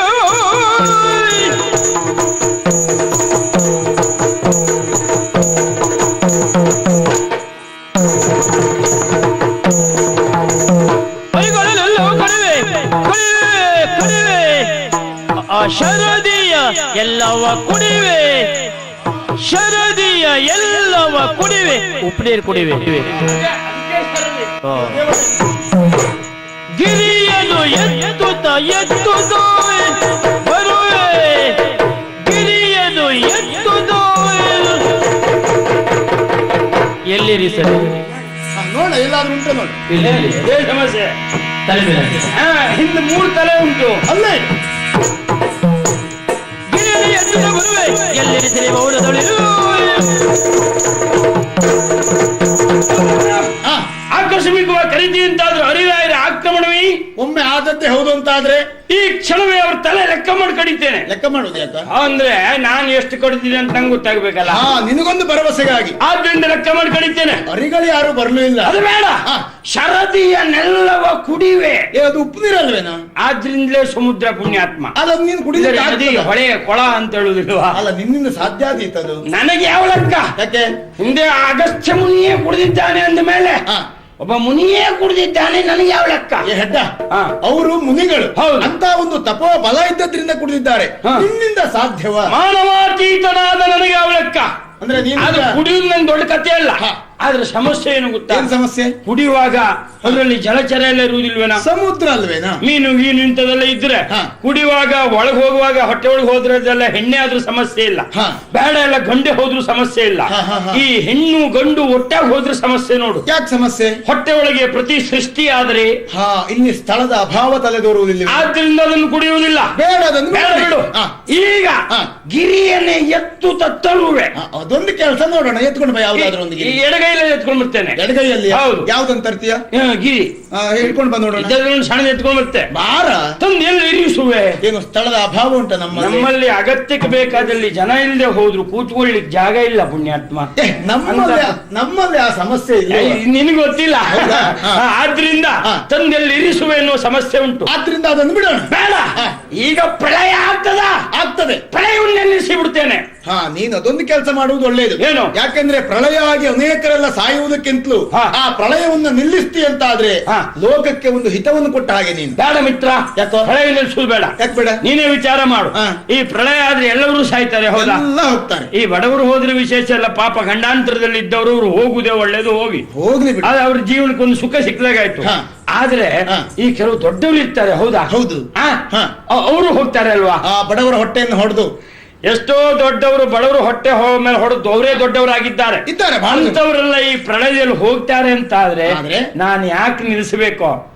ಕೆಲವರು ಹಣ ಗಂಟಿಟ್ಕೊಂಡು ಕಾಸು ಗಳ್ರು ಒಂದ್ ಆಣೆ ಯಾವುದಕ್ಕೂ ಔದಾರ್ಯ ಇಲ್ಲ. ನಿಜವಾಗಿ ಊರ್ನಲ್ಲಿ ನೋಡ್ಬೇಕು, ಎಂತೆಂತ ಆಚೀಚೆ ಮನೆ ಎಲ್ಲ ಅನುಕೂಲಿಸ್ತಾರೆ. ಎರಡು ನನ್ನಮ್ಮನ ಬಿಟ್ಟು ವಿಷಯ ಮಾತಾಡಿದ್ರೆ 2 ಆಣೆ ಕೊಡುದ 3 ಆಣೆ ಕೊಡುದ ಅಂತ ಹೇಳುವವರು ಇರುವವರು. ಅಂತವರೆಲ್ಲ ಇದ್ರಲ್ಲಿ ಹೋಗ್ತಾರೆ ಅಂತಾದ್ರೆ ಯಾಕೆ ನಿಲ್ಲಿಸ್ಬೇಕು ನಾನು? ಪ್ರಳಯದಿಂದ ದುಷ್ಟಶಕ್ತಿ ನಿರ್ನಾಮ ಆಗ್ತದೆ ಅಂತ ಆದ್ರೆ ಪ್ರಳಯ ಆಗೇ ಹೋಗ್ಲಿ ಆದ್ರೆ ಒಟ್ಟಿಗೆ ನಾನು ನೀನು ಇಬ್ರು ಹೋಗ್ಲೇಬೇಕಲ್ಲ. ಬೇಡ, ನಮಗ್ ತಲೆ ಬಿಸಿ ಇಲ್ಲ. ಯಾಕೆ? ಉಳ್ಕೊಳ್ಳಿಕ್ ನಾ ದಾರಿ ಹೇಳ್ತೇನೆ. ಯಾವ್ದಾ? ಪ್ರಳಯ ಆದ್ಮೇಲೆ ಪ್ರಪಂಚದಲ್ಲಿ ಕಾಣ ಸಿಕ್ಕುವುದು ಯಾವುದು? ಬರೀ ನೀರು ಮಾತ್ರ. ಎಲ್ಲ ನೋಡಿದ್ರು ನೀರೇ ಅಲ್ವಾ? ಹೌದು, ಕೇವಲ ನೀರು ಅಲ್ವಾ? ನೀರಾದ್ರೂ ಉಳಿತದೆ ಅಂತ ಆಯ್ತಲ್ಲ. ಪ್ರಳಯ ಆಗುವ ಸೂಚನೆ ಕಂಡಾಗ ನಾವು ಹೋಗಿ ಕೆರೆಯ ನೀರಿನಲ್ಲೇ ಮುಳುಗಿದ್ರಾಯ್ತು. ಮತ್ತೆ ಉಳಿಯುವುದು ಅದೇ ಅಲ್ವಾ? ಅಲ್ವಾ? ನೀರಿನಲ್ಲಿ ನಾವು ಹೋಗಿ ಮುಳುಗಿದೆವು ಅಂತ ಆದ್ರೆ ಪ್ರಳಯ ಆಗುವುದಕ್ಕಿಂತ ಮೊದಲು ನಾವು ಸಾಯುವುದಕ್ಕೊಂದು ದಾರಿ ಅದಷ್ಟೇ. ಯಾಕೋ? ಯಾಕಂದ್ರೆ ನೀರಿನ ಮುಳುಗಿದ್ಮೇಲೆ ಬದುಕಲಿಕ್ಕೆ ಉಂಟೇನಾ? ಉಸಿರುಗಟ್ಟು ಸಾಯ್ತೇವಂತ ಅಲ್ವಾ? ಅಷ್ಟೊತ್ತಿಗೆ ಒಂದ್ಸಲ ತಲೆ ಎತ್ತಿದ್ರಾಯ್ತು. ಎಷ್ಟು ಬಾರಿ ತಲೆ ಎತ್ತುವುದು? ಎಷ್ಟು ಬಾರಿ ಕಟ್ತದೆ ಅಷ್ಟು ಬಾರಿ. ಒಂದೇ ಬಾರಿ ಕಟ್ಟುವುದು, ಒಂದೇ ಬಾರಿ ಸಾಯುವುದು. ನೀವು ಸುಮ್ಮನೆ ಉಸಿರು ಕಟ್ಟಿದಾಗ ಎತ್ತರ ಸರಿ, ಮತ್ತೊಂದು ಬಾರಿ ಅವಕಾಶ ಉಂಟು. ಅದು ಆಗ್ಲಿಕ್ಕಿಲ್ಲ. ಇದು ಯಾವುದೂ ಬೇಡ. ಹಾಗಂತ ನಿನ್ನನ್ನು ಕರೆದಿದ್ದೇನೆ. ಯಾಕೆ ಗೊತ್ತಾ? ಸುಳ್ಳಲ್ಲ. ಯಾಕೆ? ಈ ಕೀರ್ತಿಪುರದ ಯುವರಾಜನಾಗಿರುವಂತಹ ಶಶಾಂಕ ವಿದ್ಯಾಭ್ಯಾಸವನ್ನು ಪೂರೈಸಿ ನಾನು ಮನೆಗೆ ಬಂದೆ. ಆದ್ರೆ ನನಗೆ ಇತ್ತೀಚೆಗೆ ಯೋಚನೆ ಆದದ್ದು ಏನು? ಬಹುಶಃ ನಾವು ಕಲ್ತದ್ದು ಬಹಳ ಕಡಿಮೆ ಆಯ್ತು ಅಂತ. ನೀನು ಸುಮ್ಮನೆ ಯಾಕ? ನೀ ಕಲ್ತದ್ದು ಎಷ್ಟು ಹೇಳ್ಲಿಕ್ಕೆ ನಂಗೆ ಬರುವುದಿಲ್ಲ, ಅಷ್ಟು ಕಲ್ತಿದ್ದೆ ನೀನು. ಆದ್ರೂ ನಾವು ಕೇವಲ ಪಾಠವನ್ನ ಕಲಿತದ್ದು ಗುರುಮಠದಲ್ಲಿ ಬಿಟ್ರೆ ಅದು ಬದುಕಿಗೆ ಸಾಕಾಗಲಾರದು. ಹಾಗಾದ್ರೆ ಕಲಿಯಬೇಕು ಅಂತಾದ್ರೆ ಯಾವುದು? ಪುಸ್ತಕದಲ್ಲಿ ಇದ್ದದ್ದು ಅಭ್ಯಾಸ ಆಗಿದೆ, ಅದು ಬೇಡ ನಮಗೀಗ. ಅನುಭವಕ್ಕೆ ದೇಶವನ್ನ ಸುತ್ತಬೇಕು, ಕೋಶವನ್ನು ಓದಬೇಕು. ಹಾಗಾಗಿ ದೇಶ ಸಂಚಾರಕ್ಕಾಗಿ ನಾನು ಹೊರಟಿದ್ದೇನೆ. ಒಬ್ಬನೇ ಹೋದೆ ಅಂತಾದ್ರೆ ಪರಸ್ಪರ ಅಭಿಪ್ರಾಯವನ್ನು ಹೇಳಿಕೊಳ್ಳುವುದಕ್ಕೆ ಅವಕಾಶ ಇರುವುದಿಲ್ಲ. ಜೊತೆಯಾಗಿ ನೀನು ಬಂದ್ರೆ ನಾನು ನೀನು ಒಟ್ಟಾಗಿ ದೇಶ ಸಂಚಾರ ಮಾಡಿ ಬರೋಣ. ಆತ್ಮೀಯ, ನೀನು ಹೊರಟಿದ್ದೀಯ ಅಂತ ನಾನು ಬರುವಿದ್ದೇನೆ. ನಿನ್ನದ್ದಾದ್ರೆ ತಿರುಗಾಟ ನನ್ನದ್ದುಂಟು. ನೀನು ಖರ್ಚಿನ ಬಗ್ಗೆ ಯೋಚನೆ ಮಾಡೋದು ಬೇಡ. ನನಗೆ ಧೈರ್ಯ ನಿನ್ನ ಮೇಲೆ ಅದೇ. ಆದ್ರೆ ಒಂದುಂಟು, ನಾನು ಬರುವಲ್ಲಿ ನನ್ನ ಶೋಧನೆ ಉಂಟು. ಶೋಧನೆ? ಹೌದು. ಯಾವ್ದ? ಹೆಚ್ಚುತ್ತಿರುವಂತಹ ಮಂಗನ ಕಾಯಿಲೆಗೆ ಕಾರಣ ಏನು, ಅದರ ಪ್ರಾರಂಭ ಎಲ್ಲಿ, ಅಂತ್ಯ ನನ್ನಲ್ಲಿ. ಈ ಪುಣ್ಯಾತ್ಮ ಇದನ್ನು ಮೊದ್ಲೇ ಹೇಳಿದ್ರೆ ಯಾವ್ದಾದ್ರು ವೈದ್ಯರಿಗಾದ್ರೂ ತೋರಿಸಬಹುದಿತ್ತಲ್ಲ. ಯಾಕೋ? ಅಂತ್ಯ ನಿನ್ನಲ್ಲಿ ಅಂದ್ರೆ ನಾನು ಮಂಗನ ಕಾಯಿಲೆ ಬಂದು ಸಾಯುತ್ತೇನಾ? ಅದನ್ನೇ ಹೇಳಿದ್ದಲ್ವೇನಾ? ಆ ಔಷಧ ಕಂಡು ಹಿಡಿತೇನೆ. ಹೌದಾ? ಹಾಗಾದ್ರೆ ಕಾಯಿಲೆಗೆ ನಿಜವಾಗಿ ನೀನು ಬರಲೇಬೇಕು. ಇಂಥ ಒಂದು ಭೀಕರ ಕಾಯಿಲೆಯನ್ನು ಹೋಗಲಾಡಿಸುವುದಕ್ಕೆ ವ್ಯವಸ್ಥೆ ನೀನು ಮಾಡ್ತೀಯ ಅಂತ ಆದ್ರೆ ನಿನ್ನನ್ನು ನಾನು ಕರ್ಕೊಂಡು ಹೋಗ್ತೇನೆ. ಆದ್ರೆ ನಾವೀಗ ಪ್ರಥಮವಾಗಿ ಹೋಗ್ಬೇಕಾದದ್ದು ಎಲ್ಲಿ ಹೇಳು? ಹೆಚ್ಚು ಮಂಗ ಎಳ್ಳುಂಟು ಒಳ್ಳೆ ಹೋಗ್ಬೇಕು. ಬಾ.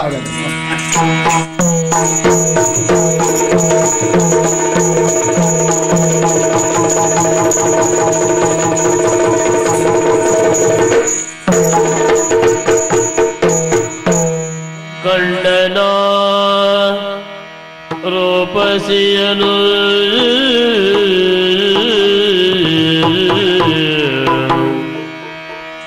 ಕಂಡನ ರೂಪಸಿಯನು ಕವಿಯ ಕಲ್ಪನೆ ಜೀವ ತಳೆಯಿತು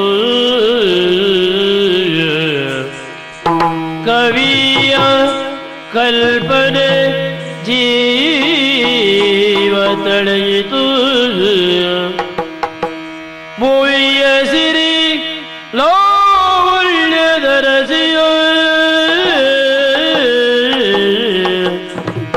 ಭೂಮಿಯ ಸಿರಿ ಲಾವಣ್ಯದರಸಿಯು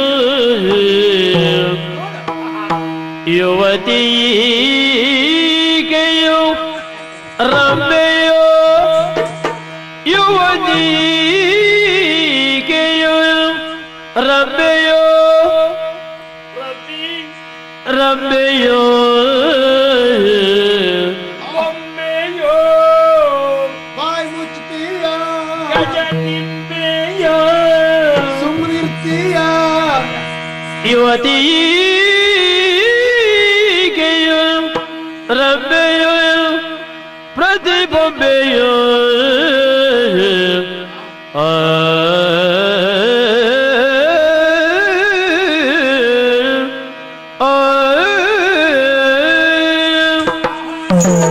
ಏನು ಸೊಬಗಿಯೋ ಹೀಗೆ ಎಂತ ಬೆಳಗಿಯೋ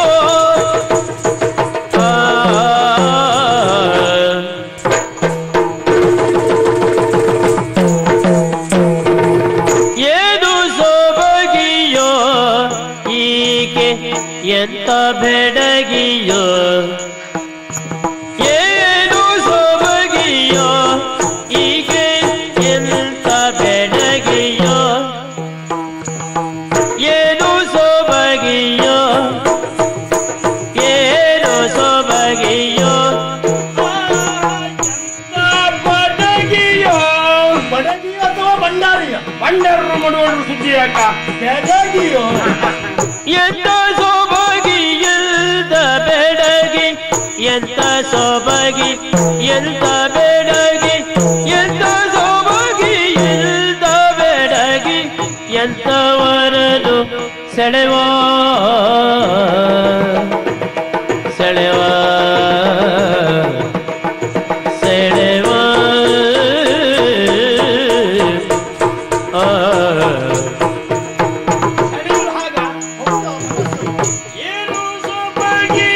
ಎಂತ ಬೆಡಗಿ ಎಂತವರನು ಸೆಳೆವ ಮನ ಸೆಳೆವ ಸೆಳೆವ ಎಳೆವ ಹಿಡಿದ ಎಳೆವ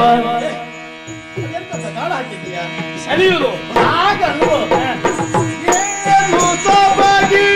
ಎಂತ ಬೆಡಗಿ ಎಂತವರನು ಸೆಳೆವ ಸೆಳೆವ ಸೆಳೆವ ಹುಡುಗಿ ಎಂತ ಸೊಬಗಿಯೋ ಹೀಗೆ ಎಂತ ಬೆಡಗಿಯೋ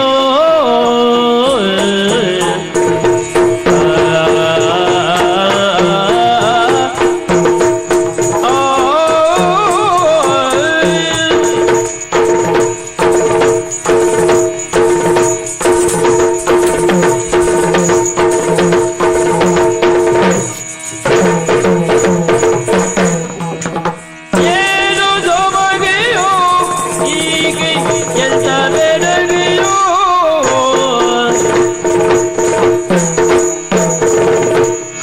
ಕಾಳಿದಾಸನ ಕಾವ್ಯ ಕಥೆಯು ಕಾಳಿದಾಸನ ಕಾವ್ಯ ಕಥೆಯು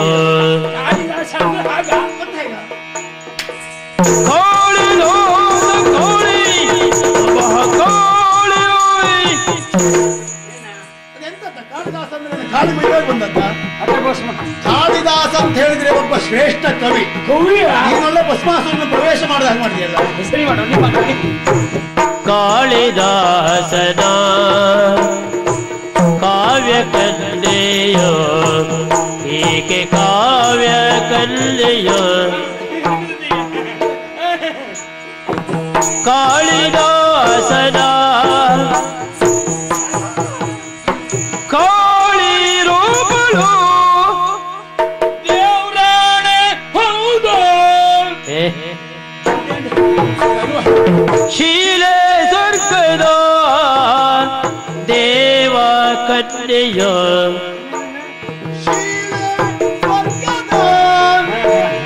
ದೇವ ಕನ್ಯೆಯೋ ಕಾಳಿದಾಸನ ಕಾವ್ಯ ಕನ್ಯೆಯೋ ಬೇವರ್ಗದ ದೇವ ಕನ್ಯೆಯೋ ಶೀಲೆ ಸ್ವರ್ಗದ ಕನ್ಯೆಯೋ ಸ್ವರ್ಗದ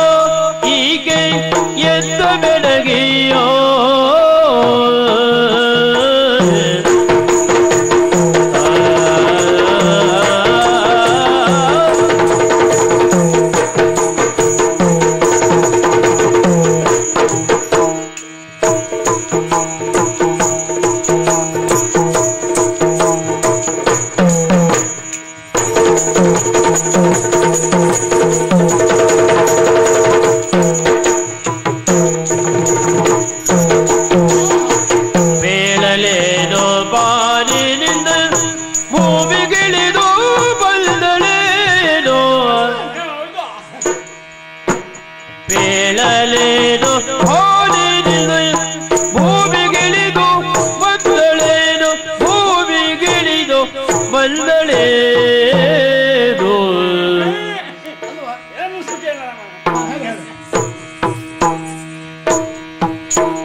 ಬೇಳಲೇನು ಭೂಮಿಯಿಂದ ಬಾದಿಗಿಳಿದು ಬೇಳಲೇನು ಪಾನಿನಿಂದ ಭೂಮಿಗಿಳಿದು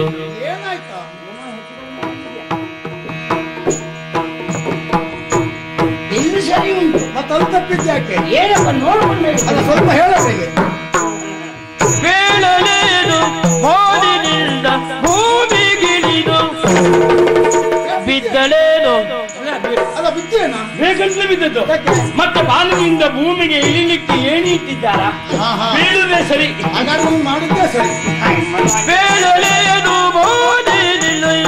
ಭೂಮಿಗಿಳಿದು ಬಂದಳೇನು ಏನು ಸೊಬಗಿಯೋ ಹೀಗೆ ಎಂತ ಬೆಳಗಿಯೋ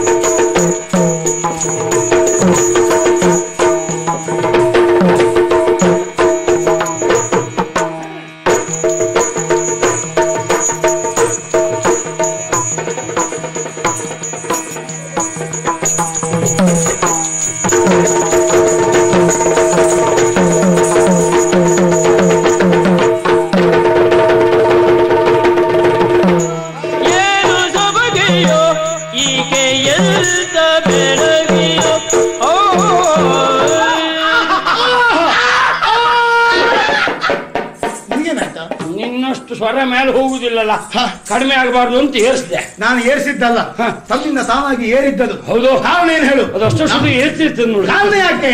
ನಾವು ಅವಳನ್ನು ನೋಡಿದಾಗ ದಾರಿಯ ಮಧ್ಯದಲ್ಲಿ ಹೆಣ್ಣುಗಳನ್ನು ಕಂಡಾಗ ಸ್ವಾಭಾವಿಕವಾಗಿ ಪ್ರಾಯ ಸಮರ್ಥನಾಗಿರುವಂತ ನನಗದಾದದ್ದು. ನನಗೂ ಅದೇ ಸಮರ್ಥ. ನೀ ಇಬ್ರು ಸೇರ್ಸ್ಕೋ. ಹೌದೇನು? ನನ್ನ ಒಬ್ಬನ ಯಾಕೆ ನೋಡಿದ್ದೀನು? ಏನು ಏನು ಸೊಬಗಿಯು, ಏನು ಬಡಗಿಯು, ಬೆಳಗಿಯು, ಇಂತಹ ಸೌಂದರ್ಯವತಿ. ಇವಳನ್ನು ನೋಡ್ತಾ ಇದ್ದ ಹಾಗೆ ನಾವು ಅನೇಕರನ್ನು ಕಂಡಿದ್ದೇವೆ. ಆದ್ರೆ ಇಂತಹ ಸೌಂದರ್ಯವತಿ ಮಾತ್ರ ನಮಗೆ ಇಷ್ಟವರೆಗೆ ಸಿಕ್ಕಿದ್ದೇ ಇಲ್ಲ. ಯಾಕೋ? ಸ್ವರ್ಗಲೋಕದ ಅಕ್ಷರೆಯೋ ಅಥವಾ ಭೂಲೋಕದಲ್ಲಿರುವಂತಹ ಸುಂದರಿಯೋ ನಾಗಲೋಕದವಳು ಯಾರೋ ಏನು ಅಂತೂ ನಮ್ಮ ಮನಸ್ಸನ್ನು ಆಕರ್ಷಿಸಿದ್ದ. ಹೌದೇ ಹೌದು. ಸೌಂದರ್ಯವನ್ನು ಕಾಣುವಾಗ ನಿನಗೇನು ಅನ್ನಿಸ್ತದೆ? ಈ ಸೌಂದರ್ಯವನ್ನು ಕಾಣುವಾಗ ಬ್ರಹ್ಮಲೋಕ ಸೌಂದರ್ಯದಲ್ಲಿ ಪ್ರಜ್ಞೆ ಇದ್ದವ ಅಂತಹ ಒಬ್ಬ ಬ್ರಹ್ಮದೇವ ಭೂಲೋಕದ ಸೌಂದರ್ಯ ಎಲ್ಲವನ್ನೂ ಇವಳಲ್ಲಿ ಎರಕವಾಗುವಂತೆ ಧಾರ ಎರೆದು ಸೃಷ್ಟಿಸಿದ್ದಾನೋ. ಅಂದ್ರೆ ಪ್ರಪಂಚದ ಸೌಂದರ್ಯ ಎಲ್ಲ ಒಂದೇ ಕಡೆಯಲ್ಲಿ ಮೂಡಿದೆ ನೋಡು. ಅಲ್ಲಪ್ಪ, ಯಾರು ಹೇಳಿದ್ದು? ಯಾಕೆ ಹೇಳಿದ್ದು? ಪ್ರಪಂಚದ ಸೌಂದರ್ಯವೇ ಇಬ್ಬಾಗವಾಯಿತು. ಇಬ್ಬಾಗ ಆದದ್ದು ಹೌದು ಅಂತಾದ್ರೆ ಮತ್ತೊಂದು ಭಾಗ ಹುಡುಕುವುದಿಲ್ಲ. ನೋಡು, ಅವಳ ಆಚೆ ಉಂಟು. ನಿಜವಾಗಿ ಸೌಂದರ್ಯದ ಭಾಗ ಅಂದ್ರೆ ಅದೇ. ಅದು ಒಂದು ಸೌಂದರ್ಯ ಅಂತ ಒಪ್ಕೊಂಡಿದ್ದೇನೆ ನೀನು. ಹೌದು. ನೋಡು, ಅವಳ ದೃಷ್ಟಿಯಲ್ಲಿ ಅಥವಾ ನಿನ್ನ ದೃಷ್ಟಿಯಲ್ಲಿ ಅವಳು ಸೌಂದರ್ಯವತಿ ಆಗಿರಬಹುದು. ಆದ್ರೆ ನನ್ನ ದೃಷ್ಟಿಯಲ್ಲಿ ಇವಳು ಮಾತ್ರ ಅಪ್ರತಿಮ ಸುಂದರಿ. ಹೌದು, ಅದು ನನ್ನ ಭಾಗ್ಯ. ಅವಳು ನಿನ್ನ ಸೌಂದರ್ಯವತಿಯಾಗಿ ಕಂಡ್ರೆ ನಾನೇನು ಸಾಯಿಲ್ಲ ಅಲ್ವೇನಾ? ಆದ್ರಿಂದ ಮತ್ತೆ ಇವಳನ್ನು ನೋಡಿದ್ರೆ ಯಾವ ಕನ್ನಿಕೆ ಕಂಡ ಕಾಣ್ತಾಳು? ಇವಳು ನಿಜವಾಗಿ ಕಾಳಿದಾಸನ ಕಾವ್ಯವನ್ನು ನಾವು ಅಭ್ಯಾಸ ಮಾಡಿದ್ದೇವೆ. ಹೌದು. ಆ ಕಾಳಿದಾಸನ ಕಾವ್ಯದಲ್ಲಿ ಒಡಮೂಡಿರುವ ಅವನ ಕಾವ್ಯ ಕನ್ಯೆಯು ನಿಜವಾಗಿ ಹೌದು. ಅಥವಾ ಶೀಲೆ ಸ್ವರ್ಗದ ದೇವ ಸುಂದರಿ ಇರಬಹುದಾ? ದೇವಕನ್ಯೆ ಅಲ್ವೇ ಅಲ್ಲ. ಅಲ್ವೇ ಅಲ್ಲ. ಅವ್ರ ಪಾದ ನೆಲಕಿಟ್ಕೊಂಡು ನಿಲ್ಲುವುದಿಲ್ಲ ಪಾಪ. ಹೌದು. ಅವ್ರದ್ದೇನಿದ್ರು ಮೇಲಿನ ಮೇಲೆ. ಆದ್ರೆ ನೋಡ್ತಾ ಇರುವಾಗ ನನಗೆ ಅನ್ನಿಸುವುದೇನು ಗೊತ್ತೆ ಮಿತ್ರ? ಏನು? ಇವಳೇ ಇಷ್ಟು ಚಂದ, ಇವಳ ಅಮ್ಮ ಹೇಗಿರ್ಬೋದು? ಪೂರ್ಣ ಹಾಳು ಮಾಡಿ ತೆಗಿತೀಯ ನೀನು. ಯಾಕೋ? ಸೌಂದರ್ಯವತಿ ಆ ಕಡೆ ನಿಂತಿದ್ದಾಳೆ, ಅವಳನ್ನು ಹೊಗಳುವುದು ಬಿಟ್ಟು ಅವಳ ಅಮ್ಮನ ಬಗ್ಗೆ ಹಾಗೆ ಮಾತಾಡಿದ್ದ ಅವಳಿಗೆ ಕೇಳಿದ್ರೆ ಎಂತದ್ದು ಅಮ್ಮನ ಬಗ್ಗೆ ಅಲ್ಲ, ನೀನು ಇನ್ನೇ ಹಾಕೋ. ನೀನು ಸುಮ್ಮನೆ ಬೇಡದು ಅಂತ ಹೇಳಬೇಡ ನೀನು. ನಾನೊಂದು ಅವಳ ಅಮ್ಮ ಚಂದ ಇದ್ಲು ಆಲಕ್ಕೆ ಹೇಳಿದ್ದಲ್ಲ. ಮತ್ತೆ ಇವಳು ಚಂದ ಇರಬೇಕು ಎನ್ನುವ ನೆನೆಯಲ್ಲಿ ಅವಳ ಅಮ್ಮನೂ ಅಷ್ಟೇ ಚಂದ ಇರಬೇಕು ಎನ್ನುವುದು ನನ್ನ ವಿಚಕ್ಷಣ ಮತಿತ್ವಕ್ಕೆ ಹೊಡೆದದ್ದು. ಬಲ್ಲವರ ಮಾತುಂಟಲ್ಲ, ಅದೇ ಹೌದು. ಅದೇ ಎಂತ ತಾಯಿಗೆ ತಕ್ಕ ಸೀರೆ, ತಾಯಿಗೆ ತಕ್ಕ ಕಾಯಿ, ತಾಯಿಗೆ ತಕ್ಕ ನಾಯಿಗೆ ತಕ್ಕ ಬಾಲ. ಅದೆಂತದ್ದ ಸ್ವಲ್ಪ ಉತ್ಕೃಷ್ಟವಾದಂತ ಒಂದು ಉದಾಹರಣೆ ಕೊಡ್ಲಿಕ್ಕೆ ಬರುವುದಿಲ್ವಾ? ಇಷ್ಟೆಲ್ಲ ನೀ ಹೇಳಾಯ್ತು ಮತ್ತೆ ನಾನೆಂತ ಸಾಯುದು? ಆದ್ರೆ ನಿಜವಾಗಿ ಬೇಗ ಜನರಿಗೆ ತಲುಪಬೇಕು, ಖಾರವಾಗಿರ್ಬೇಕು ಹೀಗೆ. ಹೌದಾ? ಹೌದು. ಅದೇನೇ ಇರ್ಲಿ, ನನಗೆ ಅವಳನ್ನು ಮಾತನಾಡಿಸ್ಬೇಕು. ಹೌದಾ? ನೀನೊಂದು ಕೆಲಸ ಮಾಡ್ತೀಯ, ಏನ್ ಮಾಡ್ಬೇಕು? ನನಗೆ ಯಾವುದೇ ಉಪದ್ರವನ್ನು ಕೊಡ್ಲಿಕ್ಕಿಲ್ಲ. ನಾನು ಅವಳನ್ನು ಮಾತನಾಡಿಸುವಲ್ಲಿವರೆಗೆ ನೀನು ಸುಮ್ಮನೆ ಆ ಕಡೆ ನಿಂತಿರ್ತೀಯ. ನಾನು ಇವತ್ತು ತಟಸ್ಥ ಅಲ್ಲ, ಇವತ್ತು ಅಂತ ಹೇಳಿದ್ರೆ ಯಾವತ್ತೂ ಹಾಗೆ ಇರ್ಬೇಕು. ನೀ ಸುಮ್ಮನೆ ನನ್ನ ಹೆಣ ನೋಡ್ಬೇಕಾಗಿದೆ. ನಿನ್ನ ಆರೋಗ್ಯಕ್ಕೆ ಒಳ್ಳೇದು ಅದು. ನಾನು ಸುಮ್ಮನೆ ಇರ್ತೇನೆ, ನೀ ಮಾತಾಡು. ಹೆದರಬೇಕಾದಂತ ಅವಶ್ಯಕತೆ ಏನಿಲ್ಲ. ಅಲ್ಲ ತಡೆ, ನೀನು ಗೋರೂಪ ನಿಂದು ಎಂತದ್ದ ಹೆದರ್ಬೇಕಾದ ಅವಶ್ಯಕತೆ ಇಲ್ಲ. ಯಾವ ನೈತಿಕ ನೆಲೆಯಲ್ಲಿ ಮಾತಾಡಿದೆ? ಯಾಕೆಂದ್ರೆ ನಿನ್ನ ಮುಖ ಕನ್ನಡಿಲಿ ನೋಡ್ಕೊಂಡು ಬಂದಿದ್ಯಾ ಹಾಗೆ? ಹೌದಾ? ಒಂದು ಚಂದ ಇಲ್ವಾ? ಚಂದ ಇದ್ದೇನೆ. ನಿಂದೇನು ಗೋರೂಪ ಹೆದರ್ಬೇಕಾದಿಲ್ಲ ಅಂದ್ರೆ? ಆದ್ರೂ ಅಪರಿಚಿತ ಹುಡುಗಿ ಅಲ್ವೇನೋ, ಆರಂಭ ಮಾಡುವಾಗ ಸ್ವಲ್ಪ ಈ ರೀತಿ ಒಂದು ಧೈರ್ಯದ ಮಾತು ಕೊಡ್ಲೇಬೇಕು. ಹಾಗೆ ಸ್ವಲ್ಪ ಇನ್ನಾದ್ರೂ ಸುಮ್ಮನೆ ಇರ್ತೀಯ? ನೋಡು, ದೂರದಿಂದ ಬರುವಾಗ ನಿನ್ನನ್ನು ಕಂಡೆ.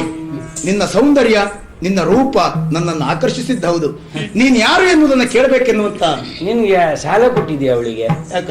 ನಾನು ಕೊಡ್ಬೇಕಾದ್ದಲ್ಲ ನಿನ್ನ ಹತ್ರ ಉಂಟು. ಎಷ್ಟು ದಿವಸ ಅಂತ ಇಟ್ಕೊಳ್ಳುದು? ಕೊಡುದಲ್ಲ ಬಿಸಾಡು. ಅಯ್ಯೋ ಪುಣ್ಯ, ಹಾಗೇನ ಮಾತಾಡೋದು? ಹೆಣ್ಣು ಮಕ್ಕಳ ಹತ್ರ ಮಾತಾಡಿ ಅಭ್ಯಾಸ ಇಲ್ವಲ್ಲ?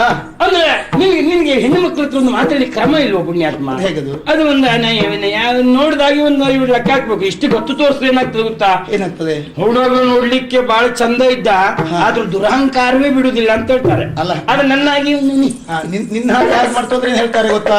ಹುಡುಗ ನೋಡ್ಲಿಕ್ಕೆ ಬಹಳ ಚಂದ ಇದ್ದಾನೆ, ಆದ್ರೆ ಒಂದು 4 ಆಣೆ ಬಿದ್ದೋಗಿದೆ ಅಂತ ಹೇಳ್ತಾನೆ. ನೀನು ಹೊಟ್ಟೆಗೆ ಸ್ವಲ್ಪ ಸುಮ್ಮನೆ ಇರ್ತೀಯ? ನೀನ್ ಯಾರು? ನಿನ್ನ ಹೆಸರೇನು? ಅಪ್ಪ ಅಮ್ಮ ಯಾರು ಹೇಳ್ತೀಯ? ತುಂಬ ವಿಕ್ರಮಿಸು ಗುಣಶೀಲನ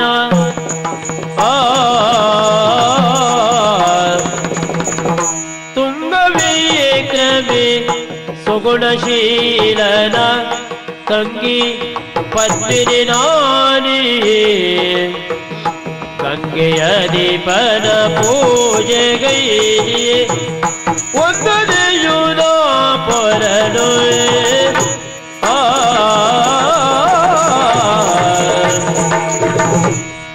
ನಮಸ್ಕಾರ. ಒಳ್ಳೇದಾಗಿ. ನಿಮ್ಮ ಮುಖ ನೋಡಿದಾಗ ಒಳ್ಳೆಯ ಅಂತ ಅರ್ಥ ಆಯ್ತು. ಪರಿಚಯ ತಾನೆ? ಇದು ಚಂದನ ಅಪುರ ಕೇಳಿ. ಇದಕ್ಕೆ ಅಧಿಕಾರಿ ಗುಣಶೀಲ ಎಂಬುದಾಗಿ. ಅವರಿಗೆ ತಂಗಿ ನಾನು. ಗುಣಶೀಲನ ತಂಗಿ? ಹೌದು. ನಿನ್ನ ಹೆಸರು? ಪದ್ಮಿನಿ ಅಂತ. ಪದ್ಮಿನಿ? ಸೌಂದರ್ಯಕ್ಕೆ ಒಪ್ಪುವಂತ ಹೆಸರು. ನನ್ನ ಆರಾಧ್ಯ ದೇವರು ಗಂಗಾಧರ, ಅವನ ಅರ್ಚನೆಗೆ ಹೊರಟವಳು. ಅರ್ಚನೆ ಪೂರೈಸಿಕೊಂಡು ಬಂದಿದ್ದೇನೆ. ಆದಷ್ಟು ಬೇಗ ಮನಸ್ಸು ಸೇರಿಕೊಳ್ಳುತ್ತೇನೆ. ಜಾಣೆ ನೀ ಮೀಟಿರಿ ಹೃದಯದ ವೇಳೆ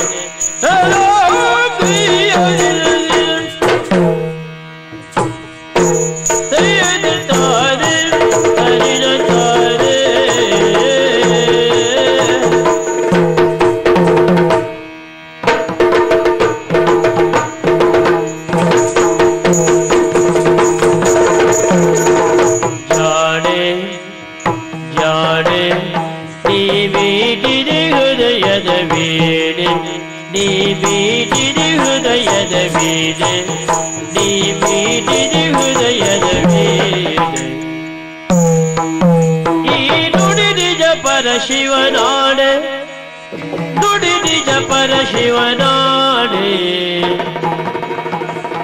ನೀನಹೆಯ ಮಮರಾಡಿಯು ಮುಂದಕ್ಕೆ ನೀನಹೆಯ ಮಮರಾಡಿಯು ಮುಂದಕ್ಕೆ ಕಾಡುವೆ ದೇವತೆಯೆಲ್ಲರಿಲ್ಲ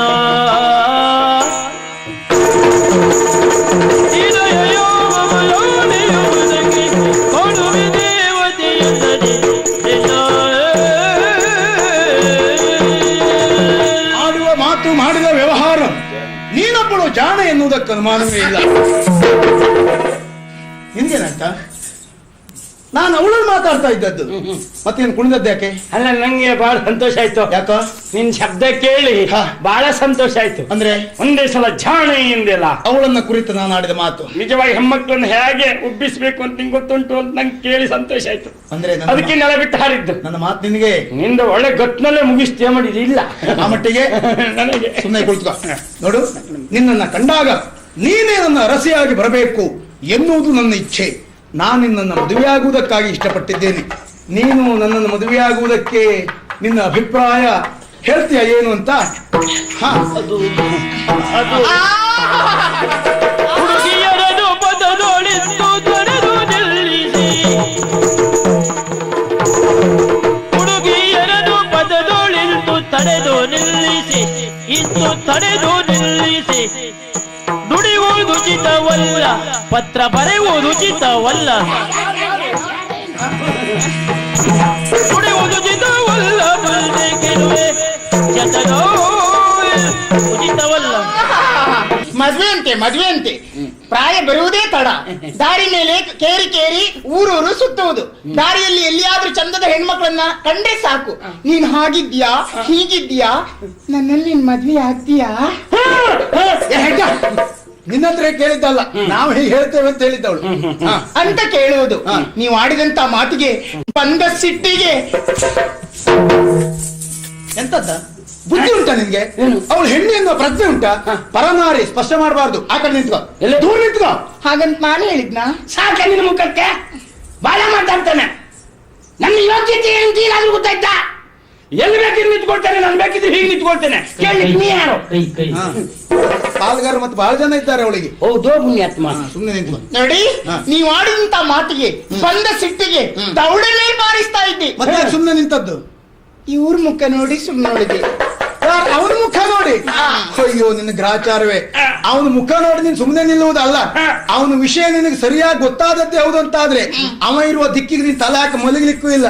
ಪಾಪ 3-4 ತಿಂಗಳ ಎಲ್ಲಿಯೂ ತಿರುಗಾಟಕ್ಕೆ ಹೋಗದೆ ಮನೇಲೆ ಬಿದ್ದುಕೊಂಡಿದ್ದ, ಖರ್ಚಿಗೆ ಏನು ಇಲ್ಲ ಅಂತ ಅಳ್ತಾ ಇದ್ದ. ನಾನು ಅವನನ್ನು ಖರ್ಚಿಗೆ ಕೊಟ್ಟು ಕರ್ಕೊಂಡು ಬಂದ. ನೀನು ಸುಳ್ಳು ಹೇಳ್ತೀಯಾ? ಮೊನ್ನೆ ತಗೊಂಡು 300 ಇನ್ನೂ ಕೊಡ್ಲಿಲ್ಲ. ಯಾವಾಗ ಕೇಳಿದ್ರು ಅಪಾಯ ಬರ್ಲಿ ಅಂತ ಹೇಳ್ತೀನಿ. ಮತ್ತೆ ಮಾತಾಡ್ತೀನಿ ನೀನು ಮಾತಾಡ್ತೇನೆ. ನನ್ಗೇನು ಕಡಿಮೆ ಉಂಟಾ? ಮನೆ ಕೆಳಗೆ ತೋಟ ಉಂಟು, ಮನೆ ಮೇಲೆ ಅಂಗಡಿ ಉಂಟು. ನನ್ನ ಯೋಗ್ಯತೆ ಏನು ಮಾತಾಡ್ತೀನಿ ನೀನು? ನೀ ಸುಮ್ಮನೆ ಮತ್ತೆ ಮಾತಾಡ್ಬೇಡ. ನಿಮ್ಮಲ್ಲಿ ಏನ್ ಮಾತು? ಅವಳಲ್ಲಿ ಒಂದು ಮಾತಾಡುವುದು ಏನಿಲ್ಲ.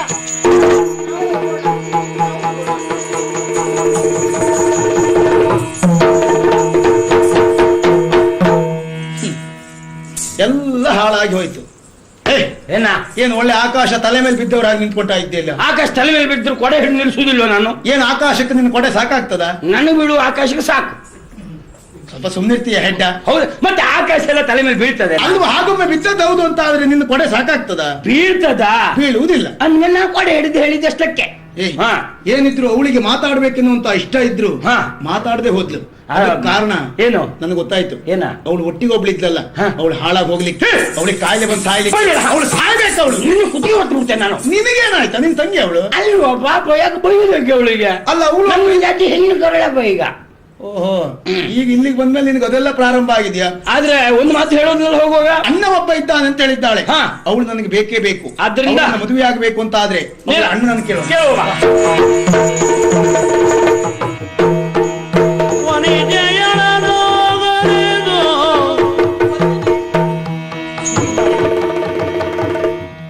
ತಂಗಿ. ಅಣ್ಣ, ಅರಮನೆಯಲ್ಲೇನೂ ನಿನಗೆ ಕೊರತೆಯಾಗ್ಲಿಲ್ಲವಲ್ಲ? ಇಲ್ಲ. ನಿನ್ನ ಸಂತೋಷವೇ ನಮ್ಮ ಸಮಾಧಾನ ಎಂಬುದಾಗಿ ತಿಳಿದುಕೊಂಡವ ನಾನು.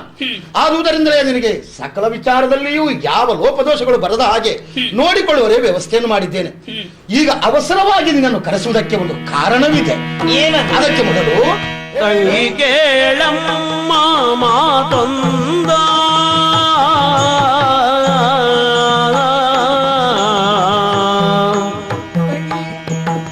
ತಂಗಿ ಕೇಳಮ್ಮ ಮಾತೊಂದ, ಶ್ರೇಷ್ಠ ಸಂಗೋತಿ ಸಕಲ ಸದ್ಗುಣವಂತ ಬಂದ, ಹೊಂಗಿರಣವು ಮೂಡಿ ತಿನ್ನು ಬಾಳು ಬಂಗಾರಮಯವೆಂಬೆ ನುಡಿ ಮಾನವನ್ನು. ಮಿತ್ರೆ, ನೀನು ಮನೆಗೆ ಬಂದ ಆ ಕ್ಷಣದಿಂದ ಈ ಕ್ಷಣದವರೆಗೂ ನಿನ್ನನ್ನು ಮಿತ್ರೆ ಎನ್ನುವುದಾಗಿ ನಾನು ಭಾವಿಸಲಿಲ್ಲ. ಒಡ ಹುಟ್ಟಿದ ತಂಗಿ ಎನ್ನುವುದಾಗಿ ನಿನ್ನನ್ನು ನೋಡಿಕೊಳ್ತಾ ಇದ್ದೇನೆ. ಹೌದು ಅಕ್ಕ, ನಿನ್ನಲ್ಲಿ ಒಂದು ವಿಚಾರವನ್ನು ಹೇಳಬೇಕು ಎನ್ನುವುದಾಗಿ ಮನ ಮಾಡಿದ್ದೇನೆ. ಹೇಳುವ ಮೊದಲು ನನ್ನ ಮಾತನ್ನು ನಡೆಸಿಕೊಡ್ತೇನೆ ಎನ್ನುವುದಾಗಿ ನನಗೆ ಭಾಷೆಗಳನ್ನು ಕೊಡ್ಬೇಕು ನೀನು. ಅಕ್ಕ, ನನ್ನ ಜೀವನಕ್ಕೆ ಆಧಾರವಾಗಿದ್ದವರು ನೀವು. ಕತ್ತಲಾದ ಬದುಕಿಗೆ ಬೆಳಕನ್ನ ಕೊಟ್ಟವರು ನೀವು. ನಿಮ್ಮ ಮಾತಿಗೂ ವಿರುದ್ಧವಾಗಿ ನಡೀತೇನೆ ಹೇಳಿ ಮತ್ತೆ ಭರವಸೆ ಮಾತ್ಯಾಕೆ? ಭರವಸೆ ಭದ್ರತೆಗಾಗಿ ಭಾಷೆ ಬೇಕೆ? ಬೇಕೇ ಬೇಕಲ್ಲ? ಹೌದು. ಸರಿ, ನೆರವೇರಿಸಿಕೊಡ್ತೇನೆ. ಹೇಳಿ. ಸಂತೋಷ ಆಯ್ತು. ಮತ್ತೇನ್ ಮಾಡುದು ಹೇಳು? ಹಿಂದಿನ ಘಟನೆಯನ್ನೆಲ್ಲ ನೆನಪಿಸಿಕೊಂಡು ಕೊರಗುವುದಕ್ಕಿಂತಲೂ ಮುಂದೆ ಏನಾಗ್ಬೇಕು ಎನ್ನುವುದನ್ನು ಆಲೋಚನೆ ಮಾಡ್ಬೇಕೆ. ನೇರವಾಗಿ ವಿಷಯಕ್ಕೆ ಬರ್ತೇನೆ. ನಿನಗೊಂದು ಮದುವೆ ಮಾಡಿಸ್ಬೇಕು, ವರನೊಬ್ಬ ಬಂದಿದ್ದಾನೆ ಎನ್ನುವ ಕಾರಣಕ್ಕಾಗಿ ನಿನ್ನನ್ನು ಕರೆಸಿದ್ದೇನೆ. ಇದಕ್ಕೆ ನೀನೇನು ಹೇಳ್ತಿ ತಂಗಿ? ಒಡೆದು ಹೋದ ವೀಣೆಯಿಂದ ನಾದ ಹೊಮ್ಮಬಲ್ಲುದೇ,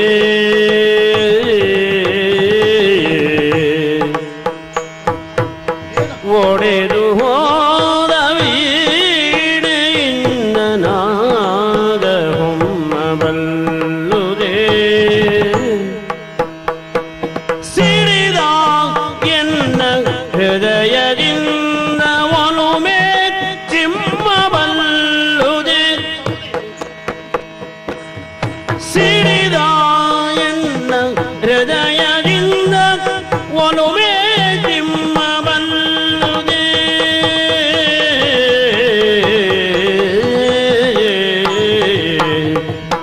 ಒಲವು ಮೂಡದಿರಲು ಮದುವೆಯೇಕೆ, ಮನದಿ ಒಲವು ಮೂಡದಿರಲು ಮದುವೆಯೇಕೆ,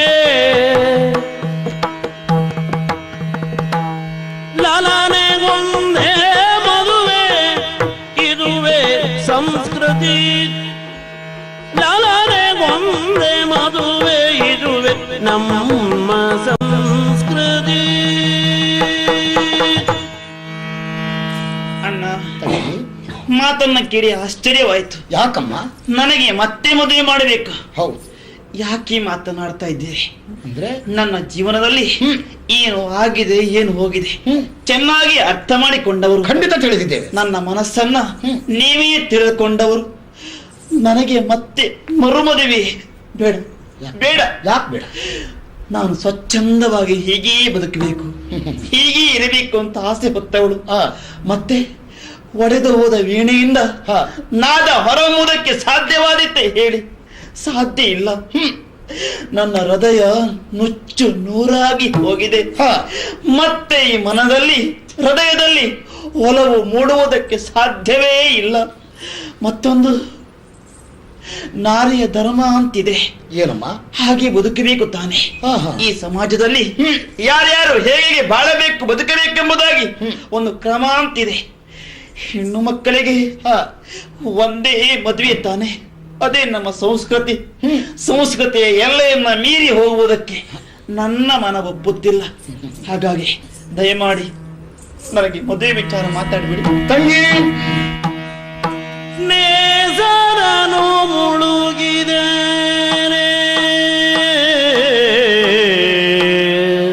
ನೇಸರನು ಮುಳುಗಿದನೆ ಬಾನಲಿ ಶಶಿದಾನುದಯಿಸನೇನು,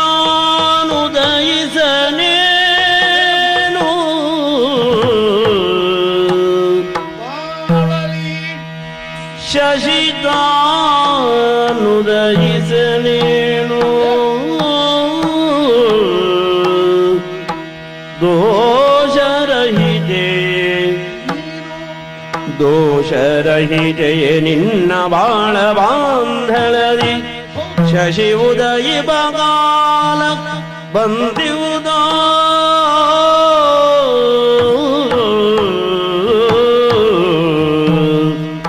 ಕಳೆದ ಕಥನವನೆಣಿಸಿ ಮನದಿ ಮರುಗದರಿನ್ನು ಬರಿದೆ, ಕಳೆದ ಕಥನವನೆಣಿಸಿ ಮನದಿ ಮರುಗದಿರಿನ್ನು ಬರಿದೆ ಎನ್ನುವುದ ಸವಿ ನುಡಿಯು ಸಂತೈಸಿ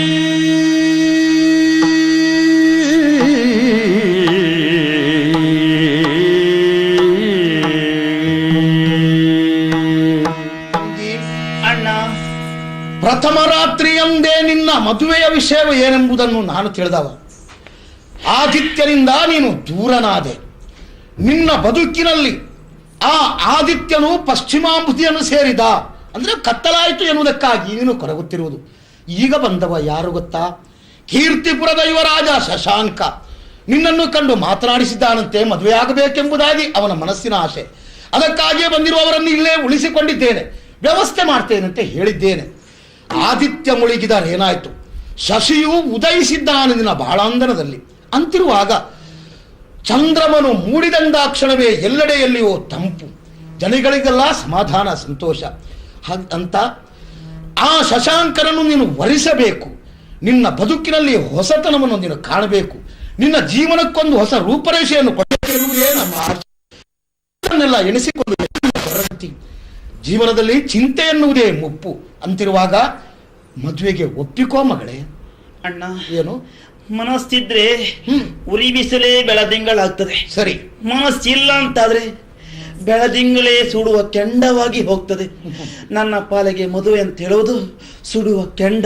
ಹಾಗಾಗಿ ಬೇಡಣ್ಣ, ಅದಕ್ಕೊಂದು ಒತ್ತಾಯಿಸಬೇಡಿ. ಇಲ್ಲ ತಾಯಿ, ನಿನ್ನ ಬದುಕು ಭದ್ರವಾಗಬೇಕು. ನೀನು ನಲಿದಾಡುತ್ತಿರಬೇಕೆನ್ನುವುದೇ ನಮ್ಮ ಆಶಯ. ನೀನು ಸಂತೋಷವಾಗಿದ್ರೆ ನಾವು ಸಂತೋಷವಾಗಿ ಇರ್ತೇವೆ. ಪದ್ಮಿನಿ, ನೀನೇನು ಆಗುವುದಿಲ್ಲ ಅಂತ ಹೇಳ್ತಾ ಇದ್ದಿ, ಆದ್ರೆ ಮೊದಲಾಗಿ ನನಗೆ ಭಾಷೆ ಕೊಟ್ಟದನ್ನು ಮರ್ತು ಬಿಟ್ಟೇನೆ. ಕೊಟ್ಟ ಮಾತಿಗಾಗಿ ಈ ಮದುವೆಗೆ ನೀನು ಒಪ್ಪಲೇಬೇಕು. ನಿನ್ನ ಬದುಕಿನಲ್ಲಿ ಯಾವ ಕಷ್ಟ ನೋವುಗಳೇ ಬರಲಿ, ಅದಕ್ಕೆ ನಾವಿದ್ದೇವೆ. ನಿಮ್ಮ ಮಾತಿಗೆ ವಿರುದ್ಧ ಆಡುವುದಿಲ್ವಲ್ಲ? ನಿಮ್ಮಿಷ್ಟವೇ ಅನಿಷ್ಟ. ಹಾಗಾದ್ರೆ ಮದುವೆಗೆ ಬೇಕಾದಂತಹ ಸಕಲ ಸಿದ್ಧತೆಯನ್ನು ಮಾಡೋಣ. ವಿಜೃಂಭಣೆಯಿಂದ ಮದುವೆಯನ್ನು ಏರ್ಪಡಿಸೋಣ.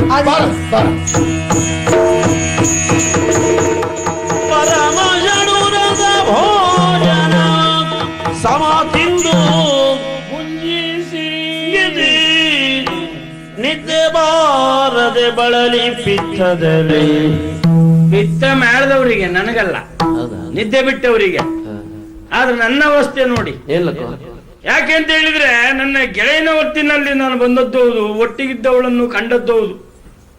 ಅವಳು ರಾಜಕುಮಾರಿ ಆದ್ರಿಂದ ಅವಳು ಸಖಿಯವಳಾಗಿರ್ಬೋದು ಅಂತ ಲೆಕ್ಕ ಹಾಕಿದೆ.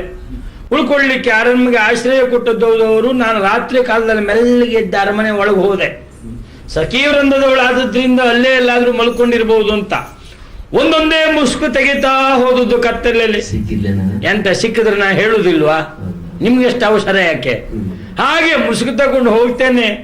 ಕೊನೆಗೆ ಮುಸುಕು ತೆಗೆಯುವಾಗ ಬಹಳ ಸಂತೋಷ ಆಯ್ತು. ಸಿಕ್ಕಿದ್ದಲ್ಲ, ತಡೀರಿ ನೀವು, ನಾ ಹೇಳ್ತೆ, ಗಡಿಬಿಡಿ ಮಾಡ್ಬೇಡಿ. ಕೊನೆಯವಳಾದ್ರಿಂದ ಅವಳೆ ಅಂತ ಲೆಕ್ಕ ಹಾಕಿ ಅವಸರದ ಮುಸುಕು ತೆಗೆದು ನೋಡ್ತೇನೆ. ಎಂತ ನೋಡುದು? ಮುದುಕಿ. ಅವಳಲ್ಲಿ ಕೇಳ್ತೆ, ಅವಳು ಗೆದ್ದವಳೆ ಒಬ್ಬೆ ಹಾಕಿದ್ದಲ್ವಾ? ಅಯ್ಯೋ ಕಾಪಾದಿ ಯಾವ್ದೋ ಕಾಮಕ್ಕದು ಬಂದಿದ್ದಾದೆ ಅಂತ. ಅವಳಿಗೆ ಗೊತ್ತಾಯ್ತು. ಅವಳಿಗೆ ಎಂತದು? ಅವ್ರಿಗೆ ಬಹುಶಃ ನಿಮ್ಮ ಒಡನಾಟ ಇತ್ತೇನ ಮೊದ್ಲೆ. ಬೇಡದ ಮಾತು. ಅವಳಿಗೆ ಹೇಗೆ ಗೊತ್ತಾಯ್ತು ಅಂದ್ರೆ, ಅವಳಿಗೆ ವಿಷಯವೇ ಗೊತ್ತಿಲ್ಲ. ಆ ಅಜ್ಜಿ ಇದ್ದಲ್ಲೆಲ್ಲ ನಾವೆಲ್ಲ ಹೋಗ್ತಾರೆ, ನೀವು ಎಂತ ಮಾತಾಡ್ತೀರಿ?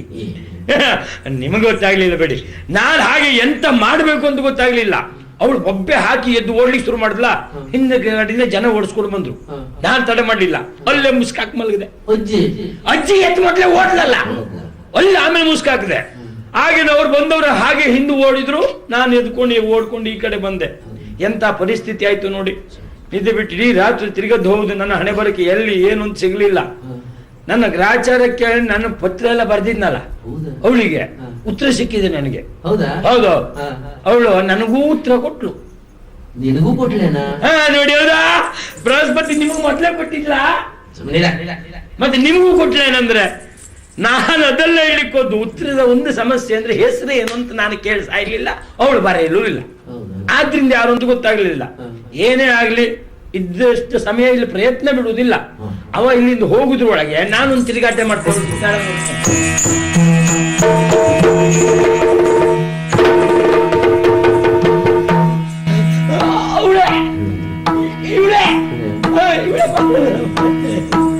ಇವಳೇನಾ? ಅವಳಲ್ಲ, ನಿಮ್ಗೆ ಗೊತ್ತಿದ್ದಾರಲ್ಲ, ಇವಳು ಬೇರೆ. ಯಾರ ನೀರ ನೀನಿಲ್ಲದ ಚಣವಯ್ಯ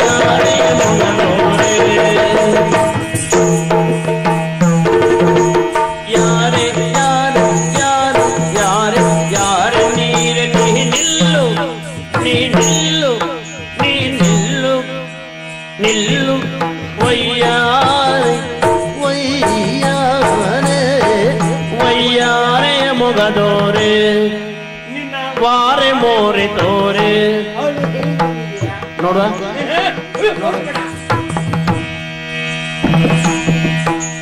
ಸೂರ್ಯನು ಮುಳುಗುವ ಸಮಯದೊಳಲ್ಲಿ, ಸೂರ್ಯನು ಮುಳುಗುವ ಸಮಯದೊಳಲ್ಲಿ ಯಾರನ್ನು ಹುಡುಕುದ ಹೊರಡೆ, ಬೇರೆ ಯಾರನ್ನು ಹುಡುಕುದ ಹೊರಡೆ, ಇನ್ಯಾರನ್ನು ಹುಡುಕುದ ಹೊರಡೆ. ಸೂರ್ಯನು ಮುಳುಗುವ ಸಮಯದೊಳಲ್ಲಿ ಯಾರನ್ನು ಹುಡುಕುದ ಹೊರಡೆ. ದೇವರೇ ಸಿಕ್ಕಿದೇನೆ, ನನ್ನ ಅವಸ್ಥೆ ಬೇಕಾ? ನಾ ಎಷ್ಟೆಲ್ಲ ಹುಡುಕಾಡಿದ್ದು ಗೊತ್ತಾ? ಯಾರು ನನ್ನನ್ನ? ಹೌದು. ಯಾವಾಗ? ಅದೇ ಹೇಳ ಸುಖ ಇಲ್ಲ, ರಾತ್ರಿ ಎಲ್ಲ ಹುಡುಕಿದ್ದೆ ನಾನು. ಹಾ, ಹುಡುಕಾಟದಲ್ಲಿ ನಾನು ಸಿಗಲೇ ಇಲ್ಲ. ಇಲ್ಲ, ರಾತ್ರಿ. ಹೌದಾ? ಓ, ಈಗ ಗೊತ್ತಾಯ್ತು. ಗೊತ್ತಾಯ್ತಾ? ನನ್ ಪುಣ್ಯ ಅಂದ್ರೆ ನನ್ನ ಅಜ್ಜಿ ಹೇಳ್ತಾ ಇದ್ಲು, ಏನು? ಮಧ್ಯರಾತ್ರಿ ಸಮಯದಲ್ಲಿ ಯಾರೋ ಒಬ್ಬ ಪಾಪಿ ಕಾಮುಕ ಬಂದು ನನ್ನ ಮುಸುಕನ್ನ ಹಿಡಿದು ಎಳೆದ ಅಂತ. ನಿಮ್ಮ ಅಜ್ಜಿ ಇದ್ದಲ್ಲ? ನೀವೇ? ಯಾವುದು ಅಜ್ಜಿ ಇರ್ಬೇಕು. ಅಜ್ಜಿ ಇದ್ದಲ್ಲಿ ಬಂದಿದ್ರೆ ಅಜ್ಜಿನೇ ನಾನಲ್ಲ. ಹೋಗಿ ಬಿಡು, ಈಗಾದ್ರೂ ಸಿಕ್ಕಿದೆ ಅನ್ನೋ ಸಂತೋಷ. ಒಟ್ಟಿಗೆ ಒಂದು ಮಾತು, ಏನೋ ಹುಡುಕ್ತಾ ಹೊರಟಿದ್ದೀಯ. ನನಗೆ ಆಶ್ಚರ್ಯ ಮತ್ತೇನಲ್ಲ, ಸೂರ್ಯ ಮುಳುಗುವಂತ ಈ ಹೊತ್ತಿನಲ್ಲಿ ಹೆಣ್ಣಾದಿ ನೀನು ಹುಡುಕೊಂಡು ಹೊರಟಿದ್ದೆ ಅಂತಾದ್ರೆ ಯಾರನ್ನು, ಏನು, ನಿನ್ನ ಹೆಸರೇನು ಎಲ್ಲ ಹೇಳ್ತೀಯೇನೆ? ಹೇಳ್ತೀನಿ. ಹೇಳೆ. ನಾನು ಹೊರಟಿದ್ದು ಚಿನ್ನ ದೂರನು ಆವುದೇ ದುರಗೈಯರೆ ನಾಶಗೈರೀಹ, ಗಣ್ಯನಾದನ ಬಿದನ, ಗಣ್ಯನಾದನ ಬಿದನ, ಗಣ್ಯನಾದನ ಪಿದನ ಹುಡುಗುದಲಿನ ಬೊರಡೆ. ಈತನು ಆತ ಗರ್ಭಿಸಿ, ಈತನು ಮನವ ಆತ ಗರ್ಭಿಸಿದನು ಮೋದವ ಬಡೆವೆನು.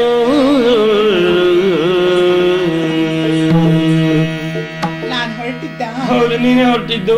ಎಲ್ಲಿಗೆ ಅಂತ ಒಗಟಿನ ರೂಪದಲ್ಲಿ ಹೇಳ್ತೇನೆ. ಒಗಟಿನ ರೂಪದಲ್ಲಿ? ಒಗಟಾದ ರೋಡ್ ಇಲ್ಲ, ನನಗೆ ಅರ್ಥ ಆಗಿ ಹೋಗಬೇಕು.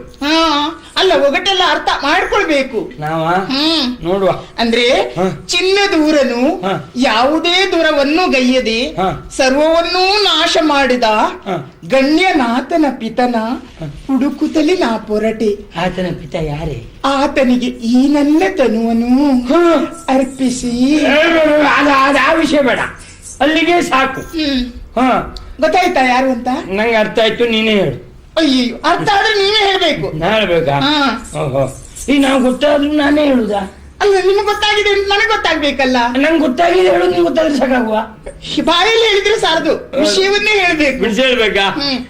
ಚಿನ್ನದೂರು, ಬಂಗಾರಮಕ್ಕಿ. ಬಂಗಾರಮಕ್ಕಿ ಅಲ್ಲ, ಮತ್ತೊಂದು ಜೋರುಂಟು.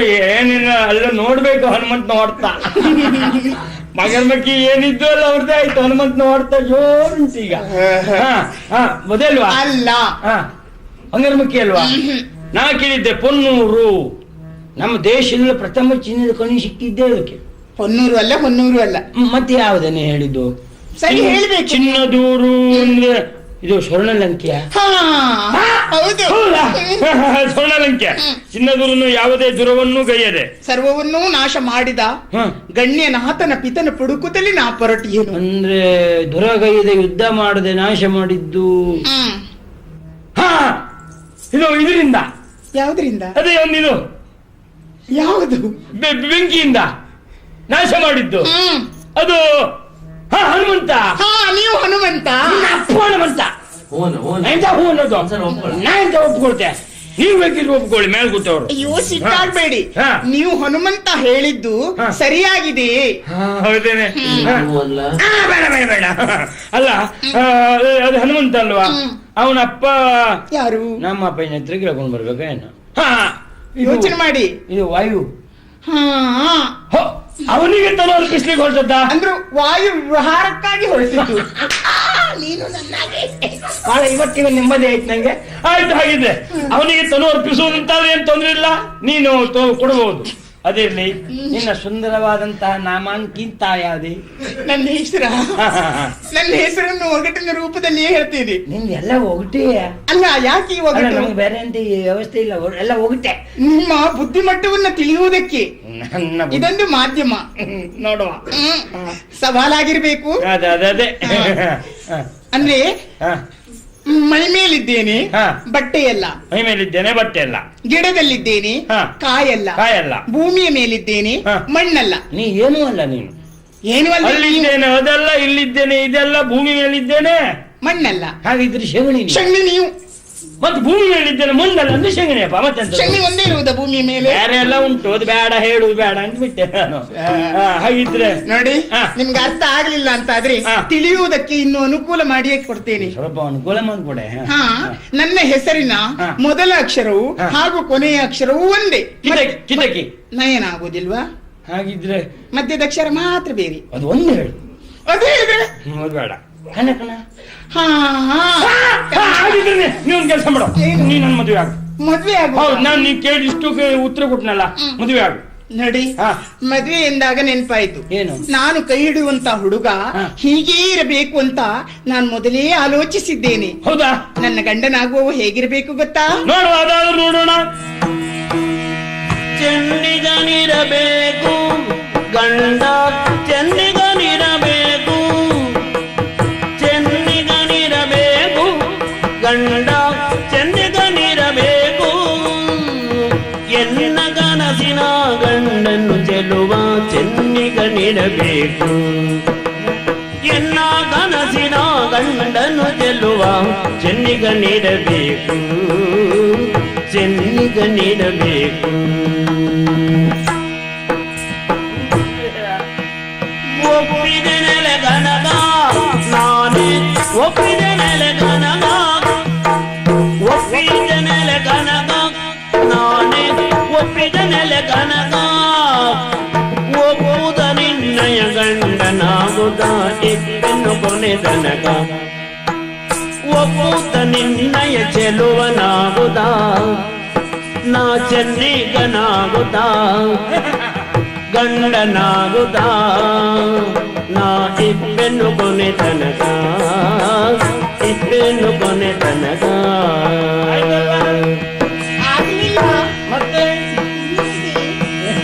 ಮುಂಜಾನೆ ಬೇಗದಿ ಏಳುದ ಅಡುಗೆಯ ಅವನೇ ಮಾಡಬೇಕು. ಮುಂಜಾನೆ ಬೇಗದಿ ಏಳುದ ಅಡುಗೆಯ ಅವನೇ ಮಾಡಬೇಕು. ಅಡುಗೆ ಸಿದ್ಧಗೊಳಿಸಬೇಕು, ಅಡುಗೆ ಮಾಡಬೇಕು, ಅಡುಗೆಯ ಸಿದ್ಧಗೊಳಿಸಬೇಕು. ಸಂಜೆಗೆ ಪಾತ್ರಗಳೆಲ್ಲವ ಅವನೇ ತಿಕ್ಕಿ ತೊಳೆಯಬೇಕು. ಪುರಿ ಹಚ್ಚಿ ತಿಕ್ಕಿ ತೊಳೆಯಬೇಕು, ಪಾತ್ರೆ ತಿಕ್ಕಿ ತೊಳೆಯಬೇಕು. ಕಸ ಗುಡಿಸಬೇಕು, ಕಸ ಗುಡಿಸಬೇಕು. ಮನೆಯನ್ನು ಸ್ವಚ್ಛಗೊಳಿಸಬೇಕು, ಹೊರಗಡೆ ಕಸ ಗುಡಿಸಬೇಕು. ಎನ್ನ ಬಟ್ಟೆ ತೊಳೆಯಬೇಕು, ಎನ್ನ ಬಟ್ಟೆ ತೊಳೆಯಬೇಕು. ಎನ್ನ ಬಟ್ಟೆ ತೊಳೆಯಬೇಕು. ಎನ್ನ ಕಾಲತ್ತಬೇಕು, ಎನ್ನ ಕಾಲತ್ತಬೇಕು. ಎನ್ನ ಸೇವೆ ಮಾಡಬೇಕು. ಅಂದವನಿರಬೇಕು ಗಂಡ, ಅಂದವನಿರಬೇಕು, ಅಂದವನಿರಬೇಕು ಗಂಡ, ಚೆನ್ನಿಗನಿರಬೇಕು. ಗೊತ್ತಾಯ್ತಾ? ಹಾಗಿರ್ಬೇಕು.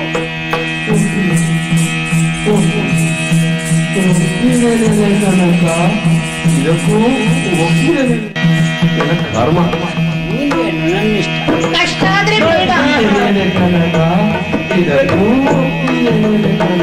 ಮುಂಜಾನೆ ಬೇಗನೆ ಏಳುದ ಅಡುಗೆಯ ನಾನೇ ಮಾಡುತ್ತೇನೆ, ಅಡುಗೆಯ ನಾನು ಮಾಡುತ್ತೇನೆ, ಅಡುಗೆಯ ನಾನು ಮಾಡುತ್ತೇನೆ. ಸಂಜೆಗೆ ಪಾತ್ರೆಗಳೆಲ್ಲವ ನಾನು ತಿಕ್ಕಿ ತೊಳೆಯುತ್ತೇನೆ, ಪುರಿ ಹಚ್ಚಿ ತಿಕ್ಕಿ ತೊಳೆಯುತ್ತೇನೆ, ಪಾತ್ರೆ ನಾನೇ ತೊಳೆಯುತ್ತೇನೆ. ಕಸ ಗುಡಿಸುತ್ತೇನೆ, ಮನೆಯನ್ನು ಸ್ವಚ್ಛಗೊಳಿಸುತ್ತೇನೆ, ಮನೆಯನ್ನು ಸ್ವಚ್ಛಗೊಳಿಸುತ್ತೇನೆ, ಹೊರಗಡೆ ಕಸ ಗುಡಿಸುತ್ತೇನೆ, ಕಸ ಗುಡಿಸುತ್ತೇನೆ, ಹೊರಗಡೆ ಕಸ ಗುಡಿಸುತ್ತೇನೆ, ನಿನ್ನ ಬಟ್ಟೆ ತೊಳೆಯುತ್ತೇನೆ.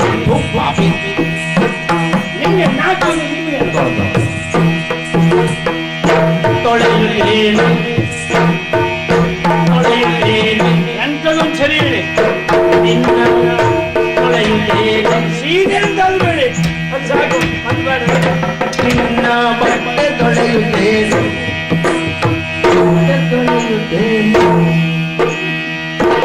ನಿನ್ನ ಕಾಲೊತ್ತುತ್ತೇನೆ. ನಾವೊಟ್ಟಿನ ಬಂದಿಯೇನೋ, ನಿನ್ನ ಕಾಲೊತ್ತುತ್ತೇನೆ, ನಿನ್ನ ಸೇವೆ ಮಾಡುತ್ತೇನೆ.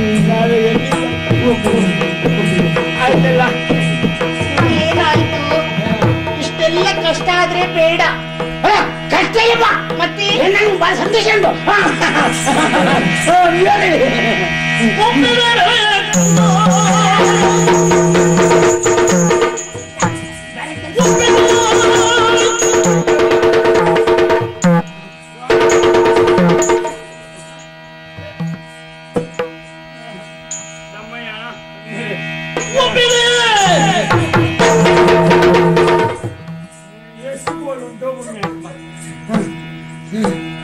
ನೋಡಿ ಇವರೊಂದು ಹಾಗೆಲ್ಲ ಉತ್ಸಾಹದಲ್ಲಿ ಬೇಗ ಬೇಗ ಹೇಳಿ. ಒಪ್ಪಿದ ನೆಲ ದನದ ಇದಕ್ಕೆ ಒಪ್ಪಿದ ನೆಲ ದನದ ಮೊನ್ನೆ ಬೇಗನೆ ಹೇಳುತ್ತ ಅಡುಗೆಯ ನಾನೇ ಮಾಡುತ್ತೇನೆ, ಅಡುಗೆಯ ನಾನೇ ಮಾಡುತ್ತೇನೆ, ಸಂಜೆಗೆ ಪಾತ್ರೆಗಳೆಲ್ಲ ಬದಿಕ್ಕಿ ತೊಳೆಯುತ್ತೇನೆ, ಬಾದಡಿಕ್ಕಿ ತೊಳೆಯುತ್ತೇನೆ, ಬಟ್ಟೆ ಒಗೆಯುತ್ತೇನೆ, ಕಸ ಕುಡಿಸುತ್ತೇನೆ. ಒಪ್ಪಿದ ನೆಲ ಕನಕ ಇದಕ್ಕೆ ಒಪ್ಪಿದ ನೆಲ ಕನಕ, ಒಪ್ಪುತ್ತ ನಿನ್ನಯ ಗಂಡನಾಗುತ್ತ ಜಗಭಂಡನಾಗುತ್ತ, ಒಪ್ಪುತ್ತ ನಿನ್ನಯ ಗಂಡನಾಗುತ್ತ ಇಪ್ಪೆನು ಕೊನೆ ತನಕ, ನಾನಿಪ್ಪೆನು ಕೊನೆ ತನಕ.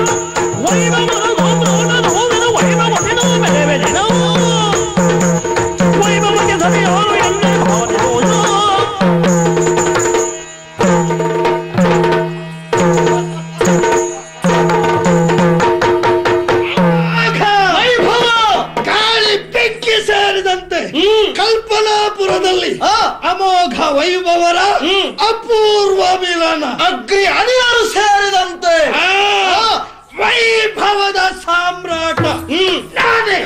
ಹನಿ ಬೆವರು ಚೆಲ್ಲಿಲ್ಲ, ಇಲ್ಲ ರಕ್ತ ಸುರಿಸಲಿಲ್ಲ, ವಂಚನೆಯ ಸಂಚಿನಿಂದ ಶತ್ರುಗಳನ್ನೆಲ್ಲ ಮಟ್ಟ ಹಾಕಿ ಇಲ್ಲಿ ಅಧಿಕಾರ ಗದ್ದುಗೆಯನ್ನು ನಾನು ಪಡೆದಿದ್ದೇನೆ. ಹೌದು, ನಮ್ಮ ಹಳ್ಳೆಯ ಮುಳ್ಳಾಗಿ ಬೆಳೆದು ಬಂದ ಆದಿತ್ಯ ಕತ್ತಲೆಯ ಕೋಣೆಯಲ್ಲಿ ಕೊಲೆಯುತ್ತಾ ಇರಬೇಕು ಎಂಬುದರ ಉದ್ದೇಶ. ಮೊದಲ ಅಧಿಕಾರಿಯಾಗಿದ್ದ ನಮ್ಮ ಮಾವ ಜೀವನದಲ್ಲಿ ಬೇಸತ್ತು ಕಾಡಿಗೆ ಹೊರಟು ಹೋದ್ರು. ಈಗ ಇಲ್ಲಿಗೆ ಅರಸ ವೈಭವ. ಕೇವಲ ಈ ವೈಭವದ ವೈಭವ ಎನ್ನುವುದು ಈ ಕಲ್ಪನಾಪುರಕ್ಕೆ ಮಾತ್ರ ಸೀಮಿತವಾಗಬಾರದು. ಇನ್ನು ಏನ್ ಮಾಡ್ಬೇಕು ಅಂತ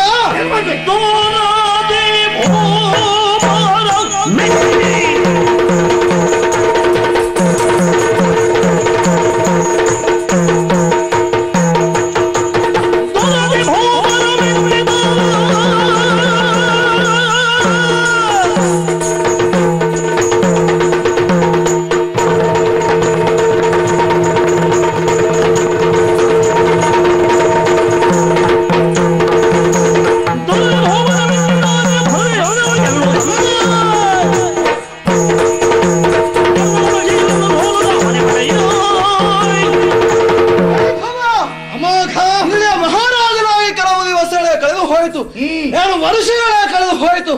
ಕೇವಲ ಇನ್ನ ಸಾಮ್ರಾಟತನ ಆ ವೈಭವ ಎನ್ನುವುದು ಈ ನಾಡಿಗೆ ಮಾತ್ರ ಸೀಮಿತವಾಗಬಾರದು. ಮತ್ತೆ ದೇಶ ವಿದೇಶಗಳಲ್ಲಿ ವಿಜೃಂಭಿಸಬೇಕು ಮಾಡಬೇಕು ಅಂತ ಆದ್ರೆ ಮಾಡಬೇಕಾದ ಕಾರ್ಯ ಒಂದೇ, ಏನು? ದರೆಯ ದಿಗ್ವಿಜಯವನ್ನು ಕೈಗೊಳ್ಳುವ ಜೊತೆಯಲ್ಲಿ ಏನ ನಾವು ತಂತ್ರಗಾರಿಕೆಯಲ್ಲಿ ಜನ ಹೌದು, ಹಾಗಂತ ಬಲದ ಪ್ರಶ್ನೆ ಬಂದಾಗ ಎಷ್ಟು ಅಂತ ನಿನಗೆ ಗೊತ್ತುಂಟು, ನನಗೆ ಗೊತ್ತುಂಟು.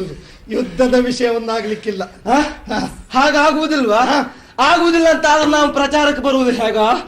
ದುರದ ಮುಖೇನ ಭೂಮಿ ಪರ ನಮ್ಮಳಿಸುವುದರಲ್ಲಿ ನಮ್ಮ ವ್ಯಕ್ತಿತ್ವವನ್ನು ಪ್ರತಿಷ್ಠಾಪಿಸಬೇಕು. ನಮಗೂ ಶರಣಾಗುವ ಅರಸ ಮಕ್ಕಳು ಯಾರಿದ್ದಾರೋ ಇದ್ದಾರೆ, ಕೇಳಿದಂತಹ ವಿಷಯ ನಾನು. ಹೌದು, ಮತ್ತೆ ಒಳ್ಳೆ ಗಡಿ ಪ್ರದೇಶ ಇದ್ದಾರಲ್ಲ, ಯಾರೋ ಅವರೇ ಚಂದ್ರಾಪುರದವ ಗುಣಶೀಲ. ಅವರನ್ನು ಗೆದ್ರೆ ಅದು ನಮ್ಮದಾಗ್ತದೆ.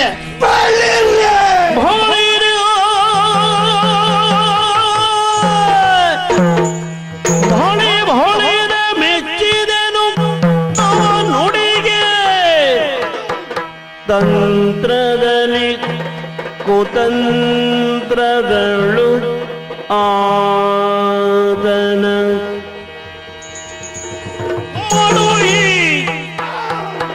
ತಂತ್ರದು ಕುತಂತ್ರದು ಆದನ ಮಾಡುವಿ ಉರವರ ವಶವಶವಲಿರುವ ಭರನೆ ಬರಡೆ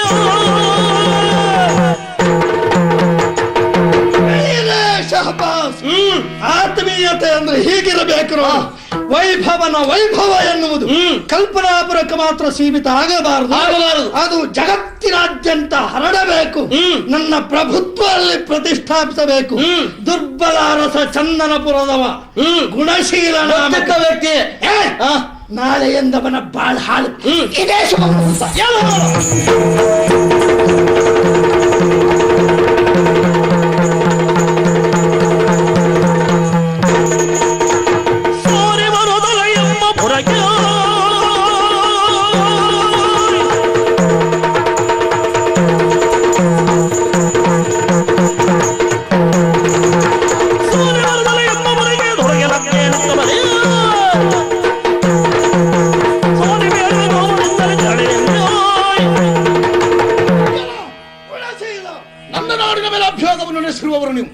ಅರಿತು ಮತ್ತೊಬ್ಬರಿಗೆ ನಾನು ಅನ್ಯಾಯವನ್ನು ಮಾಡಿದವರಲ್ಲ.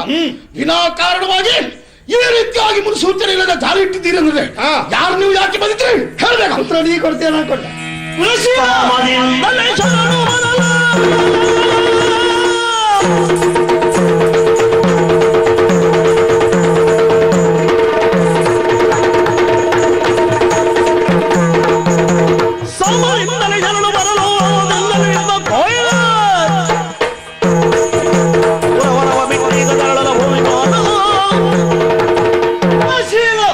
ಬಂದ ವ್ಯಕ್ತಿಗಳು ಯಾರು ಅಂತ ಭಾವಿಸಿಕೊಳ್ಳೋಣ. ಕಲ್ಪನಾಪುರ ಮಹಾರಾಜ ವೈಭವನ ಅವರ ಸಕ ಅಮಾಗ ನಾನು ಅವರ ಅಧಿಕಾರವನ್ನು ಒಪ್ಪಿಕೊಳ್ಳುವ ಜೊತೆಯಲ್ಲಿ ಅವರ ಪರತಲಕ್ಕೆ ಮಣಿದೆ ಅಂತ ನನಗೆ ಬದುಕುವುದಕ್ಕೆ ಅವಕಾಶ ಕೊಡ್ತೇನೆ. ಕಲ್ಪನಾಪುರದಲ್ಲಿ 2 ವಾತಪಿತ್ತಗಳು ಹುಟ್ಟಿಕೊಂಡಿದ್ದಾವೆ ಎಂಬುದು ನಮಗೂ ತಿಳಿದ ವಿಚಾರ. ಜೋರಾದದುಂಟಲ್ಲ, ನಿಮ್ಮ ದುರ್ಬುದ್ಧಿಯನ್ನು ನಿಲ್ಲಿಸುವುದಕ್ಕಾಗಿ ನಾನು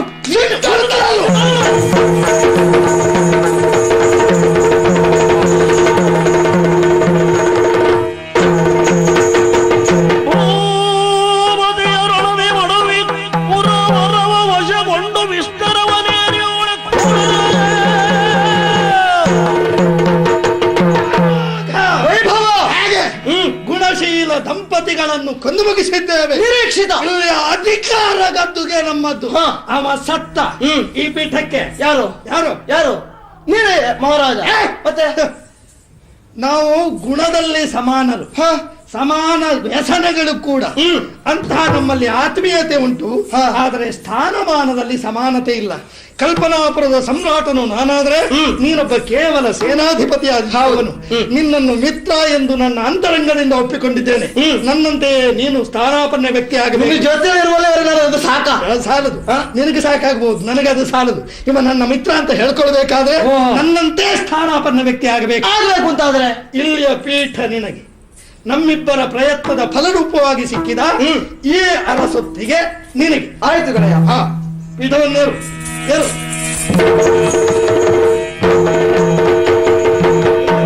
ಹಾಗೂ ನಾನು ಬಂದವನಿದ್ದೇನೆ. 4 ದಿನ ಇದ್ದು ಉಪಚಾರ ಪಡೆದು ಆಮೇಲೆ ಬರ್ತೇನೆ.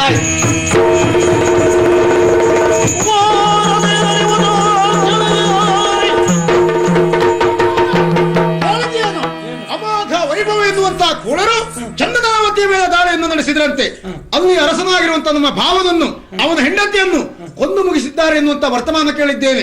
ಹಾಗಾದ್ರೆ ಅಂತವರ ಅದಟನ್ನು ನಿಲ್ಲಿಸಬೇಕು ಅಂತ ಆದ್ರೆ ನಾವೇ ಹೋಗಬೇಕು. ಏನು ಹೋಗೋಣ? ಯಾರ್ಯಾರು? ನಾನು ನೀನು. ನಾನು ನೀನು? ಹೌದಾ? ನಾನು ಯುದ್ಧ ಮಾಡುವ ಕಾಲ ಬಂತೆ. ನಿನಗಾಗಲೇ ಹೇಳಿದೆ ಇಷ್ಟು ಬೇಗ ಮದುವೆ ಆಗುವುದು ಬೇಡ, ಆದ್ರೆ ಇದೇ ಅವಸ್ಥೆ ಅಂತ ಹೇಳಿದ್ ಕೇಳಿದ್ಯಾ? ಮತ್ತೆ ಹೀಗೆ ಹೇಳುವುದೇನು? ಬಂದವರು ವೈರಿಗಳು, ಅವರಲ್ಲಿ ಹೋರಾಟಕ್ಕೆ ಹೋಗುವಾಗ ಹೇಗೆ?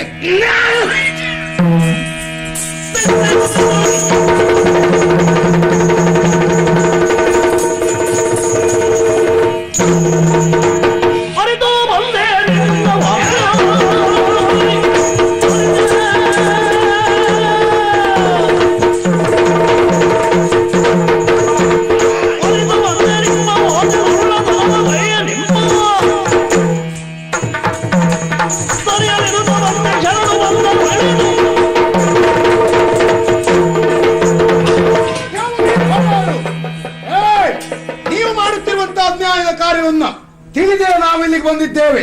ಒಳ್ಳೆಯ ಮಾತಿನಿಂದ ಮಾಡಿದ್ದು ಅಪರಾಧ ಎನ್ನುವುದಾಗಿ ಕ್ಷಮೆಯನ್ನ ಕೇಳಿ ಇಲ್ಲಿಂದ ಹೊರಡಿ.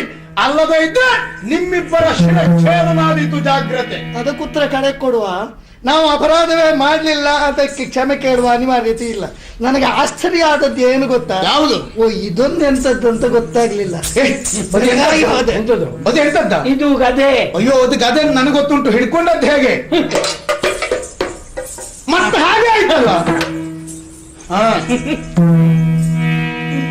ಏನು ಎಲ್ಲೋ ಕಬ್ಬಿನ ಗದ್ದೆಲಿರಬೇಕಾದ್ದು ಇಲ್ಲಿಗೆ ಯಾಕೆ ಬಂತು?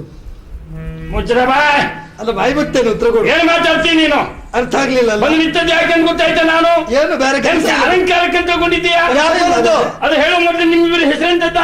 ಅಮೋಘ ವೈಭವ. ಹೆಸರಿಟ್ಟವ್ರು ತಲೆಗೆ ತಣ್ಣೀರು ಹಿಡಿಬೇಕು. ಅಮೋಘ ವೈಭವ ಅಲ್ಲ, ರಾಹು ಕೇತು ಅಂತ ಇಡ್ಬೇಕಿತ್ತು. ನೀನು ಅವಸರದಲ್ಲಿ ಹೇಳಿದ್ರು ಸರಿ ಹೇಳಿದ್ದಿ, ಸಂತೋಷ ಉಂಟು ನನಗೆ. ಯಾಕೋ? ನಮ್ಮ ಪಾಲಿಗೆ ಆಗದೆ ಅವರಿಗೆ ರಾಹು ಕೇತು.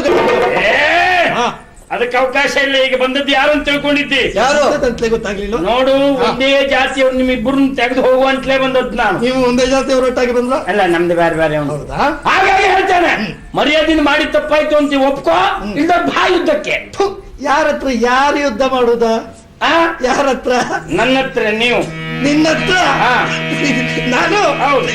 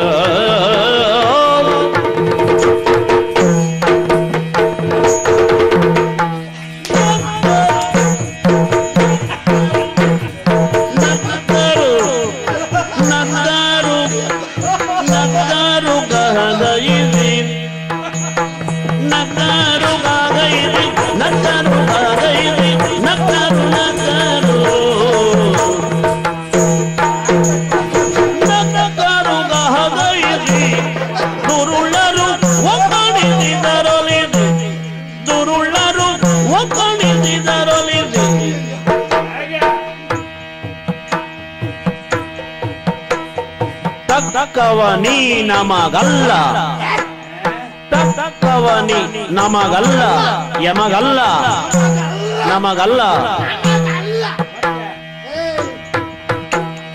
ತಿಕ್ತಿಕ್ಕುವೆ, ತಿಕ್ತಿಕ್ಕುವೆ, ತಿಕ್ತಿಕ್ಕುವೆ, ತಿಕ್ತಿಕ್ಕುವೆ, ನೊರಜೆ ತಿಕ್ಕುವೆ, ತಿಕ್ಕುವೆ,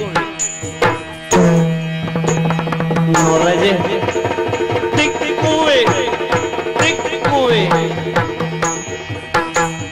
ತಿಕ್ತಿಕ್ಕುವೆ, ತಿಕ್ತಿಕ್ಕುವೆ ನಿಮ್ಮನ್ನು, ತಿಕ್ತಿಕ್ಕುವೆ, ತಿಕ್ತಿಕ್ಕುವೆ ನಿಮ್ಮನ್ನು.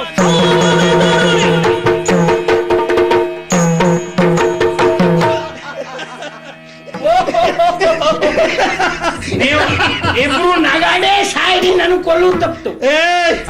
ಇದು ಸಾಯುವುದಕ್ಕಿದ್ದ ಜೀವಗಳ. ನೀವು ಹೋದ ಜನ್ಮದಲ್ಲಿ ಬಣ್ಣದ ವೇಷದವರಾಗಿದ್ರೆ ಗೊತ್ತಿಲ್ಲ, ಹೋಗಿ ಕೇಳ್ಕೊಂಡು ನಾವು ಸಾಯುವುದಲ್ಲ.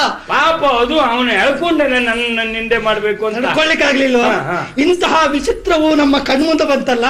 ಸಾವಿರ ಕಾಲ ಬದುಕಿದ್ರೆ ಸಾವಿರ ಚೋದ್ಯವನ್ನು ಕಾಣಬಹುದು ಎನ್ನುವ ಒಂದು ಮಾತುಂಟು. ಇದು ಬಂದ್ಕೊಂಡು ನಮ್ಮ ಹತ್ರ ಇದು ನಮ್ಮೆಲ್ಲರಿಗೆ ನಾನು ಯಾರಂತ ತಿಳ್ಕೊಂಡು ಮಾತಾಡು. ಸಮರಕ್ಕೊಂದು ಸಮಾನತೆ ಎನ್ನುವುದು ಸಮಾನತೆ ಪ್ರಶ್ನೆ ಅಡ. ಲಕಾರ ನಾಮಕ ನಾನು ಇದು ಲಕಾರ ಅಂತ ಹೇಗೆ ಲಕಾರ ಇರಬಹುದು, ನಿಮ್ಮ ಲಕಾರ ಅಲ್ಲ. ಮತ್ತೆ ಮಕಾರ ಅಂತೂ ಖಂಡಿತ ಅಲ್ವೇ ಅಲ್ಲ. ಆಕಾರ ಇಲ್ಲದ ವಿಕಾರ ನೋಡಿದ್ರೆ ಗೊತ್ತಾಗುದಿಲ್ವಾ? ಸರಿಯಾಗಿ ರಣಕ್ಷೇತ್ರದಲ್ಲಿ ಒಂದು ಗದೆ ಹಿಡ್ಕೊಳ್ಳಿಕ್ಕೆ ಗೊತ್ತಿಲ್ಲ ಅಂತ ನೀನು ನಮ್ಮನ್ನು ನೋಡುವುದು. ನೀನು ಎಷ್ಟು ಕೇಳ್ತೀಯ? ನೋರಾಜು ನೋರಾಜು ನೋರೋದನ್ನು ತಿಕ್ಕಿ ಬೀಸಾಡಿದಂತೆ ಒಳಸಿ ಬಿಟ್ಟೆ. ನನ್ನನ್ನು ನೀನು ನಾನೇ ಹೇಳುವ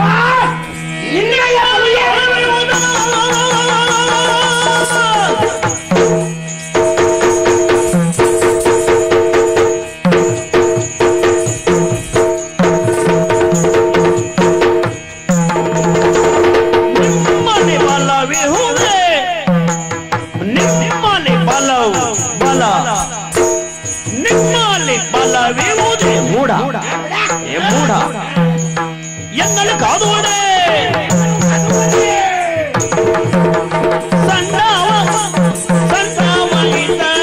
ಸಣ್ಣವನಿದನು ಕನ್ಯನು ಎನಗೆ ನಗಣ್ಯ ನಗಣ್ಯ ಸಣ್ಣವನಿದನು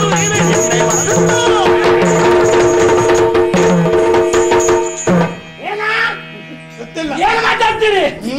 ಇಲ್ಲದೆ ಹೋದ್ರೆ ಹೋರಾಟಕ್ಕೆ ಅಪೇಕ್ಷಿಸುವ ನೀನು ನನ್ನನ್ನು ಏನು ಅಲ್ಲ ಅಂತ ಹೇಳ್ತಾ ಇದ್ದೀಯ? ಅಪೇಕ್ಷಿಸ್ತಾ ಇದ್ದೇನೆ. ಸರಿ ಮಾತಾಡಿ. ನಿಮ್ಮಿಬ್ಬರು ಗ್ರಾಚಾರ ಕೆಟ್ಟಿದೆ. ಇವತ್ತು ಬಂದದ್ದು ಒಂದು ಹಂಗಿಗಲ್ಲ. ನಾನು ನಮ್ಮ ಜಾತಕ ನೋಡಿದವ ನೀನೇ. ಸಂಬಾರ್ ಅದು ಗುಟ್ಟು ಸುಮ್ಮನಿರು. ಸಂಬಾರ್ ಸುಯೋಧನಾಗಿ ನಾನು ಬಂದ ಕರ್ಮ ಸಾಮ್ರಾಟ ಸುಯೋಧನ. ನೀನು ಹೇಳಿದ ಸುಯೋಧನ ಅಲ್ಲ. ನೀ ಸುಮ್ಮನಿರ. ಅದೇ ಆಗ ನಾನು ಬಂದಿದ್ದೇನೆ ಕೊಲ್ಬೇಕು ಅಂತ. ನಾನು ನೋಡು ಎಂತ ಕಥೆ ಹೇಳ್ಕೊಂಡು ಬಂದಿದ್ದೆ. ಅದೇ ನೋಡಿದ್ರೆ ಯಾವ ಸುಡುಗಾಡು ದಂಡವು ನಮಗೆ ಅರ್ಥ ಆಗುದಿಲ್ಲ ಬಿಡಲ್ವಾ? ಇದನ್ನು ನಿನ್ನ ಶೈಲಿ ನೋಡಿದ್ರೆ ಪಕ್ಕನ ಅವನ ನೆನಪಾಗ್ತದೆ. ಆದ್ರೆ ಗದೆ ಹಿಡ್ಕೊಂಡದ್ದು ಮಾತ್ರ ಸರಿಯಾಗ್ಲಿ. ತಿಳಿಸಿಕೊಂಡೆ. ನಂಗೇನು ಗೊತ್ತಿಲ್ಲ ಖಂಡಿತ ಅಂತ ಹೆಡ್ಡೆ. ಅದು ನಿಮ್ ಕಲ್ಪನೆ. ಹೀಗೆ ಹೇಳ್ಕೊಂಡು ಬಂದೆ. ಯಾಕೆ ವಿರೋಧಿಗಳ ಅಂತ ನೀವು ಗದೆ ತಿರ್ಸಿಡ್ಕೊಂಡಿದ್ದ. ನೀವು ಹಳೆ ಬರ ಎಂತದಪ್ಪ ಅಂತ ವಿಚಾರ ಮಾಡ್ತೇವೆ. ಸುಮ್ಮನೆ ನಿಂತಿರ್ಬೇಕು. ಹಾಗೆ ವಿಚಾರ ಮಾಡೋ ಹೊತ್ತಿಗೆ ನಾನು ನಿಮಗೂ ಕಲ್ಪನೆ ಇಲ್ಲ, ನಂಗೂ ಗೊತ್ತಿಲ್ಲ. ನಿನ್ನಷ್ಟೇ ಹೆಜ್ಜೆ ಅಡ್ಡಿಲ್ಲ. ಅಲ್ಲ, ನನಗಿಂತ ಹೆಜ್ಜೆಯಾಗಿ ನಿಂತಿದ್ದೀನಿ. ಖಂಡಿತ ಅಲ್ಲ, ತಿಳ್ಕೊಳ್ಳಿ ಗೊತ್ತಿಲ್ಲ ಅಂತ. ಆದ್ರೆ ಬಂದು ವಹಿಸುವುದು ಯಾರನ್ನು ಎನ್ನುವುದು ನನಗೆ ಸಮಸ್ಯೆ ಆಗಿದೆ. ಬೇಡ, ನೀ ಸಣ್ಣ ತಮ್ಮ. ನೀನು ಎಷ್ಟು ಮಾಡ್ರು ಕೆಲವು ವರ್ಷ ಹೋಗ್ಬೇಕು. ಇನ್ನು ನಮ್ಮ ಎದುರು ಬಂದು ನಿಂತು ನಾಲ್ಕು ಮಾತಾಡ್ಲಿಕ್ಕೆ ಇನ್ನು ಕೆಲವು ವರ್ಷ ಹೋಗ್ಬೇಕು. ನೀನು ಹೌದಾ? ಅವನು ಸಣ್ಣವ, ನಂಗೆ ಲೆಕ್ಕಕ್ಕಿಲ್ಲ. ನಾನು ನೀನು ಒಂದು 5 ಕ್ಷಣ, ಒಂದ್ 2 ಸುತ್ತಿಗೆ ನಮ್ಗೆ ಬಂದೀರಿ. 5 ಕ್ಷಣ ಅದು ಗೆಲ್ತಿ ಅನ್ನುವುದಲ್ಲ. ಒಂದು ಸುತ್ತಿಗೆ ನೀವು ಬಂದ್ರು ಬರಬಹುದು. ಆದ್ರಿಂದ ಆಯ್ಕೆ ಮಾಡಿದ್ಯಲ್ಲ, ಈಗ ಲೆಕ್ಕ ಹಾಕಿದ್ದೇನೆ. ಇಬ್ರು ಒಟ್ಟಾಗಿ ಬನ್ನಿ. ಇಬ್ರು ಒಂದೇ ಸಲ ಇಬ್ಬರನ್ನು ಕೊಂದ ಅಂತ ನಂಗೆ ಹೆಸರು ಬರಲಿ.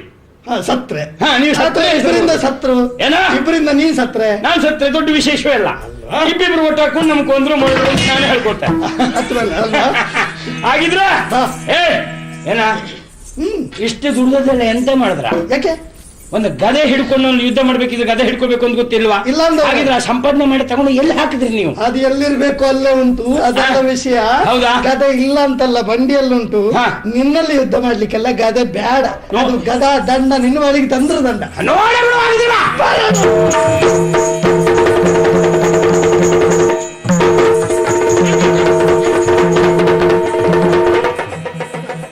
ವಿಶ್ವನಾಥ, ನನ್ನ ಮಟ್ಟಿಗೆ ನೀನು ವಿಶ್ವನಾಥ. ಎಷ್ಟು ಮಾತಾಡಿದೆ ನೀನು? ನೀವು ಸುಮ್ಮನಿದ್ದೆ, ಪ್ರಸಂಗಿ. ನೀವು ಸುಮ್ಮನಿದ್ರಿ, ನಾ ಮಾತಾಡ್ದೆ. ಈಗ ನೀವು ಸುಮ್ಮನಿರುವುದು, ನಾನು ಸುಮ್ಮನಿರುವುದು. ಮಾತಾಡುದು ಯಾರು? ಇದು ನೋಡು, ಗದೆ ಯಾರಲ್ಲಿ ಇದ್ರೆ ಶೋಭೆ ಅಂತ ನೋಡು. ನೀ ಹಿಡ್ಕೊಳ್ಳೋದು ಒಳ್ಳೇದಾಯ್ತು. ಹೌದಾ? ನನಗೆ ಬಾರಾಗಿತ್ತು ಹಿಡ್ಕೊಳ್ಳಿಕ್ಕೆ ಒಬ್ಬ ಕೆಲಸದವ್ ಸಿಗ್ನಲ್ಲ. ಇಲ್ಲಿಗೆ ಪ್ರಕರಣ ಮುಗಿಯಿತು ಅಂತ ಭಾವಿಸಬೇಡಿ. ಯುದ್ಧದ ನಿರ್ಧಾರ ಆಗುವುದು ನನ್ನ ನಿನ್ನಲ್ಲಿ.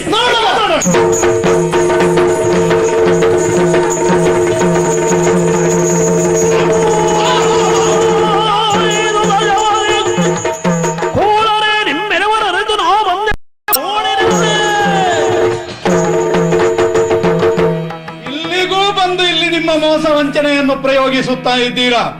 ಸಿಕ್ಕಿದ್ರೆ ನನ್ನ ಕೈಗೆ ಈರುವರೊಟ್ಟಾಗಿ ಒಬ್ಬನನ್ನು ಬಂಧಿಸುವ ಪ್ರಯತ್ನವ ಮುಗಿಸಿ ಬಿಡ್ತೇನೆ ನಿಮ್ಮನ್ನು. ಕಾಣುದಲೆ ಆದಿತ್ಯನಾನನವ ಹಳರುತ ಒಂದು ತಂತ್ರವ ಬಲಿದು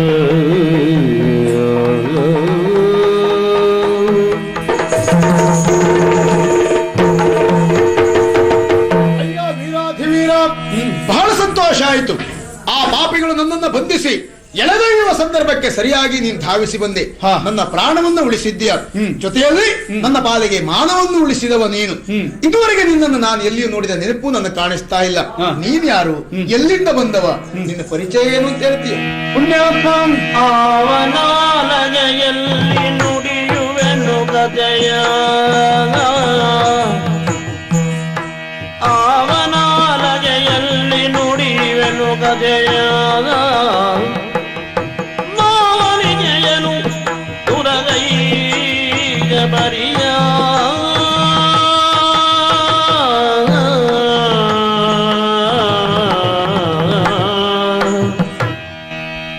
ಪುಣ್ಯಾತ್ಮ, ಈ ಹೊತ್ತಿಗೆ ನಿನ್ನನ್ನು ಅವರು ಬಂಧಿಸಿದ್ದರು ಎನ್ನುವುದನ್ನು ತಿಳಿದೇನೂ ನಾನು ಬಂದವ ಅಲ್ಲ. ಬರುತ್ತಿರುವ ಅವಸರದಲ್ಲಿ ನಿನ್ನನ್ನವರು ಬಂಧಿಸಿದ ದೃಶ್ಯವನ್ನು ನೋಡಿದೆ. ಸಂಕಷ್ಟದಲ್ಲಿದ್ದವರನ್ನು ಮುನ್ನುಗ್ಗಿ ಹೋಗಿ ಸಂರಕ್ಷಿಸುವವನೇ ಸರಿಯಾದ ಕ್ಷತ್ರಿಯ. ನಾನು ಅಂತಹ ಒಬ್ಬ ಕ್ಷತ್ರಿಯ ವರ್ಗಕ್ಕೆ ಸೇರಿದವನಾದುದರಿಂದ ನಿನ್ನ ರಕ್ಷಣೆ ನನಗದು ಕರ್ತವ್ಯವಾಗಿತ್ತು. ಹಾಗೆ ರಕ್ಷಿಸಿದ್ದೇನೆ. ನನ್ನ ಪರಿಚಯ ಕೇಳುತ್ತಿದ್ದೀಯಾ? ಹೌದು. ಬದುಕಿನಲ್ಲಿ ಬಹುರೀತಿಯ ಸಂಪತ್ತು ಇದ್ರೆ, ಬಹುರೀತಿಯ ಸಾಧನೆಯನ್ನೊಬ್ಬ ಮಾಡಿದ್ದಿದ್ರೆ ಅದನ್ನು ಹೇಳಿಕೊಳ್ಳುವುದಕ್ಕೆ ಹೆಮ್ಮೆ ಆಗುತ್ತದೆ, ಸಂತೋಷವಾಗುತ್ತದೆ. ಆದ್ರೆ ನನ್ನ ಬದುಕಿನಲ್ಲಿ ಅಂಥದ್ದನ್ನೇನು ನಾನು ಗಳಿಸಿದವನಲ್ಲ, ಗಳಿಸಿದ್ದನ್ನು ಉಳಿಸಿದವನಲ್ಲ. ಆದ್ರಿಂದ ಹೇಳಿಕೊಳ್ಳುವಲ್ಲಿ ಏನೇನೂ ಇಲ್ಲ. ನನ್ನ ಹೆಸರು ಆದಿತ್ಯನೆಂದು. ನನ್ನ ಬದುಕಿನಲ್ಲಿ ನನ್ನ ಆಕೆಗೆ ನಾನು ಅನ್ಯಾಯವನ್ನು ಮಾಡಿದೆ. ಕೈ ಹಿಡಿದ ಗೃಹಿಣಿಗೆ ಮಾಡಿದ ಅನ್ಯಾಯಕ್ಕೆ ಪ್ರಾಯಶ್ಚಿತ್ತವನ್ನು ಹೇಗೆ ಮಾಡಿಕೊಳ್ಳಲಿ ಅಂತ ಹೇಳಿ ಪರಿತಪಿಸುತ್ತಿರುವವ ನಾನು.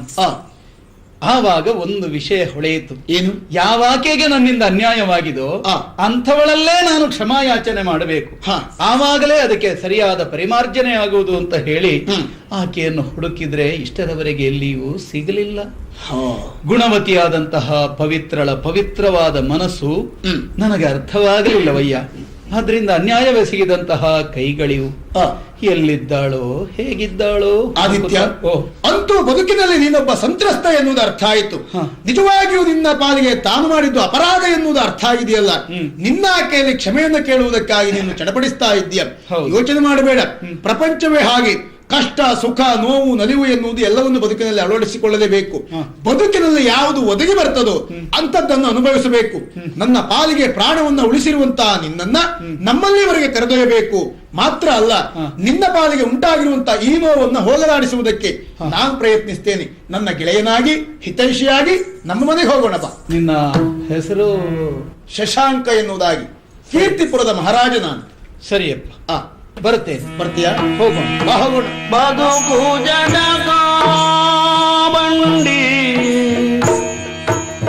ವಿಧಿಯದರ ಸಾರಥಿ, ಮದುವೆಗೋ ಮಸಣಕೋ ಬಲ್ಲರ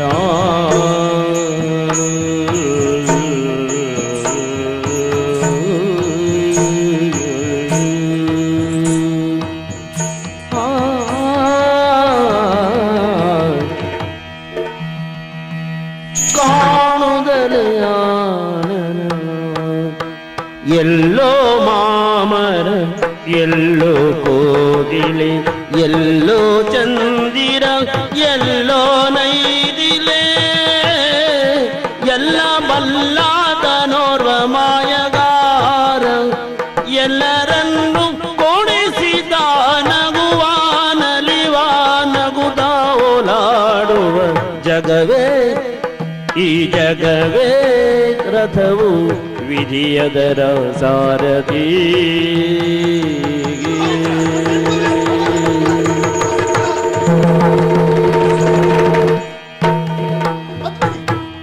ಏನಾಗಿದೆ ಅವಳಿಗೆ? ಯಾಕೆ ಹೀಗಾಯ್ತು? ನೀವೆಷ್ಟು ಎಷ್ಟೊತ್ತಿಗೆ ಬರಬಹುದು ಅಂತ ಬಿಸಿಲಿನಲ್ಲಿಯೇ ತುಂಬಾ ಹೊತ್ತಿನಿಂದ ನಿಂತು ನಿಮ್ ದಾರಿ ಕಾಯ್ತಾ ಇದ್ರು. ಬಹುಶಃ ಬಿಸಿಲ ಬೇಗ ಇನ್ನ ತಾಳಲಾರದೆ ತಲೆ ಸುತ್ತಿ ಬಿದ್ದಿರ್ಬೇಕು, ದೇಹಾಯಾಸ ಆಗಿರ್ಬೇಕು. ಅವಳನ್ನು ವಿಶ್ರಾಂತಿ ಕೊಟ್ಟೆ ಕರೆದು ಹೇಳಿಯಮ್ಮ.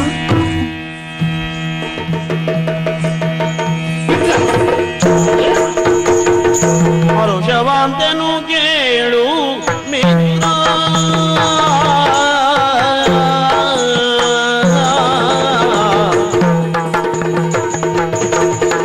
ಹರುಷವಾಂತನು ಕೇಳು ಮಿತ್ರ, ಮುತ್ತು ತರುಣಿಯಾಗೆ ಎನ್ನ ರಾಣಿ ಪವಿತ್ರ, ಮುತ್ತು ತರುಣಿಯಾಗೆ ಎನ್ನ ರಾಣಿ ಪವಿತ್ರ.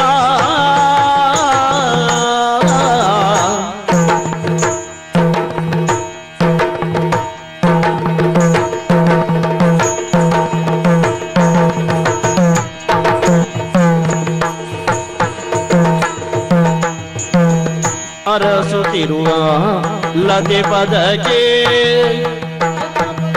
ಅರಸುತ್ತಿರುವ ಲತೆ ಪದಕ್ಕೆ ಸಿಕ್ಕ ತೆರನಾಯ್ದು ದೇವ ಕಣ್ತೆರೆದನು ನಿಂಗೆ.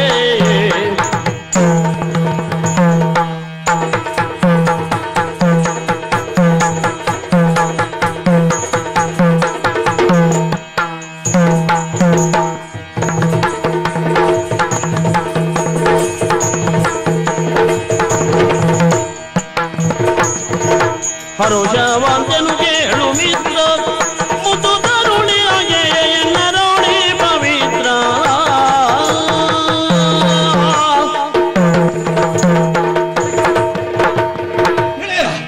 ಹೌದು, ನೋಡಿದೆ ನಾನು.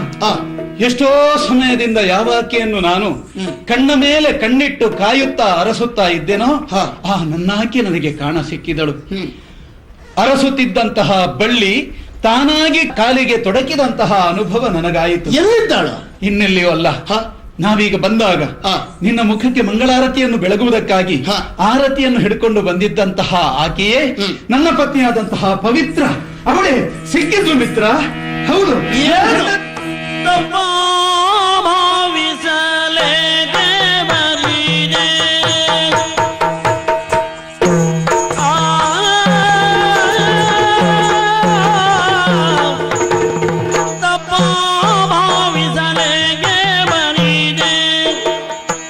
ಮಾತ ಒಪ್ಪಲಾರೆನು ಎನ್ನ ಪದ್ಮಿನಿಯ,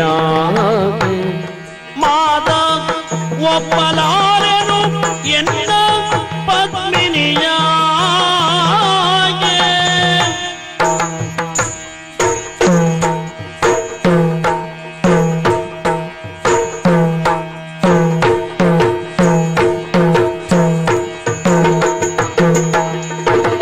ಸಾರಿ ಬೆಳದಿರಿಂದು ನೋವ,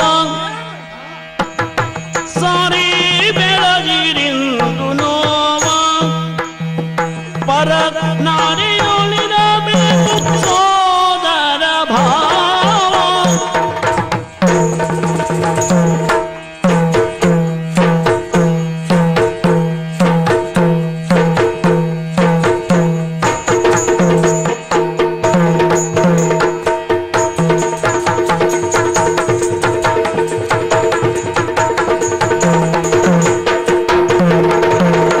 ತಪ್ಪಾವಿದಲೆಗೆ ಬರಿದೆ ಮಾತ ಒಪ್ಪಲಾರೆನು ಎನ್ನ ಪದ್ಮಿನಿಯಾಗೆ.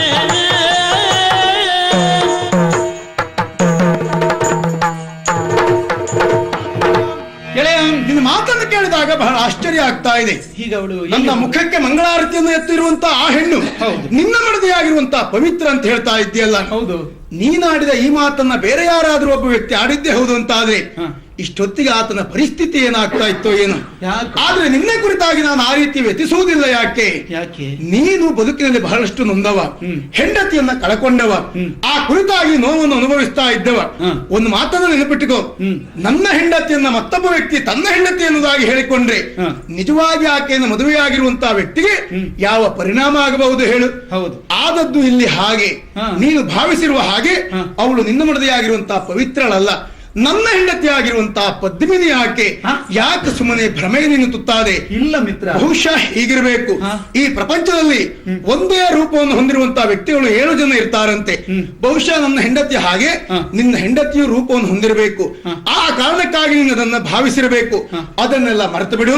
ಅವಳು ನನ್ನ ಹೆಂಡತಿ, ನಿನ್ನ ಹೆಂಡತಿಯನ್ನು ಹುಡುಕಿಸುವ ಪ್ರಯತ್ನಕ್ಕೆ ಮುಂದಾಗೋಣ. ಇಲ್ಲ, ಅವಳು ಪವಿತ್ರ ಅಲ್ಲ, ಅವಳು ಪದ್ಮಿನಿ. ಸತ್ಯ ಬೇರೆ, ಪರಮ ಸತ್ಯ ಬೇರೆ. ಈಗ ಅವಳನ್ನು ಕಂಡಾಗ ನಿನ್ನ ಪಾಲಿಗೆ ಅನ್ನಿಸಿರುವುದು ನಿನ್ನ ಹೆಂಡತಿ ಎನ್ನುವುದು, ಆದ್ರೆ ಪರಮ ಸತ್ಯ ಅವಳು ನನ್ನ ಹೆಂಡತಿ ಎನ್ನುವಂತಹ ಪದ್ಮಿನಿ. ಹಾಗಾಗಿ ಯೋಚನೆ ಮಾಡಬೇಡ. ಬದುಕಿನಲ್ಲಿ ಎಲ್ಲವನ್ನು ಕಳ್ಕೊಂಡಿರುವಂತಹ ನಿನಗೆ ಯಾರನ್ನೇ ನೋಡಿದ್ರು ಆ ರೀತಿ ಅನ್ನಿಸ್ತಾ ಇರಬಹುದು. ಅದಕ್ಕೆಲ್ಲ ವ್ಯವಸ್ಥೆ ನಾನು ಮಾಡ್ತೇನೆ. ಹೀಗೆ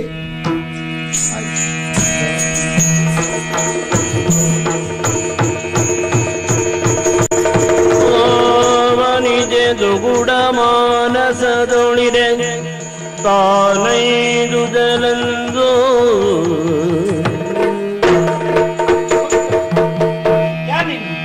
ನೀನು ಇದು ಪ್ರಮದಾವನ.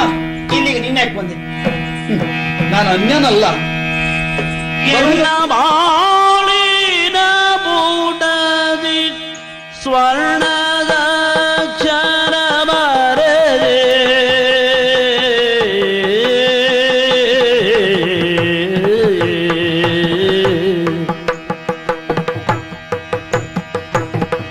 ಎನ್ನ ಬಾಳಿನ ಬೂಟದಿ ಸ್ವರ್ಣದ ಅಕ್ಷರ ಬರೆದ ಕನ್ನಿಕೆಯು ನೀನಲ್ಲವೇ? ಕನ್ನಿಕೆಯು ನೀನಲ್ಲವೇನೆ?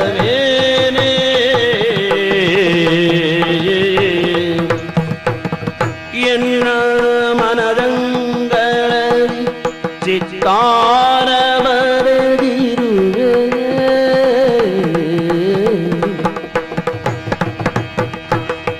ಎನ್ನ ಮನದಂಗಳದಿ ಚಿತ್ತಾರ ಬರೆದಿರುವ ಹೊನ್ನ ಮಾನಸಿ ನೀನು ನೀನಲ್ಲವೇನೆ?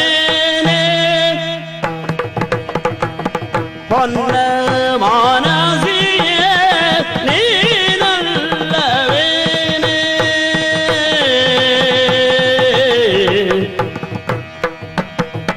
ಎನ್ನ ಕರಬಿದು ನೀ ಸಪ್ತಪದಿಯನ್ನು ತುಳಿದೆ ಎನ್ನ ಕರ ಬಿಡಿದು ಸಪ್ತಪದಿಯನ್ನು ತುಳಿದ ಎನ್ನ ಸತಿ ನೀನಲ್ಲವೇನೆ?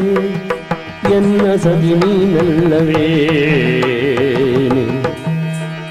ನಡುಗಿದಳು ಮಾನಸದಿ ನಡುಗಿದಳು ಮಾನಸದಿ ಅಂತರಂಗದ ನುಡಿಗೆ ಆವನಿಗೆ ದಾನಂದು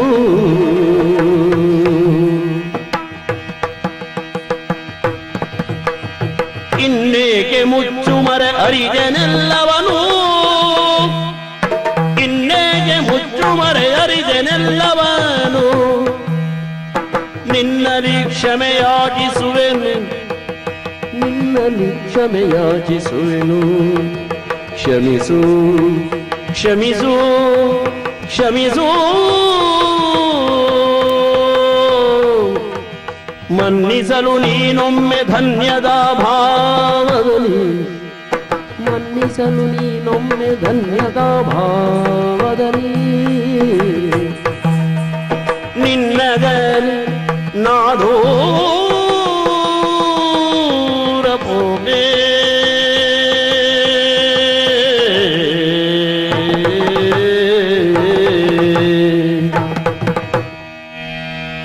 ಪವಿತ್ರ ಅಲ್ಲ, ನನ್ನನ್ನು ಯಾರು ಅಂತ ಮತ್ತೊಮ್ಮೆ ಪ್ರಶ್ನಿಸ್ತಿದ್ದೀಯಾ? ಯಾರು ನೀನು? ಇನ್ಯಾರು ಅಲ್ಲ, ಅದೊಂದು ಕಾಲದಲ್ಲಿ ನನ್ನೊಂದಿಗೆ ಸಪ್ತಪದಿಯನ್ನು ತುಳಿದಂತಹ ನಿನ್ನನ್ನು ವಿವಾಹವಾದ ನಿನ್ನ ಪತಿ ನಾನು. ನನ್ನ ಮನದ ಅಂಗಳದಲ್ಲಿ ರಂಗವಲ್ಲಿಯ ಚಿತ್ತಾರವನ್ನು ಬರೆದವಳು ನೀನು. ನನ್ನ ಮನಸ್ಸಿನ ಪುಟದಲ್ಲಿ ಪವಿತ್ರ ಎನ್ನುವಂತಹ ನಿನ್ನ ಹೆಸರಿನ 3 ಅಕ್ಷರವನ್ನು ಬಂಗಾರದ ಅಕ್ಷರವಾಗಿಯೇ ಕೆತ್ತಿದವಳು ನೀನು. ನನಗೆ ಗೊತ್ತಿಲ್ಲ. ನೀನು ನನ್ನ ಧರ್ಮಪತ್ನಿ ಅಲ್ಲ. ಇಲ್ಲ, ನಿನಗೂ ಆ ಶಶಾಂಕನಿಗೂ ವಿವಾಹವಾಗಿದೆ. ನಿನ್ನ ದಾಂಪತ್ಯಕ್ಕೆ ನನ್ನಿಂದ ಏನಾದರೂ ತೊಡಕಾದೀತು ಅಂತ ನೀನು ಈ ಶಂಕೆಯನ್ನು ವ್ಯಕ್ತಪಡಿಸ್ತಾ ಇದ್ದೀಯಾ? ಪದ್ಮಿನಿ ಪದ್ಮಿನಿ ಪದ್ಮಿನಿ ಅಲ್ಲ, ನೀನು ಪವಿತ್ರಳೇ ಹೌದು. ಇಲ್ಲ, ನಿಮ್ಮ ದಾಂಪತ್ಯವನ್ನು ಕೆಡಿಸುವ ದುರುದ್ದೇಶದಿಂದ ನಾನಿಲ್ಲಿಗೆ ಬಂದವನಲ್ಲ ಪವಿತ್ರ. ಅದೊಂದು ಕಾಲದಲ್ಲಿ ನಿನ್ನ ಚಾರಿತ್ರ್ಯದ ಕುರಿತು ಶಂಕಿಸಿದೆ. ನಾನು ನಿನ್ನ ಬಗ್ಗೆ ತಪ್ಪು ತಿಳಿದುಕೊಂಡೆ. ಯಾರೋ ಕುಹಕಿಗಳು ಮಾಡಿದಂತಹ ತಂತ್ರಕ್ಕೆ ನನ್ನ ಮನಸ್ಸು ಬಲಿಯಾಯಿತು. ಪರಿಣಾಮದಲ್ಲಿ ನಿನ್ನನ್ನು ಶಿಕ್ಷಿಸುವುದಕ್ಕೆ ನಾನು ಮುಂದಾದೆ. ಆ ನನ್ನ ಘೋರ ಅಪರಾಧಕ್ಕೆ ಪ್ರಾಯಶ್ಚಿತ್ತ ಹೇಗೆ ಮಾಡಿಕೊಳ್ಳುವುದು ಅಂತ ಇಷ್ಟು ಸಮಯ ನಾನು ಹುಡುಕುತ್ತಾ ಇದ್ದೆ. ಈಗ ನನಗೆ ದಾರಿ ಹೊಳೆದಿದೆ. ನನ್ನನ್ನೊಮ್ಮೆ ನೀನು ಕ್ಷಮಿಸಿದ್ದೇನೆ ಅಂತ ಹೇಳಿದ್ರೆ ಸಾಕು, ನನಗಿಲ್ಲ. ಮತ್ತರೆ ಕ್ಷಣ ಈ ಪುರದಲ್ಲಿ ದೂರ ಹೊರಟು ಹೋಗ್ತೇನೆ.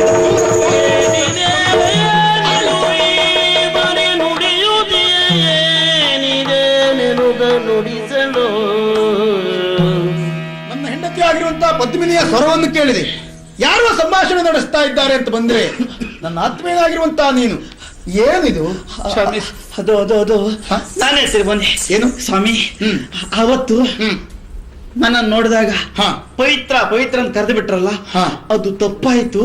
ಹಾಗಾಗಿ ಕ್ಷಮೆ ಕೇಳ್ತಾ ಇದ್ದವರು ಕ್ಷಮಿಸು ಕ್ಷಮಿಸು ಅಂತ. ಆದಿತ್ಯ, ನಾನೇ ಅದನ್ನು ಮರ್ತಿದ್ದೇನೆ. ಮತ್ತೆ ನೀನು ಅದನ್ನು ನೆನಪಿಸಿಕೊಂಡು ಯಾಕೆ ಸುಮ್ಮನೆ ನೋಯ್ತೀಯೋ ನನಗಂತೂ ಅರ್ಥ ಆಗುವುದಿಲ್ಲ. ನಿನಗೆ ಯಾಕೆ ಹೀಗೆಲ್ಲ ಆಗ್ತಾ ಇದೆ ಎನ್ನುವುದು ನನಗೆ ಅರ್ಥ ಆಯ್ತು. ಹೆಂಡತಿಯನ್ನ ಕಳಕೊಂಡಿರುವಂತಹ ನಿನ್ನ ಪಾಲಿಗೆ ತಾವು ಮಾಡುವುದು ಎಲ್ಲವೂ ತಪ್ಪು ಎನ್ನುವಂತ ಒಂದು ಭ್ರಮೆಗೆ ನೀನು ತುತ್ತಾಗಿದ್ದೀಯ. ಹಾಗೇನು ಆಗುವುದಿಲ್ಲ. ನಿನ್ನ ಹೆಂಡತಿಯನ್ನು ಹುಡುಕಿಸುವುದಕ್ಕೆ ಇನ್ನೂ ನಾವು ಪ್ರಯತ್ನಿಸೋಣ.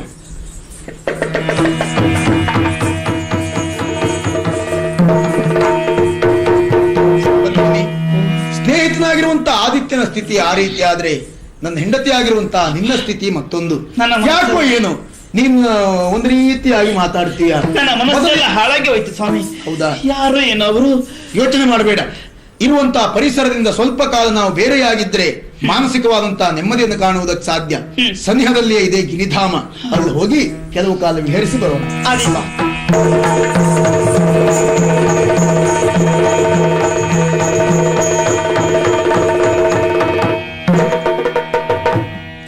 ಎಲ್ಲಿ ಹೋದ್ರಿ ಇವರು? ನಮ್ಮ ಯಜಮಾನ್ರ ಸ್ವಾಮಿ ಇಲ್ಲಪ್ಪ, ಹೊತ್ತಿಗೆ ಸರಿಯಾಗಿ ಬರುವುದೇ ಇಲ್ಲ. ಅರಮನೆಗೆ ಹೋಗ್ತೇನೆ ಅಂತ ಹೇಳುವುದು. ಎಲ್ಲೆಲ್ಲ ಸುತ್ತಾಡ್ತಾರೋ ಏನ್ ಕೆಲಸ ಮಾಡ್ತಾರೋ ನನ್ಗಂತೂ ಗೊತ್ತಿಲ್ಲ. ಮನೆಯಲ್ಲಿ ಅಂತ ದಾರಿ ಕಾದು ಕಾದು ಸಾಕಾಗಿ ಹೋಗಿದೆ ನನ್ಗಂತೂ. ಓ, ಯಾರದು? ಒಪ್ಪಿದ ನೆಲಗನದ ಒಪ್ಪಿದ ನೆಲಗನದ ಬಟ್ಟೆ ತೊಳೆದು ಕೊಡುವೆ ಕರೆದಂದು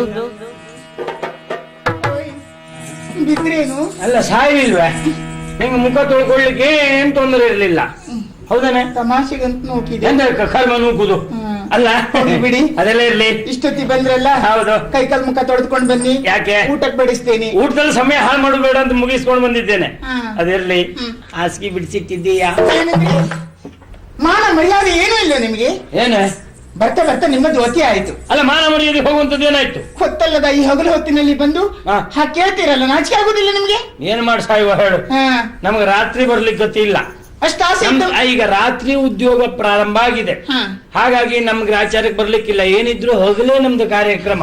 ಅಯ್ಯೋ, ಒಂದೆರಡು ಬಿಡುವನ್ನಾದ್ರೂ ತೆಗೆದುಕೊಂಡು ಬರ್ಬೇಕಿತ್ತು. ಎಂತ ಬಿಡುವು ತಗೊಂಡು? ಬಿಡುವು ತಗೊಳ್ಲಿಕ್ಕೆ ಮನ್ಸಿತ್ತು. ಸಂಬಳ ಕೊಡುದು ಯಜಮಾನ್ರಾದ್ರು ನಮ್ಮನ್ನೆಲ್ಲ ನೋಡ್ಕೊಳ್ಳಿಕ್ಕೆ ಪುಣ್ಯಾತ್ಮ ಸೂತ್ರಧಾರಿದ್ದಾನೆ. ಇರ್ತಾರೆ.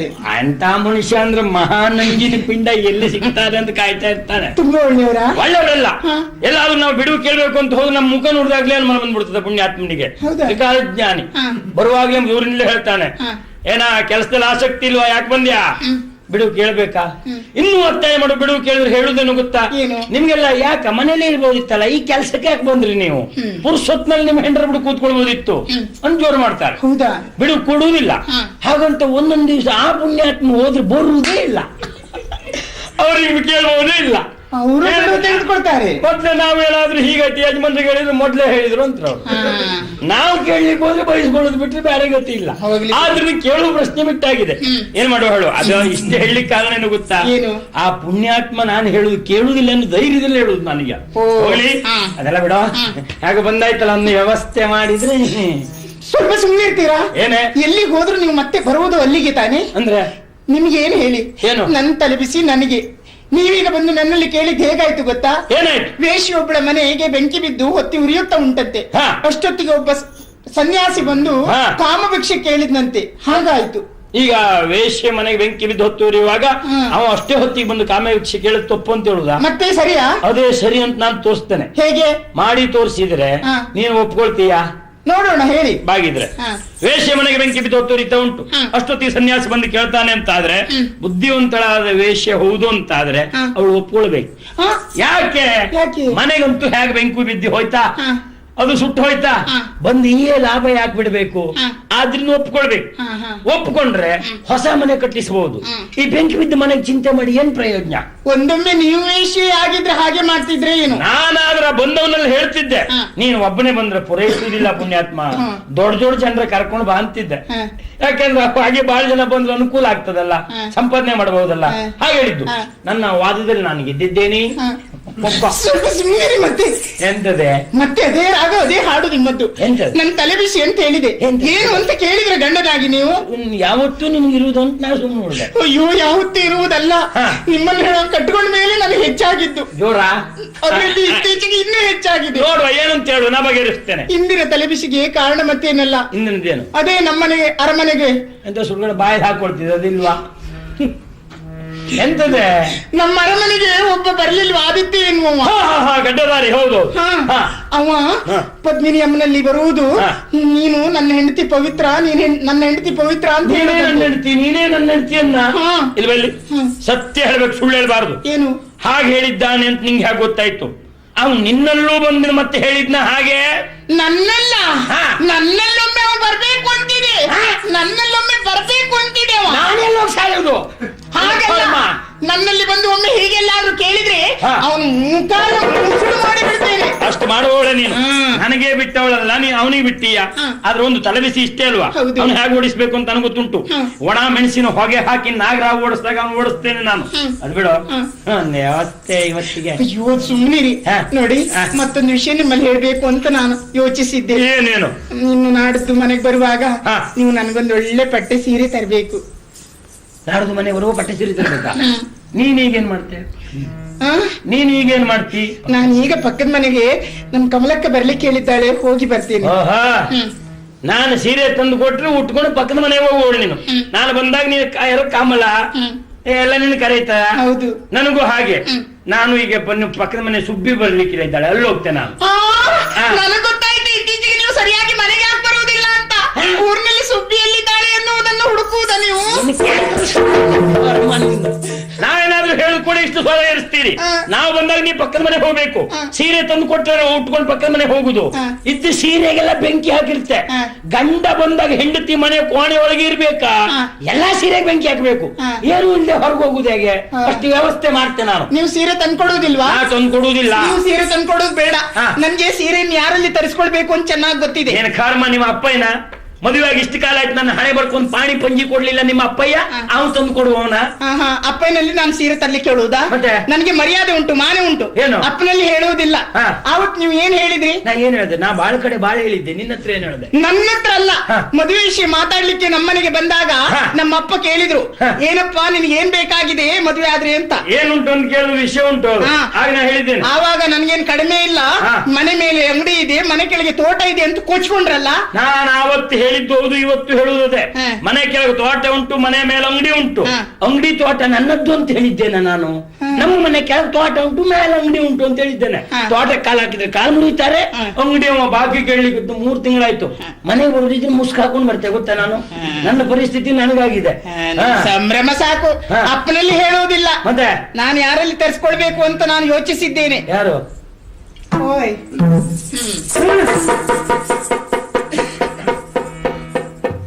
ಅವ್ರ ಮಾತಾಡಬೇಡಿ ನೀವು. ನಿಮ್ದು ಈಗ ಗೊತ್ತಾಯ್ತು ನನ್ನ ಕತೆ. ಎಷ್ಟು ದೊಡ್ಡ ಭಾಗವತ್ರು, ಎಷ್ಟು ಸಂಪಾದನೆ ಉಂಟು ಅಂತ ನಂಗೆ ಗೊತ್ತುಂಟು. ಊರ್ನಲ್ಲೆಲ್ಲ ಆಡ್ಕೊಳ್ತಾ ಇದ್ರು. ನಿಮ್ಮ ಸಂಪಾದನೆ ಎಲ್ಲ ಇದಕ್ಕೆ ಆಯ್ತಲ್ಲ. ಊರ ಮೇಲೆ ಯಾರ್ಯಾರು ಹೆಂಗಸರಿಗೆಲ್ಲ ಸೀರೆ ತಂದು ಕೊಡುದೆಲ್ಲ ನೀವು ಇಟ್ಕೊಂಡಿದ್ರ? ಮತ್ತೆಂತ ಮಾತಾಡುದು ನೀವು? ನೀನು ಊರು ತುಂಬಾ ಸಾಲ ಮಾಡಿ ಬ್ಯಾಡದಿದ್ದೆಲ್ಲ ಬೇಕಾದಲ್ಲೆಲ್ಲ ಹೇಳಿ ನಿನ್ ಮನೆಗೆ ಬರ್ಲಿ ಹಾಕ್ತೇನೆ ಪಾಪ ಮಗನೇ. ಸಾಲಗಾರರು ನಿಮ್ಮ ಮನೆಗೆ ಬರುವುದಿಲ್ಲಲ್ಲ.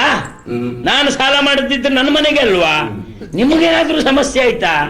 ನಿಮ್ಗೆ ಯಾರ ಹೆಂಡ್ರ ಪ್ರಕರಣ ನಿಮ್ಗೆ ಯಾಕೆ? ಪಾಪ ಅವ್ನು ಕೆಲಸ ಮಾಡ್ತಾ ಇದ್ಲ. ಹೌದೌದಲ್ಲ, ನಿಮಗಿದೆ ಊರ ಮೇಲಿಂದೆಲ್ಲ ಪಾಪ. ನನ್ನ ಪರಿಸ್ಥಿತಿ ನೋಡಿ. ಎಷ್ಟು ಆಸೆಯಿಂದ ಅಪರೂಪಕ್ಕೆ ನಾನು ಮನೆಗೆ ಬಂದೆ.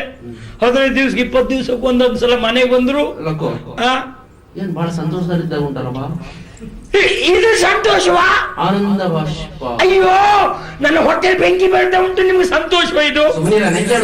ಅಯ್ಯೋ ಹೇಳಿದ ನಿಮಗೂ ನಾನು ಹೇಳ್ತೇನೆ ಕೇಳಿ. ದೂರದಿಂದ ಅಪರೂಪಕ್ಕೆ ನೀವು ಅಪರೂಪಕ್ಕೆ ಮನೆಗೆ ಹೋದಾಗ ಏನೆಲ್ಲ ಕಲ್ಪನೆ ಮಾಡ್ಕೊಂಡು ನೀವು ಮನೆಗೆ ಹೋದ ಸಂದರ್ಭದಲ್ಲಿ ನಿಮ್ಮ ಹೆಂಡ್ರು ದೂರದ ನೆಂಟರ ಮನೆಗೆ ಹೋಗ್ಲಿ, ಇದು ಶಾಪ ನನ್ನದು. ಏನ್ ನಗಾಡ್ತಾ ಇದ್ದೀರಿ ಮಾಳ? ಆ ರೀತಿ ನಗಾಡೋದಕ್ಕೆ ಹೆಂಡ್ರು ಹೋಗ್ತಾರಂತ. ಮರ ಮರುದ ಗಿರಿಧಾಮ ಜಡೆಗೆ ಬೆಳದಿಂಗಳ ಊಟವನ್ನು ಮುಗಿಸಿದ ಹಾಗಾಯ್ತು. ನೋಡಿದೇನೆ ಆ ಸೃಷ್ಟಿಯ ಸೌಂದರ್ಯ. ಸಿರಿ ಸೊಬಗನೋ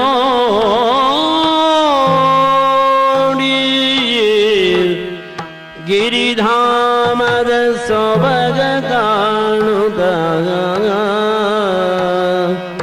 ಆ ಚಂದಿರ ಬಲ್ಲು ಸುಂದರ, ಆ ಚಂದಿರ ಬಲ್ಲು ಸುಂದರ, ಎಲ್ಲೆಲ್ಲೂ ಬೆಳದಿಂಗಳ ಮಂದಿರ, ಎಲ್ಲೆಲ್ಲೂ ಬೆಳದಿಂಗಳ ಮಂದಿರ. ಹಾಲು ಚೆಲ್ಲುವುದು, ಹಾಲು ಚೆಲ್ಲುವುದು, ಹಾಲು ಚೆಲ್ಲುವುದು ನೋಡಿಲ್ಲಿ ಶ್ವೇತಾಂಬರ.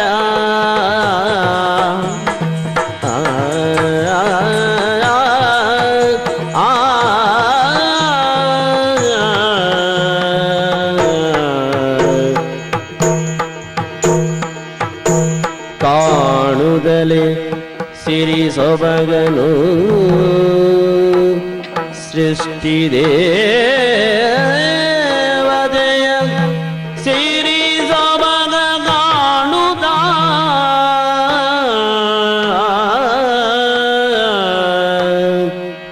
ಆ ಚಂದಿರ ಬಲು ಸುಂದರ, ಆ ಚಂದಿರ ಬಲು ಸುಂದರ, ಎಲ್ಲೆಲ್ಲೂ ಬೆಳದಿಂಗಳ ಮಂದಿರ, ಎಲ್ಲೆಲ್ಲೂ ಬೆಳದಿಂಗಳ,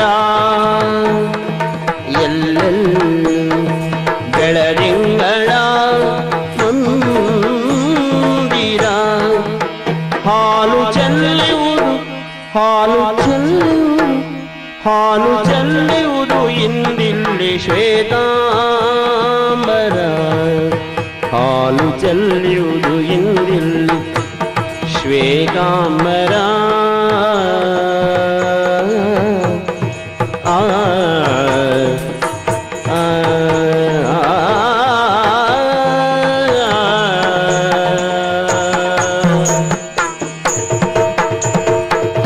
ಆ ಸಂತೋಷವಾದ ಹಾಗಾಯ್ತು.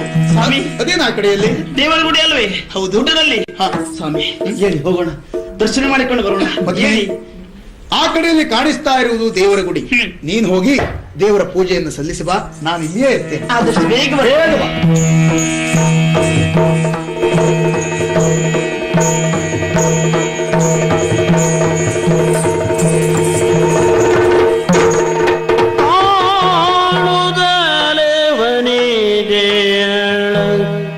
ಕಾಣುದ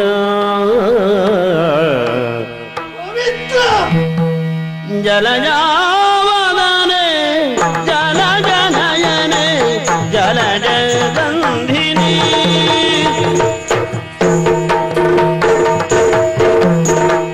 ಜಲಜಾವದನೆ ಜಲಜನಯನೆ ಜಲಜ ಗಂಧಿನಿ ಜಲಜ ಗಂಧಿನಿ ಜಲಜ ಶರವ ಝಳಕೆ ಬೆಂದೆ ಜಲಜ ಶರದ ಝಳಕೆ ಬೆಂದೆ ತಿಳಿಯೇ ಕಾಮಿನಿ ನೀ ತಿಳಿಯೇ ಕಾಮಿನಿ ಜಲಜ ಶರದ ಝಳಕೆ ಬೆಂದೆ ತಿಳಿಯೇ ಕಾಮಿನಿ.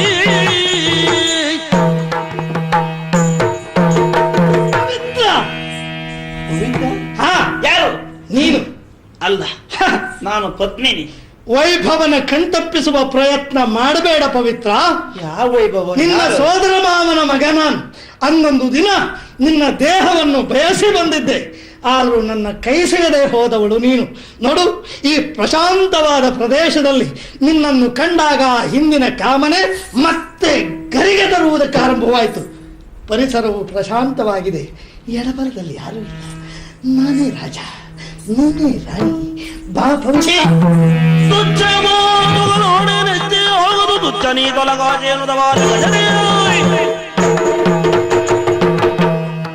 ಬಂದಂತೆ ಮಾತಾಡ್ತಾ ಇದೆಯಲ್ಲ, ಸಂಸ್ಕಾರ ಕೆಟ್ಟವ ನೀನು. ಯಾರು ಏನು? ನಾನು ಪದ್ಮಿನಿ, ಸಾರಿ ಹೇಳ್ತಾ ಇದ್ದೇನೆ. ಮಾರ್ಗ ಬಿಟ್ಟರೆ ಸರಿ, ನನ್ನ ಅಲ್ಲವ ಆ ಕಡೆಗಿದ್ದಾಗ ಹೊರಟೆ. ಹೌದು, ಮದುವೆ ಆದವರು. ಹೌದು. ಈಗ ಇವನ್ ತಲೆಗೆ ಹಾಕ್ಲಿಕ್ಕೆ ಆರಂಭಿಸ್ತೆ. ಯಾರು? ಅಲ್ಲಪ್ಪ ಅಲ್ಲಪ್ಪ ಇಲ್ಲಪ್ಪ ಮಾನಸಂತವನೇ.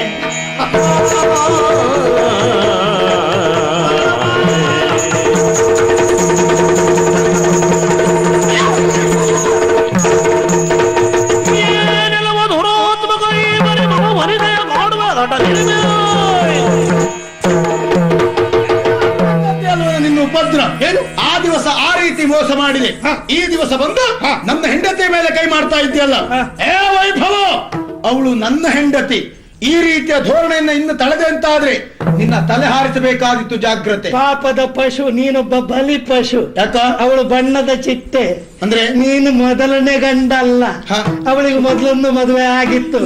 ಪಾಪ ಕಂಡ ಗಂಡಸು ಮಕ್ಕಳ ತಲೆ ಹಾಳು ಮಾಡುವವಳು ಈಗ ನೀನು ಸಿಕ್ಕಿದೆ ಅಲ್ಲ.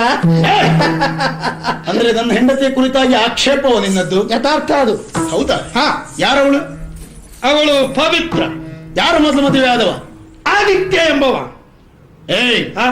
ನನ್ನ ಕುರಿತಾಗಿ ನಿನಗಿರುವಂತಹ ಆ ಒಂದು ಧೋರಣೆ, ದ್ವೇಷವನ್ನು ಸಾಧಿಸಿಕೊಳ್ಳುವುದಕ್ಕೆ ನೀನು ಈ ರೀತಿಯ ಸುಳ್ಳನ್ನಾಡ್ತಾ ಇರಬಹುದು. ಖಂಡಿತ ಇಲ್ಲ. ಹಾಗಂತ ಇದು ಸತ್ಯವೋ ಅಸತ್ಯವೋ ನಿರ್ಧರಿಸುವುದಕ್ಕೆ ನೀನೇ ಹೇಳಿರುವಂತಹ ಆದಿತ್ಯ ಈಗಲೂ ನಮ್ಮ ಮನೆಯಲ್ಲಿಯೇ ಇದ್ದಾನೆ. ಹೌದೇನಾ? ಖಂಡಿತ ನಾನು ಅವನನ್ನು ಕೇಳ್ತೇನೆ, ಪ್ರಶ್ನಿಸ್ತೇನೆ. ಎಲ್ಲಿಯಾದ್ರೂ ಆತ ಸತ್ಯವನ್ನು ಒಪ್ಪಿಕೊಂಡ ಅಂತ ಆದ್ರೆ, ಮಾತು ಸತ್ಯ ಆಯ್ತು ಅಂತಾದ್ರೆ ನನ್ನ ತಲೆಯೇ ಇದಕ್ಕೆ ಪಂಥವಾಗಿರ್ತೇನೆ. ಅಯ್ಯೋ ಬಡಪ್ಪಾಯಿ, ಒಳ್ಳೆದು. ನಿನ್ನ ತಲೆ ಕೊಡುವ ಕಾಲ ಬಂತು. ನೀನು ಈ ತಲೆ ಎಲ್ಲ ಕೊಡ್ಲಿಕ್ಕಿದ್ದದ್ದಲ್ಲ, ಮತ್ತೆ ನನ್ನ ಜೀವನ ಪರ್ಯಂತರ ನಿನ್ನ ದಾಸನಾಗಿರ್ತೇನೆ. ನೆನಪಿಟ್ಟು.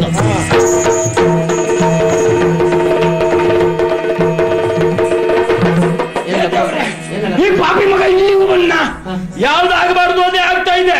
ಇದನ್ನು ತಡೆಬೇಕು ಅಂತಾದ್ರೆ ಇವ ಆದಿತ್ಯಲ್ಲಿ ಹೋಗಿ ಕೇಳುದಲ್ವಾ? ಅಲ್ಲಿವರೆಗೆ ಆದಿತ್ಯ ಇದ್ರಲ್ವಾ? ನೋಡ್ತೀನಿ. ಒಂದು ಬಾರಿ ಕ್ಷಮಿಸಿದ್ದೇನೆ ಅಂತ ಹೇಳುತ್ತಿದ್ರೆ ಈ ಪುರವನ್ನೇ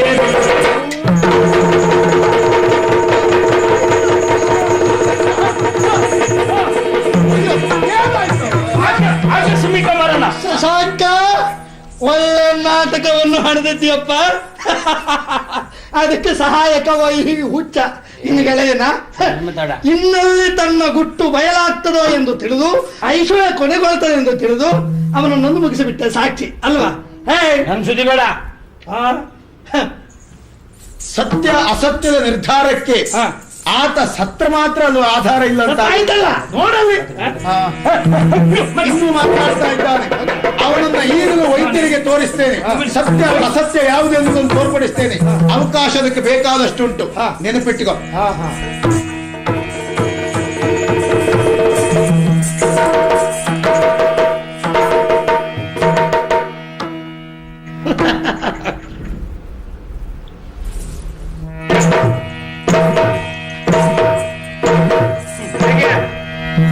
ನಾನು ಜೀವನದಷ್ಟು ಸಾಹಸ ಮಾಡ್ತೇನೋ ಕಲ್ಪನೆ ನನಗೆ ಇರಲಿಲ್ಲ.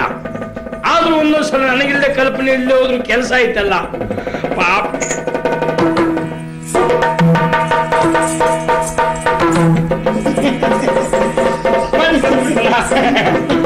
ಹೀಗೆ ಆಯ್ತಾ? ನಮಸ್ಕಾರ. ದರಿದ್ರ ಸತ್ತ ಇಲ್ಲಿ ಬರ್ತಾನೆ ಅಂತಿಲ್ಲ. ಒಂದತಿ ಬೆಕ್ಕನ್ ತಿಂದೇವ ಇವ, ಮಹಾಗಟ್ಟಿ ಅವ. ಇನ್ನು ಹೆಚ್ಚೊತ್ತು ನಾನು ಇಲ್ಲಿದ್ರೆ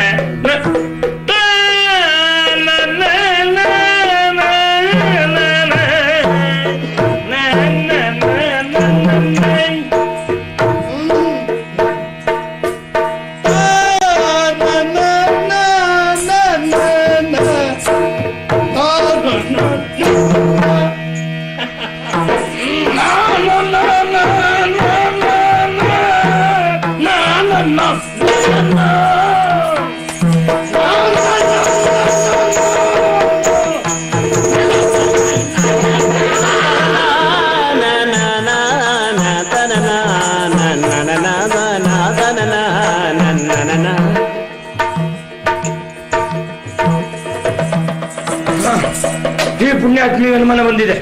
ಇಲ್ಲಿ ನಾನಿದ್ರ ಅಪಾಯವೇ. ಒಂದು 15 ದಿವಸದ ತೀರ್ಥಯಾತ್ರೆಗೆ ಹೋಗ್ಲೇಬೇಕೀಗ. ಯಾಕೆಂದ್ರೆ ಪ್ರಕರಣ ಇತ್ಯರ್ಥ ಆಗುವವರೆ ಈ ಕಡೆ ತಲೆ ಹಾಕಿ ಮಲಗುವುದಿಲ್ಲ. ಅವನು ಸರಿ ಹೇಳಿ ಸತ್ಯ ವಿಷಯ ಹೇಳಿ ನನ್ನ ಗಂಡಾಂತರ ಉಂಟು, ಹೆಂಡತಿ ಕೊಟ್ಕೊಂಡು ಊರು ಬಿಡ್ತೇನೆ ನಾನು.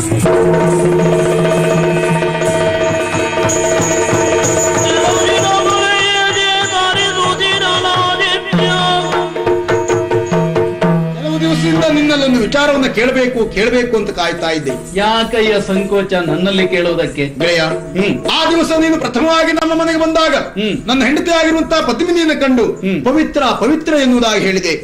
ಆಗಲೂ ನಾನು ಬೇಸರಿಸಲಿಲ್ಲ. ಬಹುಶಃ ಹೆಂಡತಿಯನ್ನು ಕಳೆದುಕೊಂಡಿರುವಂತಹ ನಿನ್ನ ಪಾಲಿಗೆ ನನ್ನ ಹೆಂಡತಿಯನ್ನು ಕಂಡಾಗ ಆ ನೋವೇ ಮರುಕಳಿಸಿರಬಹುದು ಎನ್ನುವುದಾಗಿ ಭಾವಿಸಿದೆ. ಏಕಾಂತದಲ್ಲಿ ನನ್ನ ಹೆಂಡತಿ ದೇವರ ಪೂಜೆಯನ್ನು ಮಾಡ್ತಾ ಇದ್ದಾಗ ಅಲ್ಲಿಯೂ ನೀನು ಹೋದೆ. ನಿನ್ನ ವ್ಯವಹಾರವನ್ನೆಲ್ಲ ಗಮನಿಸಿದರೆ, ನಿನ್ನ ಮಾತುಗಳನ್ನೆಲ್ಲ ಗಮನಿಸಿದರೆ ಯಾವುದೋ ಒಂದು ವಿಚಾರವನ್ನು ನನ್ನಿಂದ ಮುಚ್ಚಿಡ್ತಾ ಇದ್ದೆ ಎನ್ನುವುದು ನನಗೆ ಅರ್ಥ ಆಯ್ತು. ನೋಡು, ನಾನು ಕೇಳುವ ಪ್ರಶ್ನೆಗೆ ಸರಿಯಾದಂತ ಉತ್ತರ ನೀನು ಕೊಡ್ಲೇಬೇಕು. ನಿಜವಾದಂತ ನಿನ್ನ ಹೆಸರೇನು? ನೀನ್ ಯಾರು? ನೀನ್ ಎಲ್ಲಿಯವ? ಆ ಪವಿತ್ರ ಎನ್ನುವುದಾಗಿ ಹೇಳಿದೆಯಲ್ಲ, ಪವಿತ್ರಳಿಗೂ ನಿನಗಿರುವಂತಹ ಸಂಬಂಧ ಏನು? ಪವಿತ್ರಳು ಯಾರು? ಪದ್ಮಿನಿ ಯಾರು? ಮತ್ತೆ ನನ್ನ ಹೆಂಡತಿ ಆಗಿರುವಂತಹ ಪದ್ಮಿನಿಗೂ ನಿನಗೂ ಇರುವ ಸಂಬಂಧ ಏನು?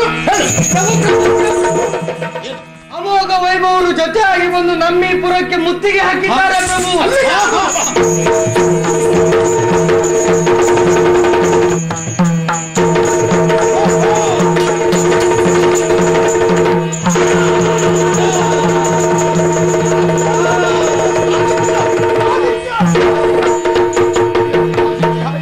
ಏನಾಯ್ತು? ಯಾಕೆ ಹೀಗೆ ಮಾಡ್ಕೊಂಡಿಯೋ? ಹೇಳು, ಆದಷ್ಟು ಬೇಗ ವೈದ್ಯರನ್ನು ನೋಡೋಣ. ಹೇಳು. ಇಲ್ಲ ಶಶಾಂಕ, ನಾನಿನ್ನು ಬದುಕುವ ಹಾಗಿಲ್ಲ. ಈ ನನ್ನ ಪ್ರಾಣೋತ್ಕ್ರಮಣದ ಸ್ಥಿತಿಯಲ್ಲಿ ಒಂದು ಸತ್ಯವನ್ನು ನಿನಗೆ ಹೇಳುತ್ತೇನೆ. ಯಾವುದಪ್ಪ? ಯಾವ ಆಕೆಯನ್ನು ಪದ್ಮಿನಿ ಅಂತ ನೀನು ಕರಗ್ರಹಣ ಮಾಡಿದ್ದೀಯೋ, ಆಕೆ ಒಂದು ಕಾಲದಲ್ಲಿ ನನ್ನ ಸತಿಯಾಗಿದ್ದಂತಹ ಪವಿತ್ರ. ಇದು ಸತ್ಯ. ಮಾತ್ರವಲ್ಲ, ಆಕೆಯ ಶೀಲವನ್ನು ಶಂಕಿಸಿದ ನಾನು ಯಾರದ್ದೋ ದುರೋಪದೇಶವನ್ನು ಕೇಳಿ ಹೊಡೆದ ಪೆಟ್ಟಿಂದ ಮೂರ್ಛಾಗತಳಾಗಿದ್ದಳು. ಅವಳ ಶೀಲವನ್ನು ಶಂಕಿಸಿದಂತಹ ನನ್ನ ಮಹಾಪರಾಧಕ್ಕೆ ಕ್ಷಮಾಯಾಚನೆ ಮಾಡುವುದಕ್ಕೆ ನಾನು ಬಂದವ. ನಮ್ಮ ಪ್ರಥಮ ರಾತ್ರಿಯ ದಿನದಂದೇ ಅವಳು ಬೇರೆ, ನಾನು ಬೇರೆ ಆಗಿ ಹೋಗಿದ್ದೇವೆ ಮಿತ್ರ. ಆಕೆ ಅಕ್ಷತಳು. ಆದ್ರಿಂದ ಅವಳ ಕೈ ಬಿಡಬೇಡ. ಇದೇ ನನ್ನ ಆಸೆ, ಇದೇ ಸತ್ಯ, ಇದೇ ನನ್ನ